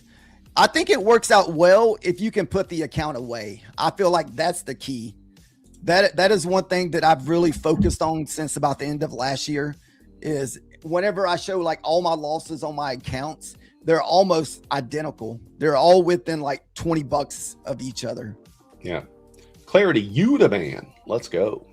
Did we get the 300 likes? I don't know. I forgot to check it. Mine still shows 270, but I haven't did the little spin thing. 273, guys. Come on. Let's get the likes up. Zion Kelly, are you here? Congratulations. You want an account? Woo-hoo. Make yourself known. Speak now. Hold your peace. That's right. It's kind of like, if not, the next man up will be like, thank you, Kelly. It's kind of like marriage. You accept the marriage proposal or the next man up might accept said proposal. Next man up. That's a good one. That's what happened with Husk. He was like the third man up. He said, you know what? I can do it. I can do it. I'm here. I accept.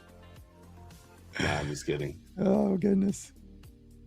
Guys, we got the form in the chat right there. Form number 4. Jump in there, fill the form out. Let's get it going. Now we're getting that pullback here. I think this is probably going to be the push down. There is no SMT here that I can really see. No. But this feels like this is kind of the rollover spot. This has the makings of the Tom Sabo indicator. If you guys are unfamiliar with the Sabo indicator, you know, we draw it out all the time. Okay. It's got the makings of the Sabo indicator. There it is. Never fell. I think it's got a 73% win rate when it's triggered. So just patterns, guys. That's all trading is. Just a little pattern recognition. Yeah. That's it. That's pretty good. I didn't put glasses on it. I know. But, you know. Again, back to the bottom of the idiot box here, guys. Still bouncing. Still didn't kind of close outside the bottom side of that. Man, this Friday lunchtime price action is just not letting us down, is it? It's like Methodical Man got lucky and caught whatever. Did anybody ever figure out what the 100-point candle was? Was that like a tweet or news or something? I mean, did we miss something on that one?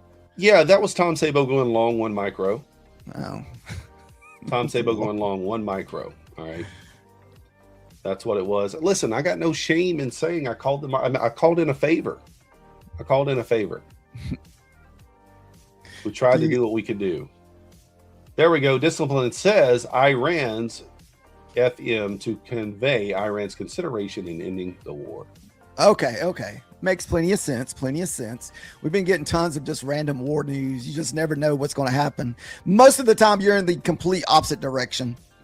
Deep, we got to leave that one alone. Now, listen, guys, in order for the Tom Sabo, in order for the trigger, we got to close down here. All right. We can't look at it yet. It's got to close down here to trigger that pattern. Okay. For that trade idea to trigger. Somebody ought to create an indicator. Somebody who's really savvy in the chat, create an indicator. Let's name it Tom Sabo indicator. That'd be awesome. Let's create like an idiot box indicator. Yeah, it would have to be definitely a zone indicator. You could just do inside bars on like the 5 minute or something. If you have more than one inside bar on the 5 minute, that's considered an idiot box. Let's do it. Though the inside bar was 4 for 5 this week. I missed the inside bar this morning, but it was 4 for 5. Tom would be forced to sue. No way. We're giving Tom all the credit. Yeah. Here, we'll draw a little trend line for you guys from the opening candle. This is how I would draw it. There. So if we want to pull back and test kind of 320s, 312s, that previous hourly high would be the area. I suppose if you wanted to, you can maybe draw it here, but I like this one a little better. I like it a little bit better. So we'll kind of see what happens here. Husk, what's your P&L looking like over there for today on the challenge account? $56. Did we break back into the green, Husk? No, we're about $90 off. I would have needed to get that pushed down to the 40s or 50s to kind of push it. Husk is still red, $90. I crossed over the $700 in profit today. $703.71, as you guys can see, up 109.56. Nice. So, you know, squeezing it almost halfway there, guys. We're almost halfway there. Let's go. Halfway to pass, and then we got to do it all over again. So Husk got a little work to do, but listen, as they say, it ain't over until it's over. A chip in a chair. Q Mendez, my daily target is typically $100 to $300. This account really is like $75-$80 for the 25K rapid. But on my 50K accounts, usually like $100 to $300 I like to get.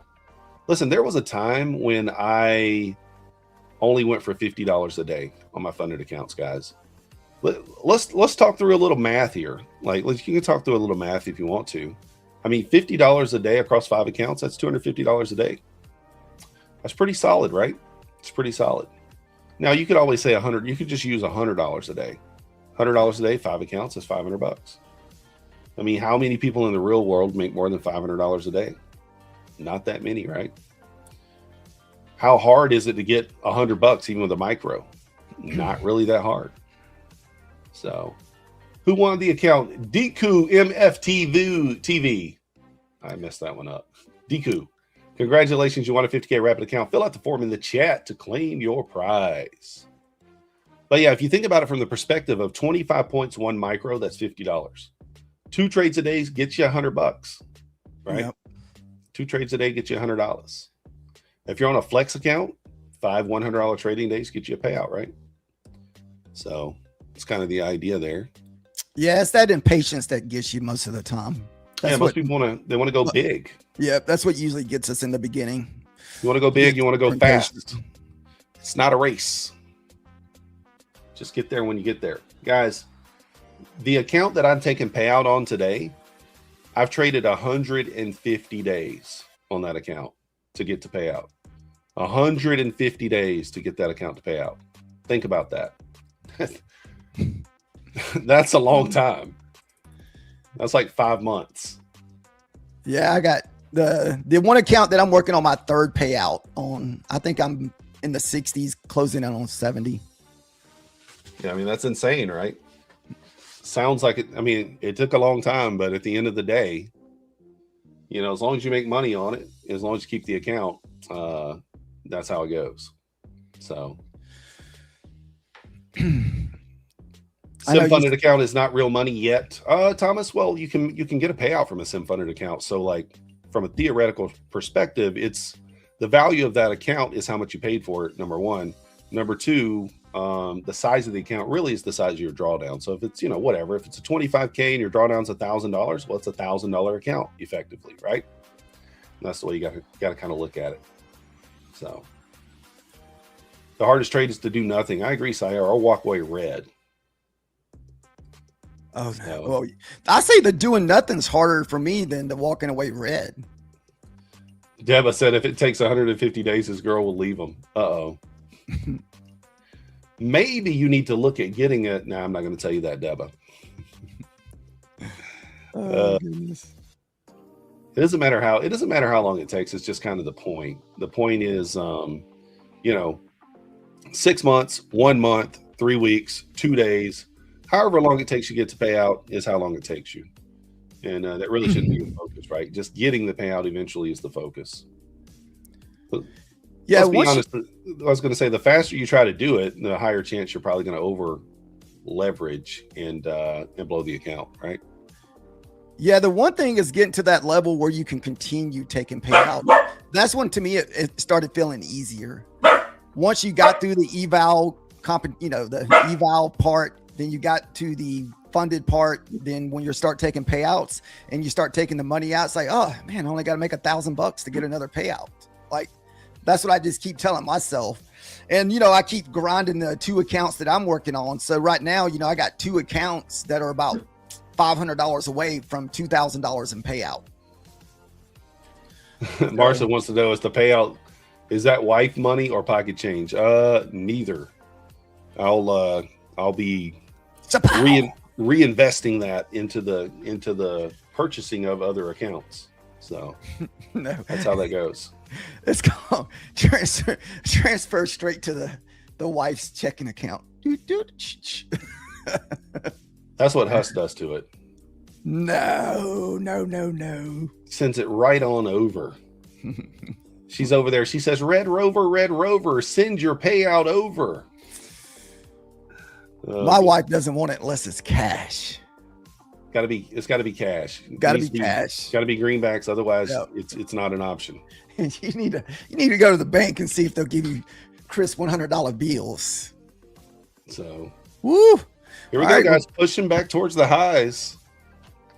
Now, look, this is just what we talked about. What we're looking for, if we're looking for a true reversal pattern, We want to see NASDAQ take the high and ES not. And then you look for some entry model off that. So ES is probably, what is it off the high right now? 4 or 5 points off the high. So let's see if ES holds below and does not take the high, but NASDAQ kind of wicks it. You could just take it off the SMT there. I don't personally do that. I like to look for some sort of entry model off that, you know, some sort of inversion. I don't know, whatever your model is, you'd look for it off that. So what reward status am I in CFA? Let me see. I'm currently, I mean, I think I think they're diamond is their status thing, right? So I am currently a signature member. I don't have a ton of points right now because I do occasionally use them to buy other stuff. But right now we got, I don't know, 11,000 points right now. 11,463 points. What is that for? Chick-fil-A rewards. Oh, yeah. I'm a signature member.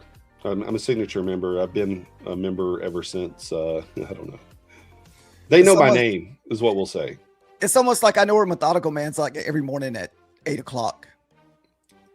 Yeah, they know my name. I pull up. I don't even say nothing. I just pull through the drive-thru and they're like, oh, goodness. They say, you're good. You're good. See, I'm actually got on the Chick-fil-A kick there for a minute and I had to get off because I'm trying to lose weight, you know.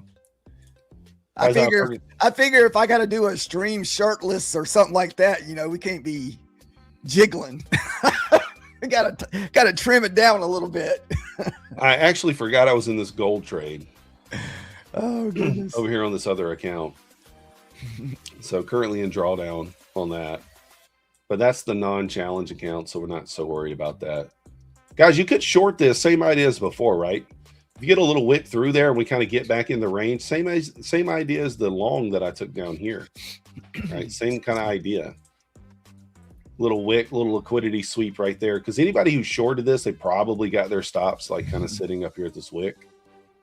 Anybody who's thinking this is the full-on reversal already, stops are probably just sitting right there. So maybe it wants to wick up there and take it.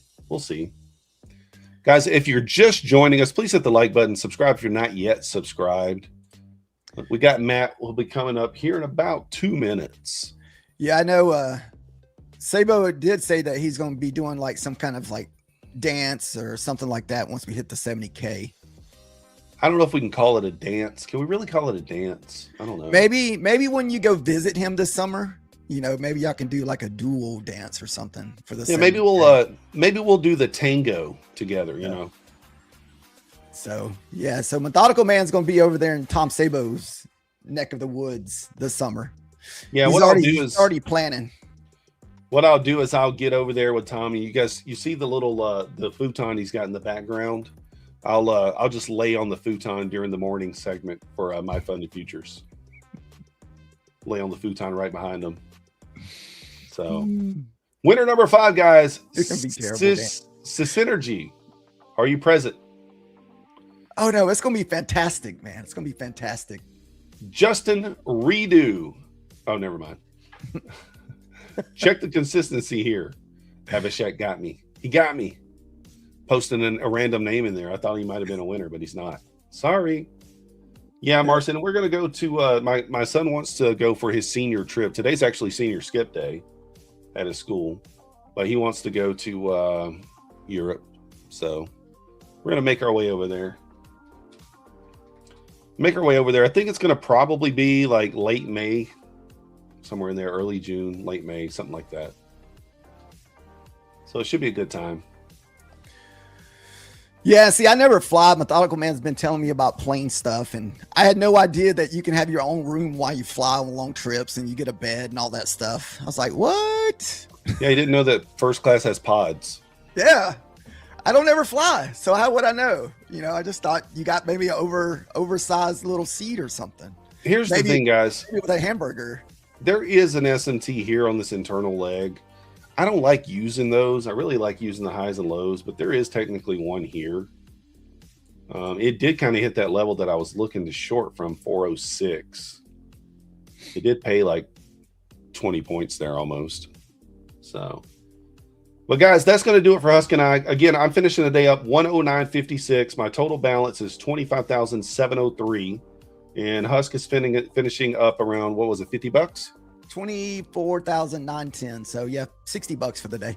He's up 60. He's still down $90 overall. If you guys haven't already, hit the like button, subscribe. On the way in, we're leaving. Matt's coming up.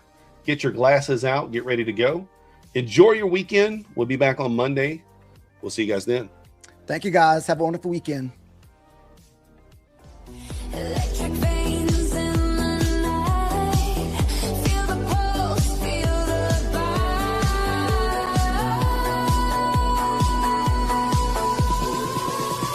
Welcome, rocket scooter.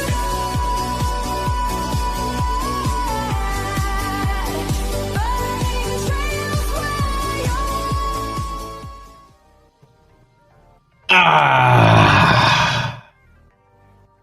Relaxing. Time to relax. That's it. Relaxing today. Oh, there I am. I felt like I flew off the screen there for a minute. Am I back? Hello, hello, hello. Oh, I was just leaning back. That's me. They were trying to adjust for me leaning back. I was taking a taking a casual entrance here. Trying to like lean back like I'm on a beach, you know, like I'm just chilling, like I'm not even thinking. I've got nothing going on. You know what I'm saying? Just chilling. Crazy market again, yet driven by news. Same stuff. So you guys remember, I told you guys late last week that I was going to pause on the challenge until until everything stabilized in this market. And now that the week has gone by, not risking a single dime, which is good. I've been trading some props just to pass the time, as I always tell you guys. You know, I don't usually trade props all the time. I jump in and out of them on occasion. In this particular event, I don't want to spend a lot of time fighting this market, just like we've been fighting previously based on the news. The challenge since December, up, down, up, down, up, down, up, down, up, down, has been crazy with this Iran stuff, just making the market move. And it seems like every single moment in time in the last, I don't know, 3 weeks, 2 weeks, the word Iran is mentioned for anybody. It doesn't matter if it's good or bad. The market's down, market's up, market's down. It's still the same thing. And I told you guys the market was when options were expiring on Friday, we were rolling into a new expiration month, and we thought the new expiration month is something to take note of. And there was a lot of people that were like, well, as soon as we expired, that was just a run up into expiration. We're going to turn around and sell off. I didn't believe it for a minute. As a matter of fact, this is not unexpected at all. Even this is not unexpected. The market is just moving all over. And since I decided not to put any risk on the table, look what actually happened. 1, 2, 3, 4, 5, 6, 7, 8 up and down, and then now 9, right? 9 different times the news just jumps in right here and just moves the market. So even if you're like at a key sort of like pivot or reversal pivot or whatever, this is where, you know, markets sort of rejected earlier this 71.29 level, and it's just sitting here hovering, and then somehow news comes out to bump us higher. And this is just kind of the name of the game we've been playing. It's been a little tough, but in general, not trading is great. But I have to do something that you guys are watching, and I have something on the table. So it's great to be risking, you know, $100 here and there, and instead of going out there and letting the news chop up hundreds of thousands of dollars like you've seen happen before.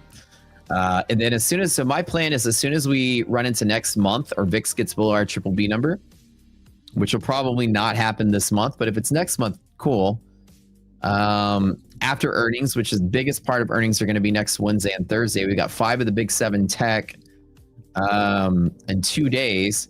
VIX is just hovering above contango midpoint. So I need VIX below here for me to be comfortable to want to be bull. Other than that, the market's still going to move on this news up and down.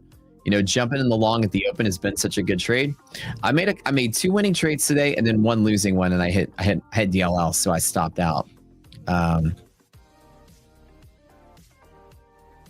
Very hardware demand, right? Nvidia is pumping towards all-time highs today. next week going to be a money printer? Probably could be, right? It's hard to say if next week's going to be more of the same, like up, and I think next week is going to be more of the same. The market is speeding up right now, and I don't think it's going to stop at any time. When you look at it, it's easy to say, okay, earnings are going to sell us off. I don't really know. I like to think that earnings are going to be bad, but where we based out yesterday is a new support for the longer haul. I don't know. I feel like earnings, whatever we get, is like we're like in a range. Let me draw better. Like we've just started to sort of curve up. When this happens, I look at like the market like this, and I tell myself it usually tries to go the next amount of the way. 28.5. I think that that's entirely possible after earnings. If there is a sell-off point, it's like there. I don't think at any point in time we're losing from here. I really think we're just heading up there. The problem is the only reason I'm not all in longing this with my challenge account then is because it doesn't matter if you got the direction right. This market is proven to just on a whim drop hundreds of points on nothing. Like even yesterday, nice bull play, and then we go from 27.1 all the way down to 26.6. You know, you're talking about 400 points a drop. It's stupid. And there's been so many days when I'm in the right trade and then that news happens and it just blows the freaking trade out the water. And then I get like, 90K drawdown or something. Time to deal with that. Until Iran is over, that's all settled. Until earnings are over and VIX is stable again, I want to get back in on that leg of the bull market where it's going to be stable like every single day. So that's what we're looking for.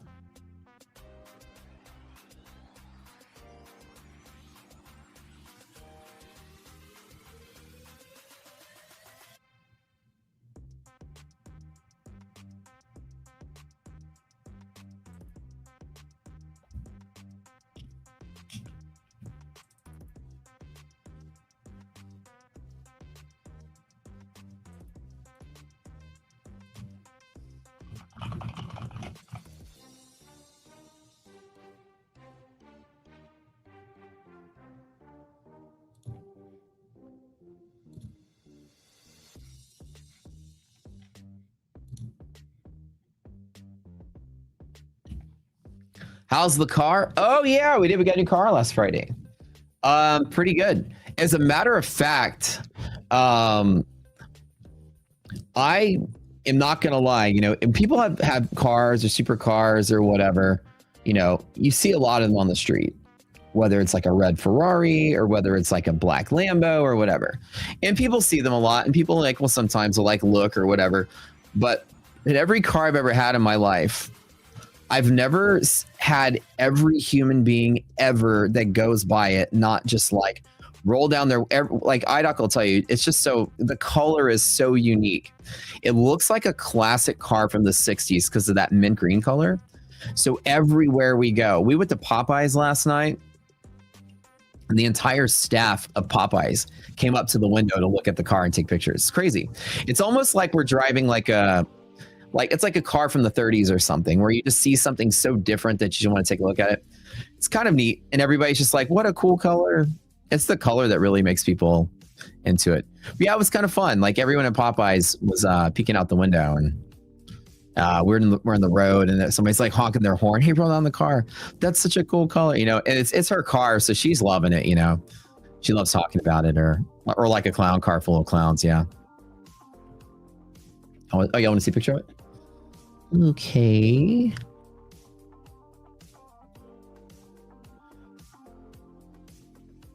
We got it last Friday, so it's been about a week. Where's the pictures of it?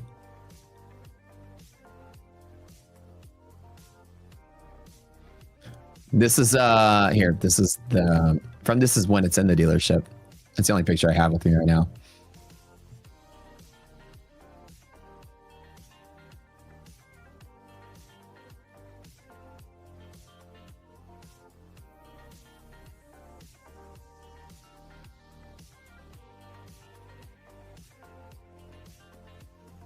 Right? And for her, it's a perfect match because it's got the It's got the gray interior with the green trim, which is kind of nice. Yellow calipers, look really nice. And it's not even like that flashy, I think, of a car. You know, it's like I've seen other cars, you know, like everybody's going to stop and take a picture of like a Bugatti or something, you know. But for whatever it is, it's the color, because I think that mint green color is very like 1950s, 1960s. You know, you think about that, right? 1950s and 60s.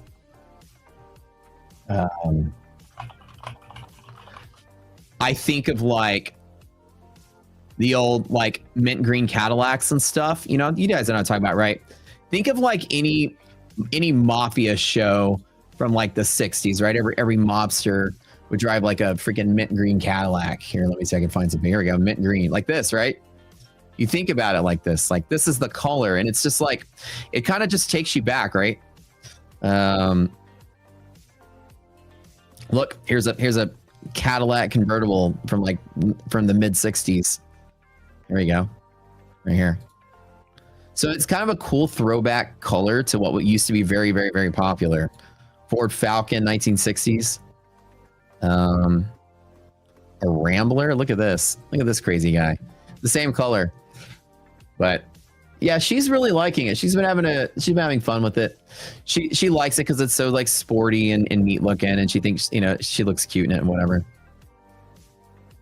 Cuban, Colombian poppy vibe, somebody said. Yeah, it kind of reminds me of like 1960s Miami. Yeah, retro color. If you want to know what the actual color is, Ferrari calls it pale green. That's like, it doesn't have a cool sounding name. They just call it pale green.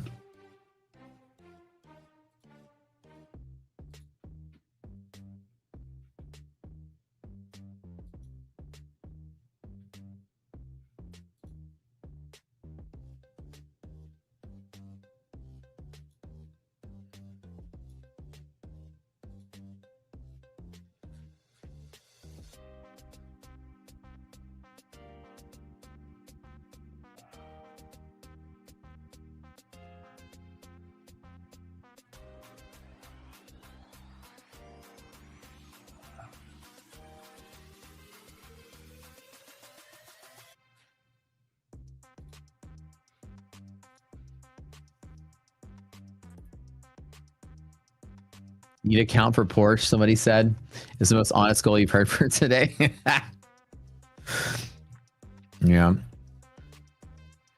Is this a multi-year top or going towards does not fulfill the promises? I think that the way that the market's playing out right now, it's only a matter of time before the economy is realized. Remember today we had Michigan numbers come out, right? And last 2 weeks ago when the Michigan numbers came through. So this is on investing market calendar. They actually have the forecast and previous columns swapped, so they're kind of in the wrong place. But if I go to here, the 5-year inflation expectation has gone up from 3.4 to 3.5, and it's been going up for the last 2 reads, right? The forecast was 3.4, the last one was at 3.2, so the 5-year is going up. Easy to see that. Where's the 1 year? Sentiment, current conditions.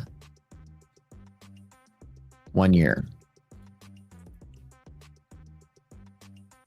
The 1 year from 4.8 to 4.7. Still high. The previous was 3.8. Hold on, sorry. The previous was 4.8 and the forecast was supposed to be 3.8. So again, the columns are switched. So the 1 year still expected to be very high. And this goes back to 2022 numbers, right? Tariffs are baking in, they're continuing to go higher. The consumer expectations dropped like on the March 13th number. They were here. Hold on. We got that today, didn't we? Didn't update the chart. Consumer expectations are below 50, which is not good. The previous was 51.7, and then the forecast was 46.1. But kind of the worst of all of it was the consumer sentiment number. This is what we saw last read. And consumer sentiment on the Michigan numbers have been, it's the lowest it's ever been last read. If you go all the way back to like 1970s, we've never seen it as low as it was last time in the history of the report. That's the crazy part, right? The outlook is so bad. And if Wall Street's so bullish, then that means that whatever sectors like tech that are carrying this are going to survive whatever short-term recession we're going to have. So when you look at this right here, it's still pretty bad, but it did get better. The consumer sentiment number still below 50, so not that great. So I don't know. What do y'all think about this? Hold on one second.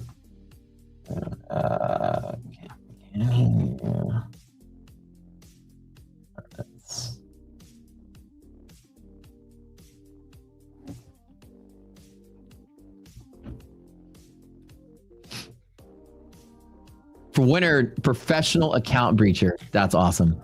That's a dedication to skill right there. Skill set. Congratulations. Somebody says an alt account for a lot of you guys in here. 100%. Okay. The next week is huge when it comes to news and events. Next week is going to be the biggest week ever that we've seen. It's going to be ridiculous. And I'm glad, again, I'm not committed to having news and earnings and Fed blow my crap up, so we're going to chill on this. I'll resume my challenge probably the same time next month or sooner if I can. 2 to 4 weeks out, I think I'll start to say the market's safe. I want to see VIX below BBB level. We can get there, and I want to see earnings be done and Iran be over. In this environment, I don't want to fight it for 2 or 3 more months, up and down and up and down. You remember the challenge, right? So November, I was up like 13 grand. December, I was down like 140. So net was like 142 right out the door. I was down. And then from 142 in the hole, I ran it up $900,000, took out withdrawals 3 separate times, and ended up with 200K after I did the withdrawal like 2 weeks ago or whenever it was. And then over the last 2 weeks, the 200 went up to 330 and then down to below 1. So because it's below 1, I have the decision to say, well, do I just pad it back with some profits? Because remember, the whole point is account partitioning, take the profits out, put it aside to prevent getting blown out from like events like this, right? And so I have the profits on the side. I can just pop them back in and keep going. But I told myself that it'll be a good time for me to do this in a nice, solid, stable bull market that's much easier to run off of than this kind of BS news-driven stuff. Kind of smart, like really good traders will know that you need to take your time and choose when you apply yourself. Only like degenerate gamblers and YouTubers and freaking prop firm salesmen and stuff jump in there and, pop prop accounts every single day like their life depends on it. Really, really good traders have a system that works when it works. They have a time to know when their system isn't as strong, and they know when to sit out. I haven't been a stranger to sitting out from the stock market for months at a time. I've taken massive breaks while trading. Somebody says crazy. You don't remember what you did yesterday. So for me, don't think it's unusual to just pause. Or somebody says like, why aren't you trading anymore? It's a really kind of like newbie question to ask. It's when you pause, it seems to confuse a lot of people. And I think a lot of people think because you watch a lot of streamers trading props all day, they don't show you their historic P&L. They don't trade real accounts. They're not even profitable. They just sort of like throw money at it every day to let you see them do that so they can sell you something, right? In reality, a trader that isn't streaming isn't going to wake up every morning unless you're a gambling addict and be like, I got to find a trade today. There will be times, months, 2 months, 3 months, where there's some kind of a current event or something going on that you're going to realize it's better to just not risk it. Part of discipline is finding out where your system applies, where it doesn't. So a lot of what I have to do is explain to people why I'm doing what I'm doing, because people haven't gotten to that level in their career yet. Keeping it like, super professional. And, if you are in a place where your own strategy is in a drought, where it's just not working so well, but it works in many other instances, you can always just wait it through. And for me, the long market has been really hard to trade because you almost have to just wait and wait and wait and wait. And then some kind of news drops and you have to get in on the bottom. It happens almost once or twice a day. So that's kind of why jumping in on longs to let it ride up is almost like a super gamble because the downside risk is so high. But anyways, trend is your friend today, 100%. Yeah.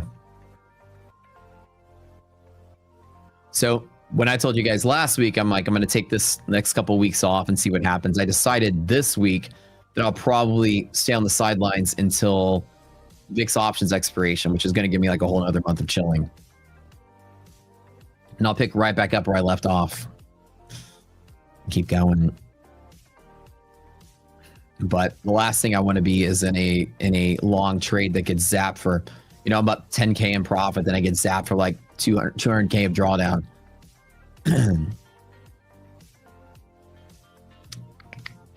So now I'm just kind of goofing off with some props. In the meantime.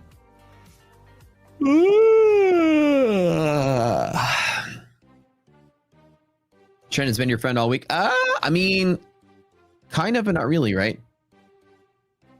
You have to get it at the right place for it to be your friend. Trent will make you a bitch if you get it at the wrong place. This jumping at the high got squeezed. Jumping at the high got squeezed. Jumping at the high got rewarded. It's almost like you can see the trajectory, just let it dip below and then trade it back to path. Here, it's pushing off the trajectory and starting to curve up. So it feels like a bigger 2 or 3 day squeeze is coming. It really feels like it. But I don't know. But right, the bull side has been strong. So just waiting for strong dips, one of the best things to do. Today's particular trading day, I usually don't take longs outside the band here, but on certain bull markets, I'm sorry, and let me start over. On the band, I can take a small long. I don't take big longs off the band there. I usually don't try to short it from there either, unless I have the confluence off of that.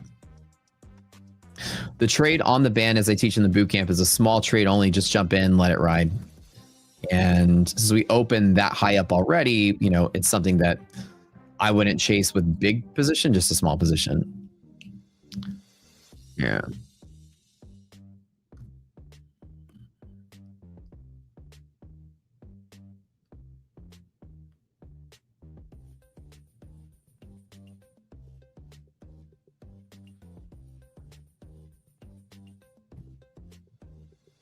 With the light guy over here.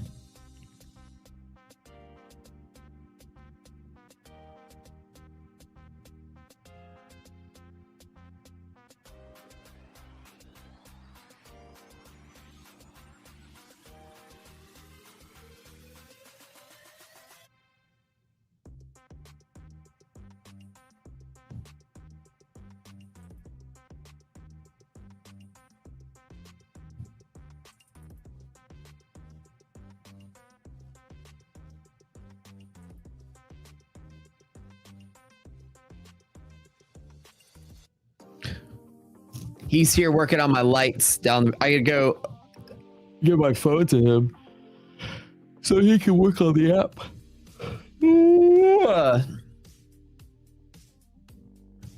Chad is going on a riddle to find out who the pro account breacher is. How do I see the close happening?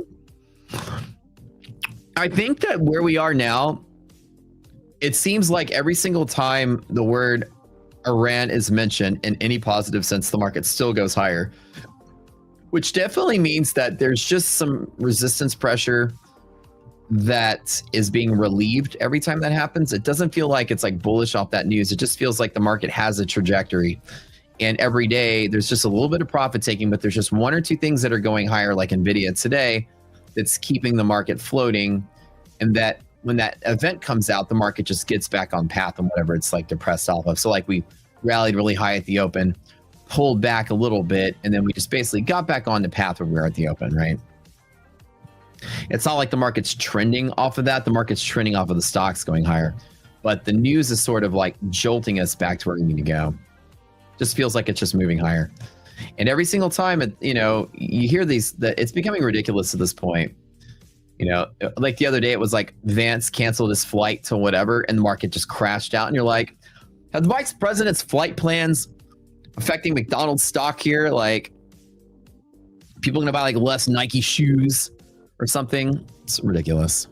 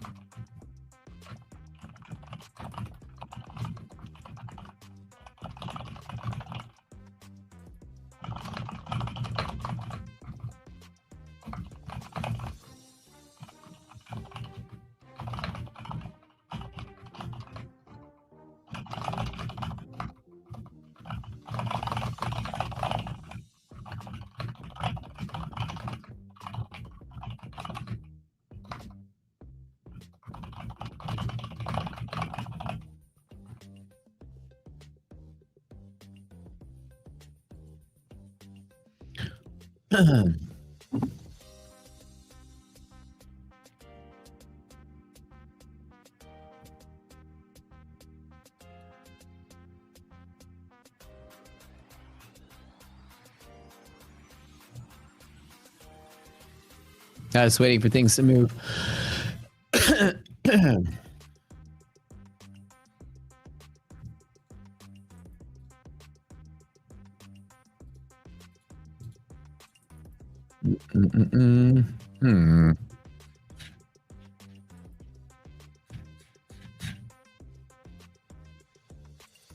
How can you tell if 27K is actually holding as a support?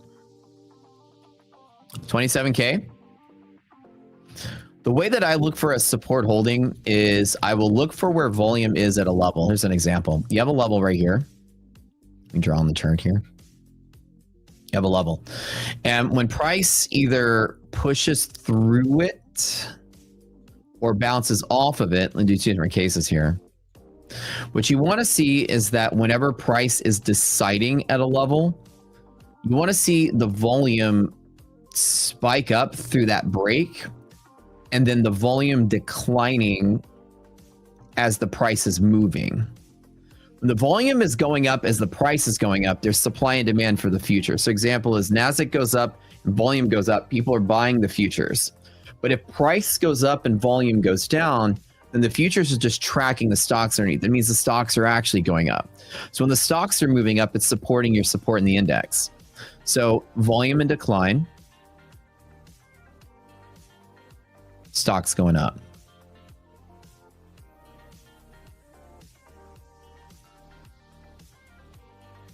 I see that.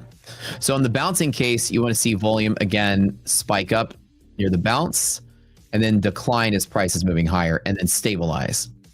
So whenever you have any kind of like whatever time frame you're on, that's what you want to look for.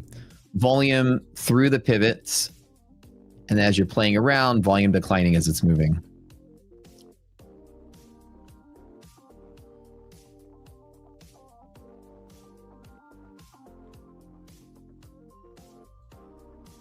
Somebody said scaling up to 100K is where the real game begins. That's really good. That's a really good goal to have, to try to scale up to your first six-figure account. What are you starting with?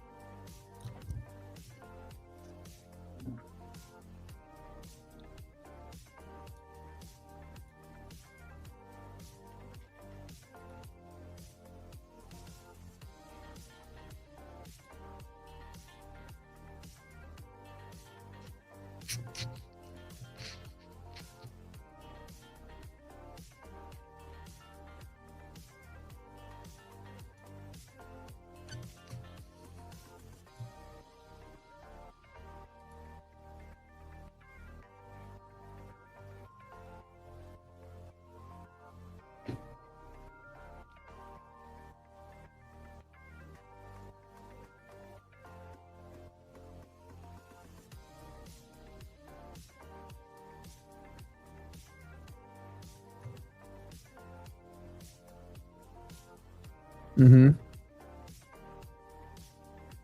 I think 100% long until we see aggressive sellers with the size. Yeah, I agree with you. I don't think you're going to see any aggressive sellers. And probably until earnings or at least Fed next week.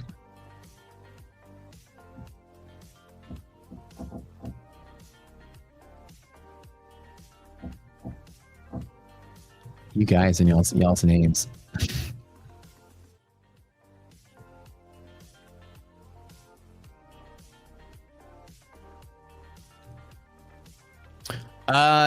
Was I thinking about taking a trade? No, not from here. No. I was doing pretty good today, but I hit DLL on this eval account, so.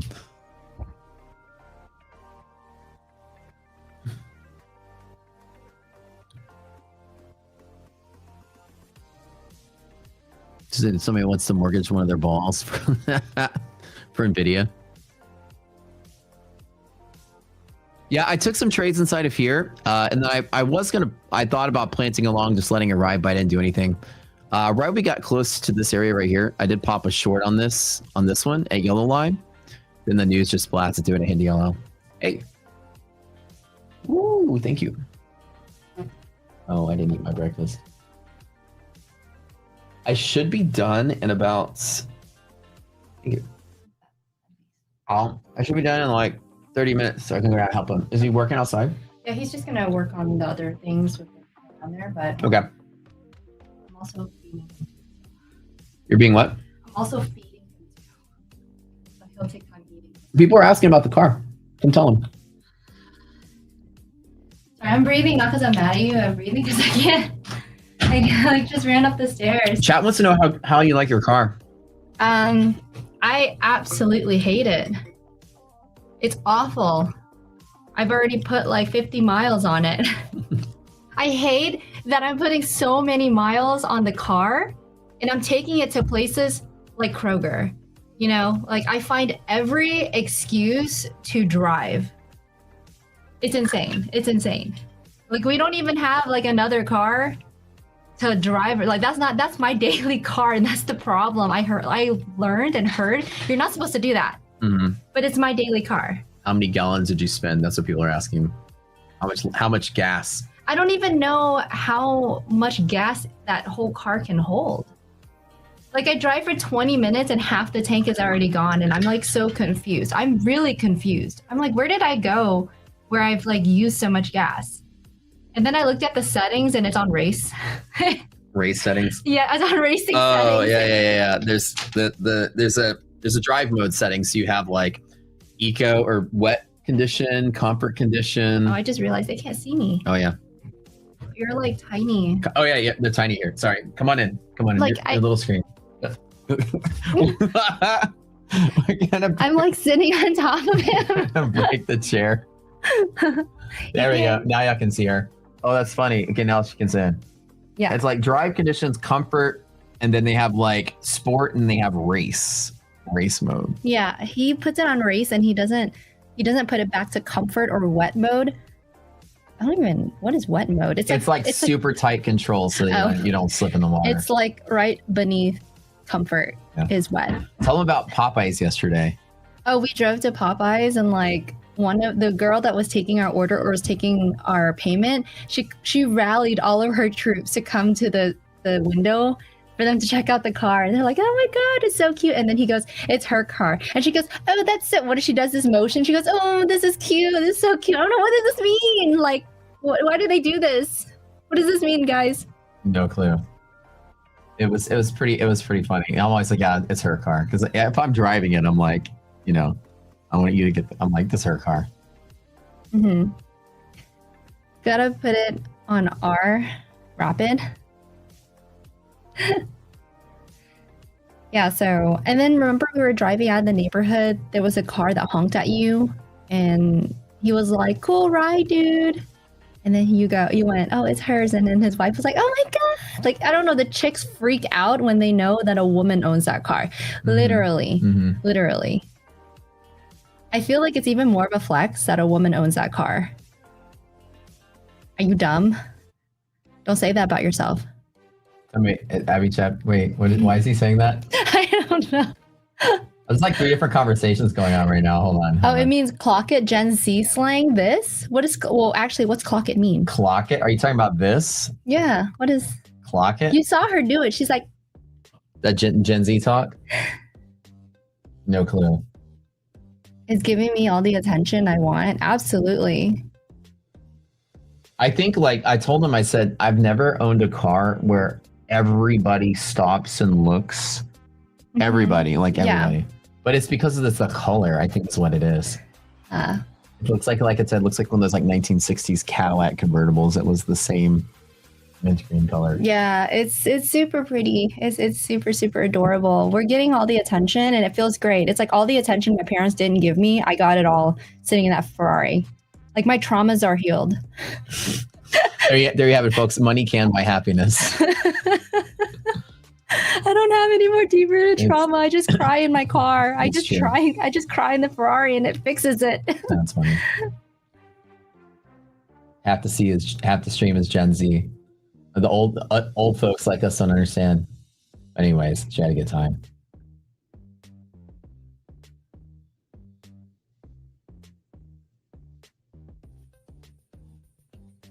Somebody said, what did they say? How much was it? How much was it? You remember? I don't pay for it, so I don't. 315, I think. If I remember, 315. It was 330. We came in at 3 and we met in the middle of 315. Mm-hmm. Yeah. Why do I make you sad? Are we millennials? Millennials? Are you millennial? Am I? I was born in the 90s. I don't know. I don't know what the cutoff is for Gen Z or millennial. I'm definitely millennial for sure because I graduated in 2000. What was I doing? I was 10 years old in 2000. No, Mhm. I was 20. No, I was 10. Does that make you feel a certain way? Yeah, it does. I was literally. Somebody asking you, have you hit 100 yet in the car? No, I didn't want to get pulled over. I've never gotten pulled over before. Or I have, but then I'm just like, oh, I already have this whole script, by the way, planned. Like if a cop pulls me over for flooring the engine or flooring the car, I'm gonna be like, oh, like play that dumb card, like, oh, I'm a girl in a Ferrari, like what? Like, where's the off button? How do I park the? Sorry, officer, I can't park the car. He'll be like, park the car. I don't know which button is it. Can you help me? He'll be like, okay, never mind, just go. How do you even brake on this thing? Help! Did we hang balls up the tailpipe? Oh, I don't know. like little dice or something. Like little, you know, you ever seen little tailpipe nuts? Yeah. They dangle, they dangle like It's that. so gross. Yeah. Like at least make it look pretty. Like make it look like a nice ball sack. So somebody has a training question. How do you actually read order flow without getting overwhelmed by the speed of the tape? That's the whole point. Like I honestly am one of the people that doesn't really think reading order flow is very useful because of the speed of the tape. It's like more like a feel rather than like a quantifiable thing. An algorithm that you could write that would analyze the data in real time would be useful to do that. But like, you have no. Yeah. I'm gonna go. Later, girl. Bye. You know, but like the same reason the level 2 like think is so useless for your eyeballs to make sense of it. Look at the market right now. It's more like feel, you could just feel a difference more than you can actually see a difference. Like, and there's tools out there to try to like quantify it, but it's so hard, I think, to make sense of the noise of Wall Street. I feel like a lot of the software and techniques out there stretch too far into trying to quantify noise into technique. Do I have dogs? You've never met Pickle? Bro. You've never met Pickle, our dog? Pickle the dachshund? Bro, you gotta meet Pickle sometime. He's by far like the coolest dog ever. He's always in here barking at me all the time. Pickle the mascot. Where'd he be? Let me go see if he's outside. If he's out there, I'll pull him in. Hold on. Pick up.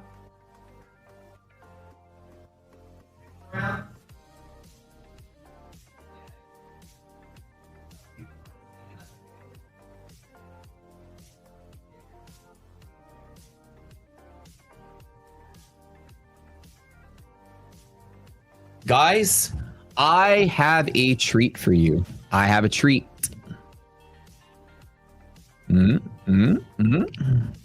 If you wait long enough,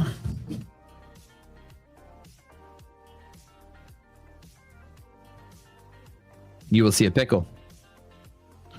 2 o'clock. Okay. I've got an eye exam today. Get new glasses.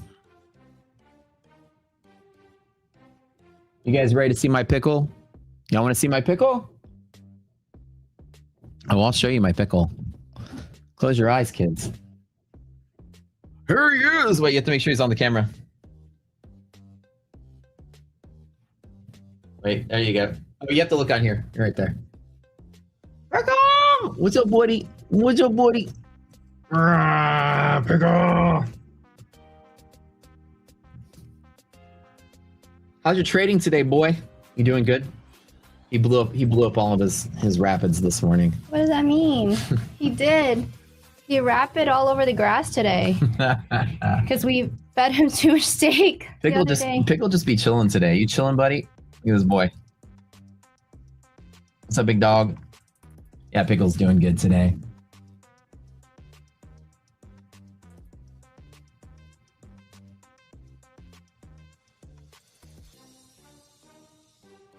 Here he is. This is our pup. He's now how old? 1.5. Yeah, he's almost like September. Yeah, like 1.5, a little bit over 1.5. Almost 2 years old, big dog. Why does he look so content right now? This is like, did he just eat or something?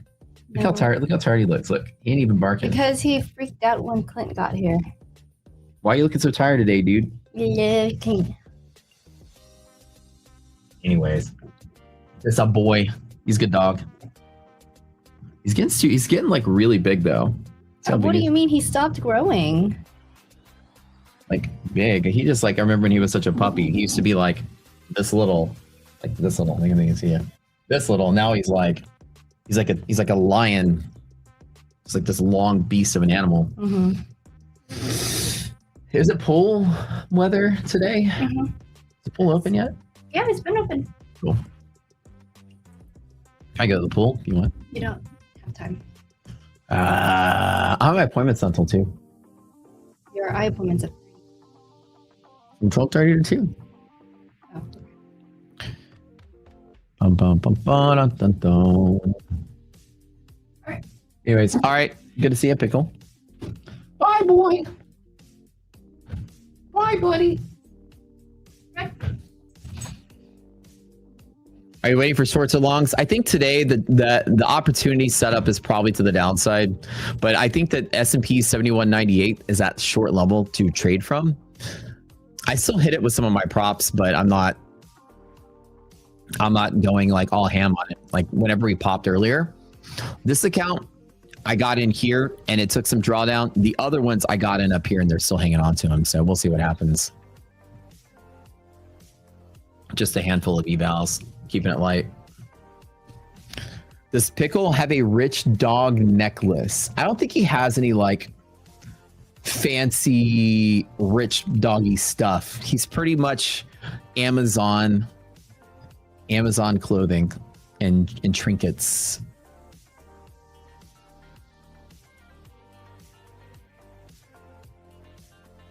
Yeah.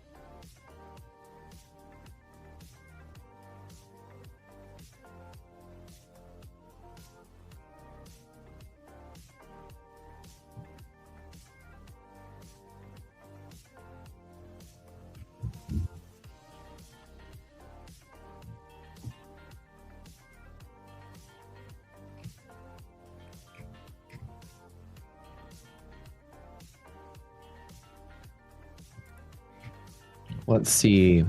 Looking like it's just topping off here, but I think that earlier today we had some sense of possible sell-off, but when we just kind of recovered right up in here, the market just kind of took back off. I wouldn't be trying to short it with anything real other than I'm just playing a few evals just in case, just because I think there's a lack of an opportunity to the upside that's big, and then there's probably just more downside opportunity.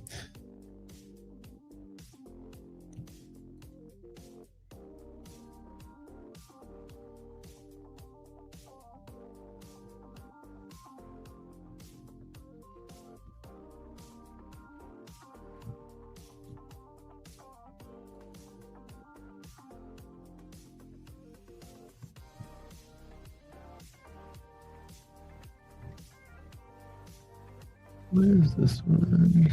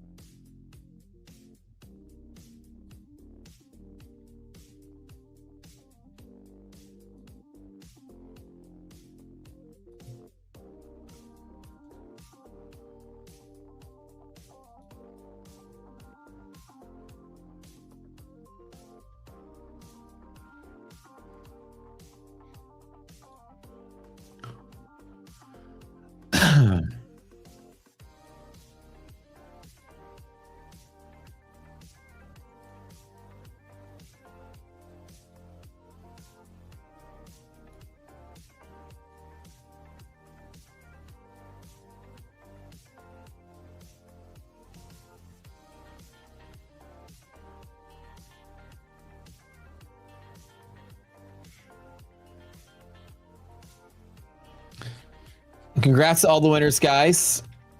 You have a fantastic weekend, obviously. Pickle sitting up, market sitting up. That's exactly the indicator we have. Pickle's being a long dog, so when you see Pickle, it's time to go long. That's just the way that it goes.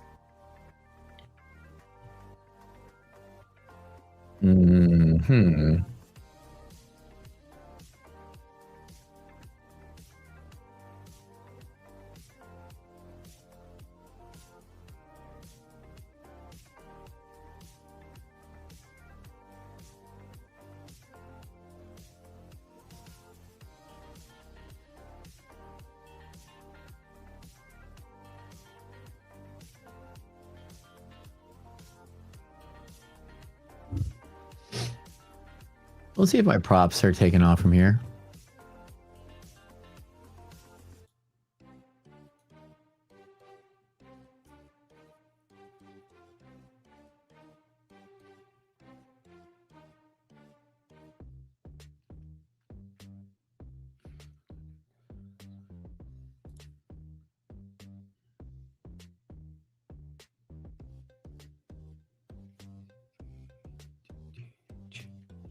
I'm doing some account manager right now, so learning this one. Let's see, what is this number here?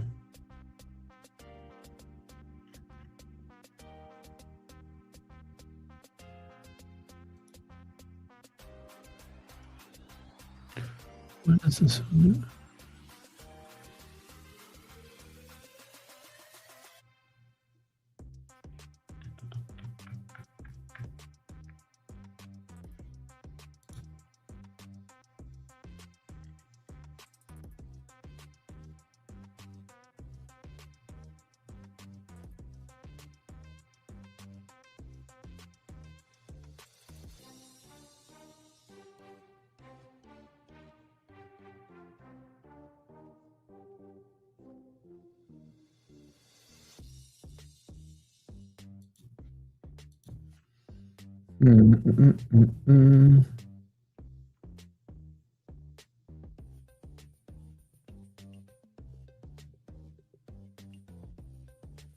Pulling back a little bit. That's good. That's good chat. Oh, saying later about you leaving? Oh, well, I'm gonna miss you guys. I'm gonna miss y'all this weekend. Y'all have a good weekend.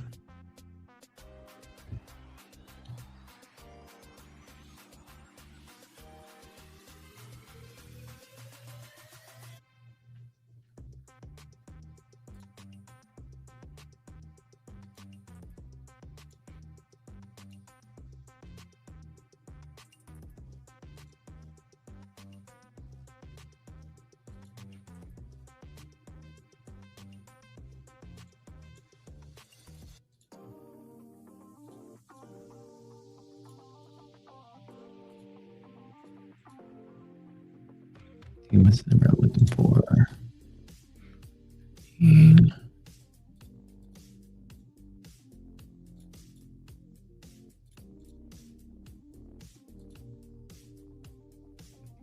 Perfect. Perfect. I got some props up there. This DOM is just, I just have one DOM on the screen, but I have some that are off screen that are in the account manager.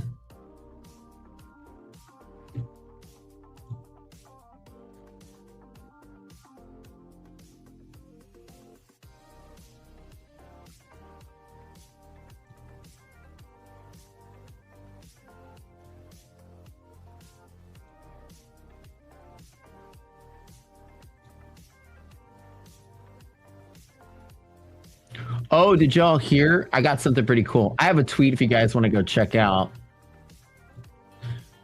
I'll give y'all, so you know our PropScore site, right, is in beta right now. PropScore is the scoring auditing firm for props. It's just a math-based scoring. A firm came out with some changes today and totally got nuked.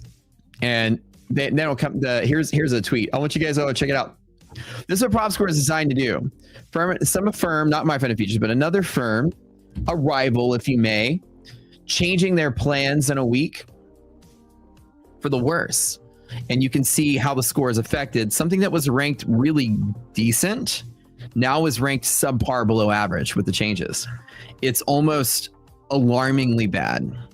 But go have a read on that. That follow us on prop scores. We really like for you guys to check it out because the idea is which firms are actually good and staying good with good plans. The builder accounts came out here and they turn out to be fantastic, great scores.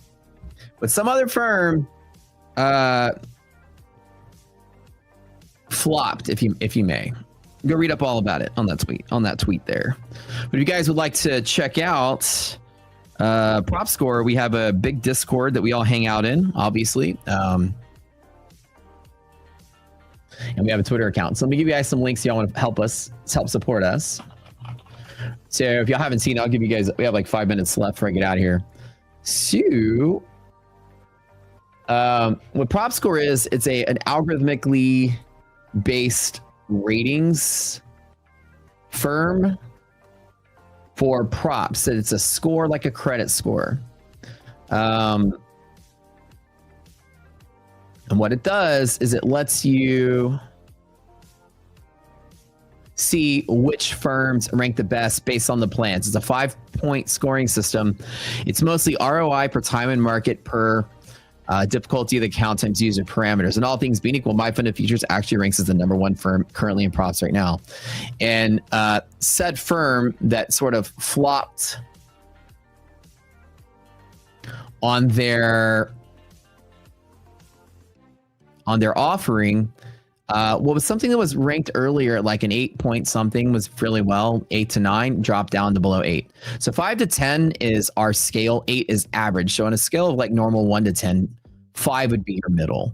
Ours 8 is the middle. Anything below 8 is considered not good.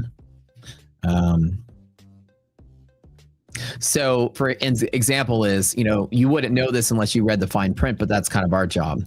If a firm changes the prices by like lowering the price, but they also clip the payout at the same time, you may think that it's good. You're like, oh, that's a good change, right? It's cheaper. But if they clip the payout equivalently and even more so, then it becomes worse. So the ratio to return on investment is how much you get out versus how much you put in. If you put in less, then the score will go up. But if how much you get out goes down even more, the score will come down, right? It's a ratio of everything. So no longer can like these firms out there get away with releasing something, you know, and then there's some hidden rule in the background you didn't know that really actually makes the account worse, but it's marketed as better. See through the marketing now. 27K floor held. It absolutely did today. Heck yeah. But you guys are welcome to join the Discord and hang out. We're there all day, every day. Tons of giveaways. You know, big support from all the props in the prop space. Growing like crazy. This is huge, right? Huge for us, right? So even in beta, our Discord has 2,000 people in it. It's very active. It's crazy. We don't actually launch until May the 4th. So we're getting all our arrangements set up to get everything like going. When we launch, it'll be like more seamless. Right now we're in beta, but even in beta, it's finding itself to be highly useful. We had a lot of firms come out with new plans, new things, and we're the first one on to let you know if they're good. Like the builder plans came out. They were fantastic. They ranked very well. You can kind of go through to the firm's site and just see how the algo ranks everything. And like MyFundedFutures has literally everything's yellow and green. And the only firm that has no bad marks, which is really good. Some of them are like, there's some that are also very good, but this is just like, you know, the builders came out 9.2, 9.1, which anything above 9 is considered God tier. And so MyFundedFutures across the board just consistently ranks good and doesn't put out a bad plan, which is nice.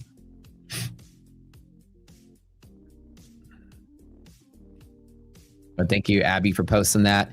If you guys, the Discord, if y'all want to have an extra Discord to join,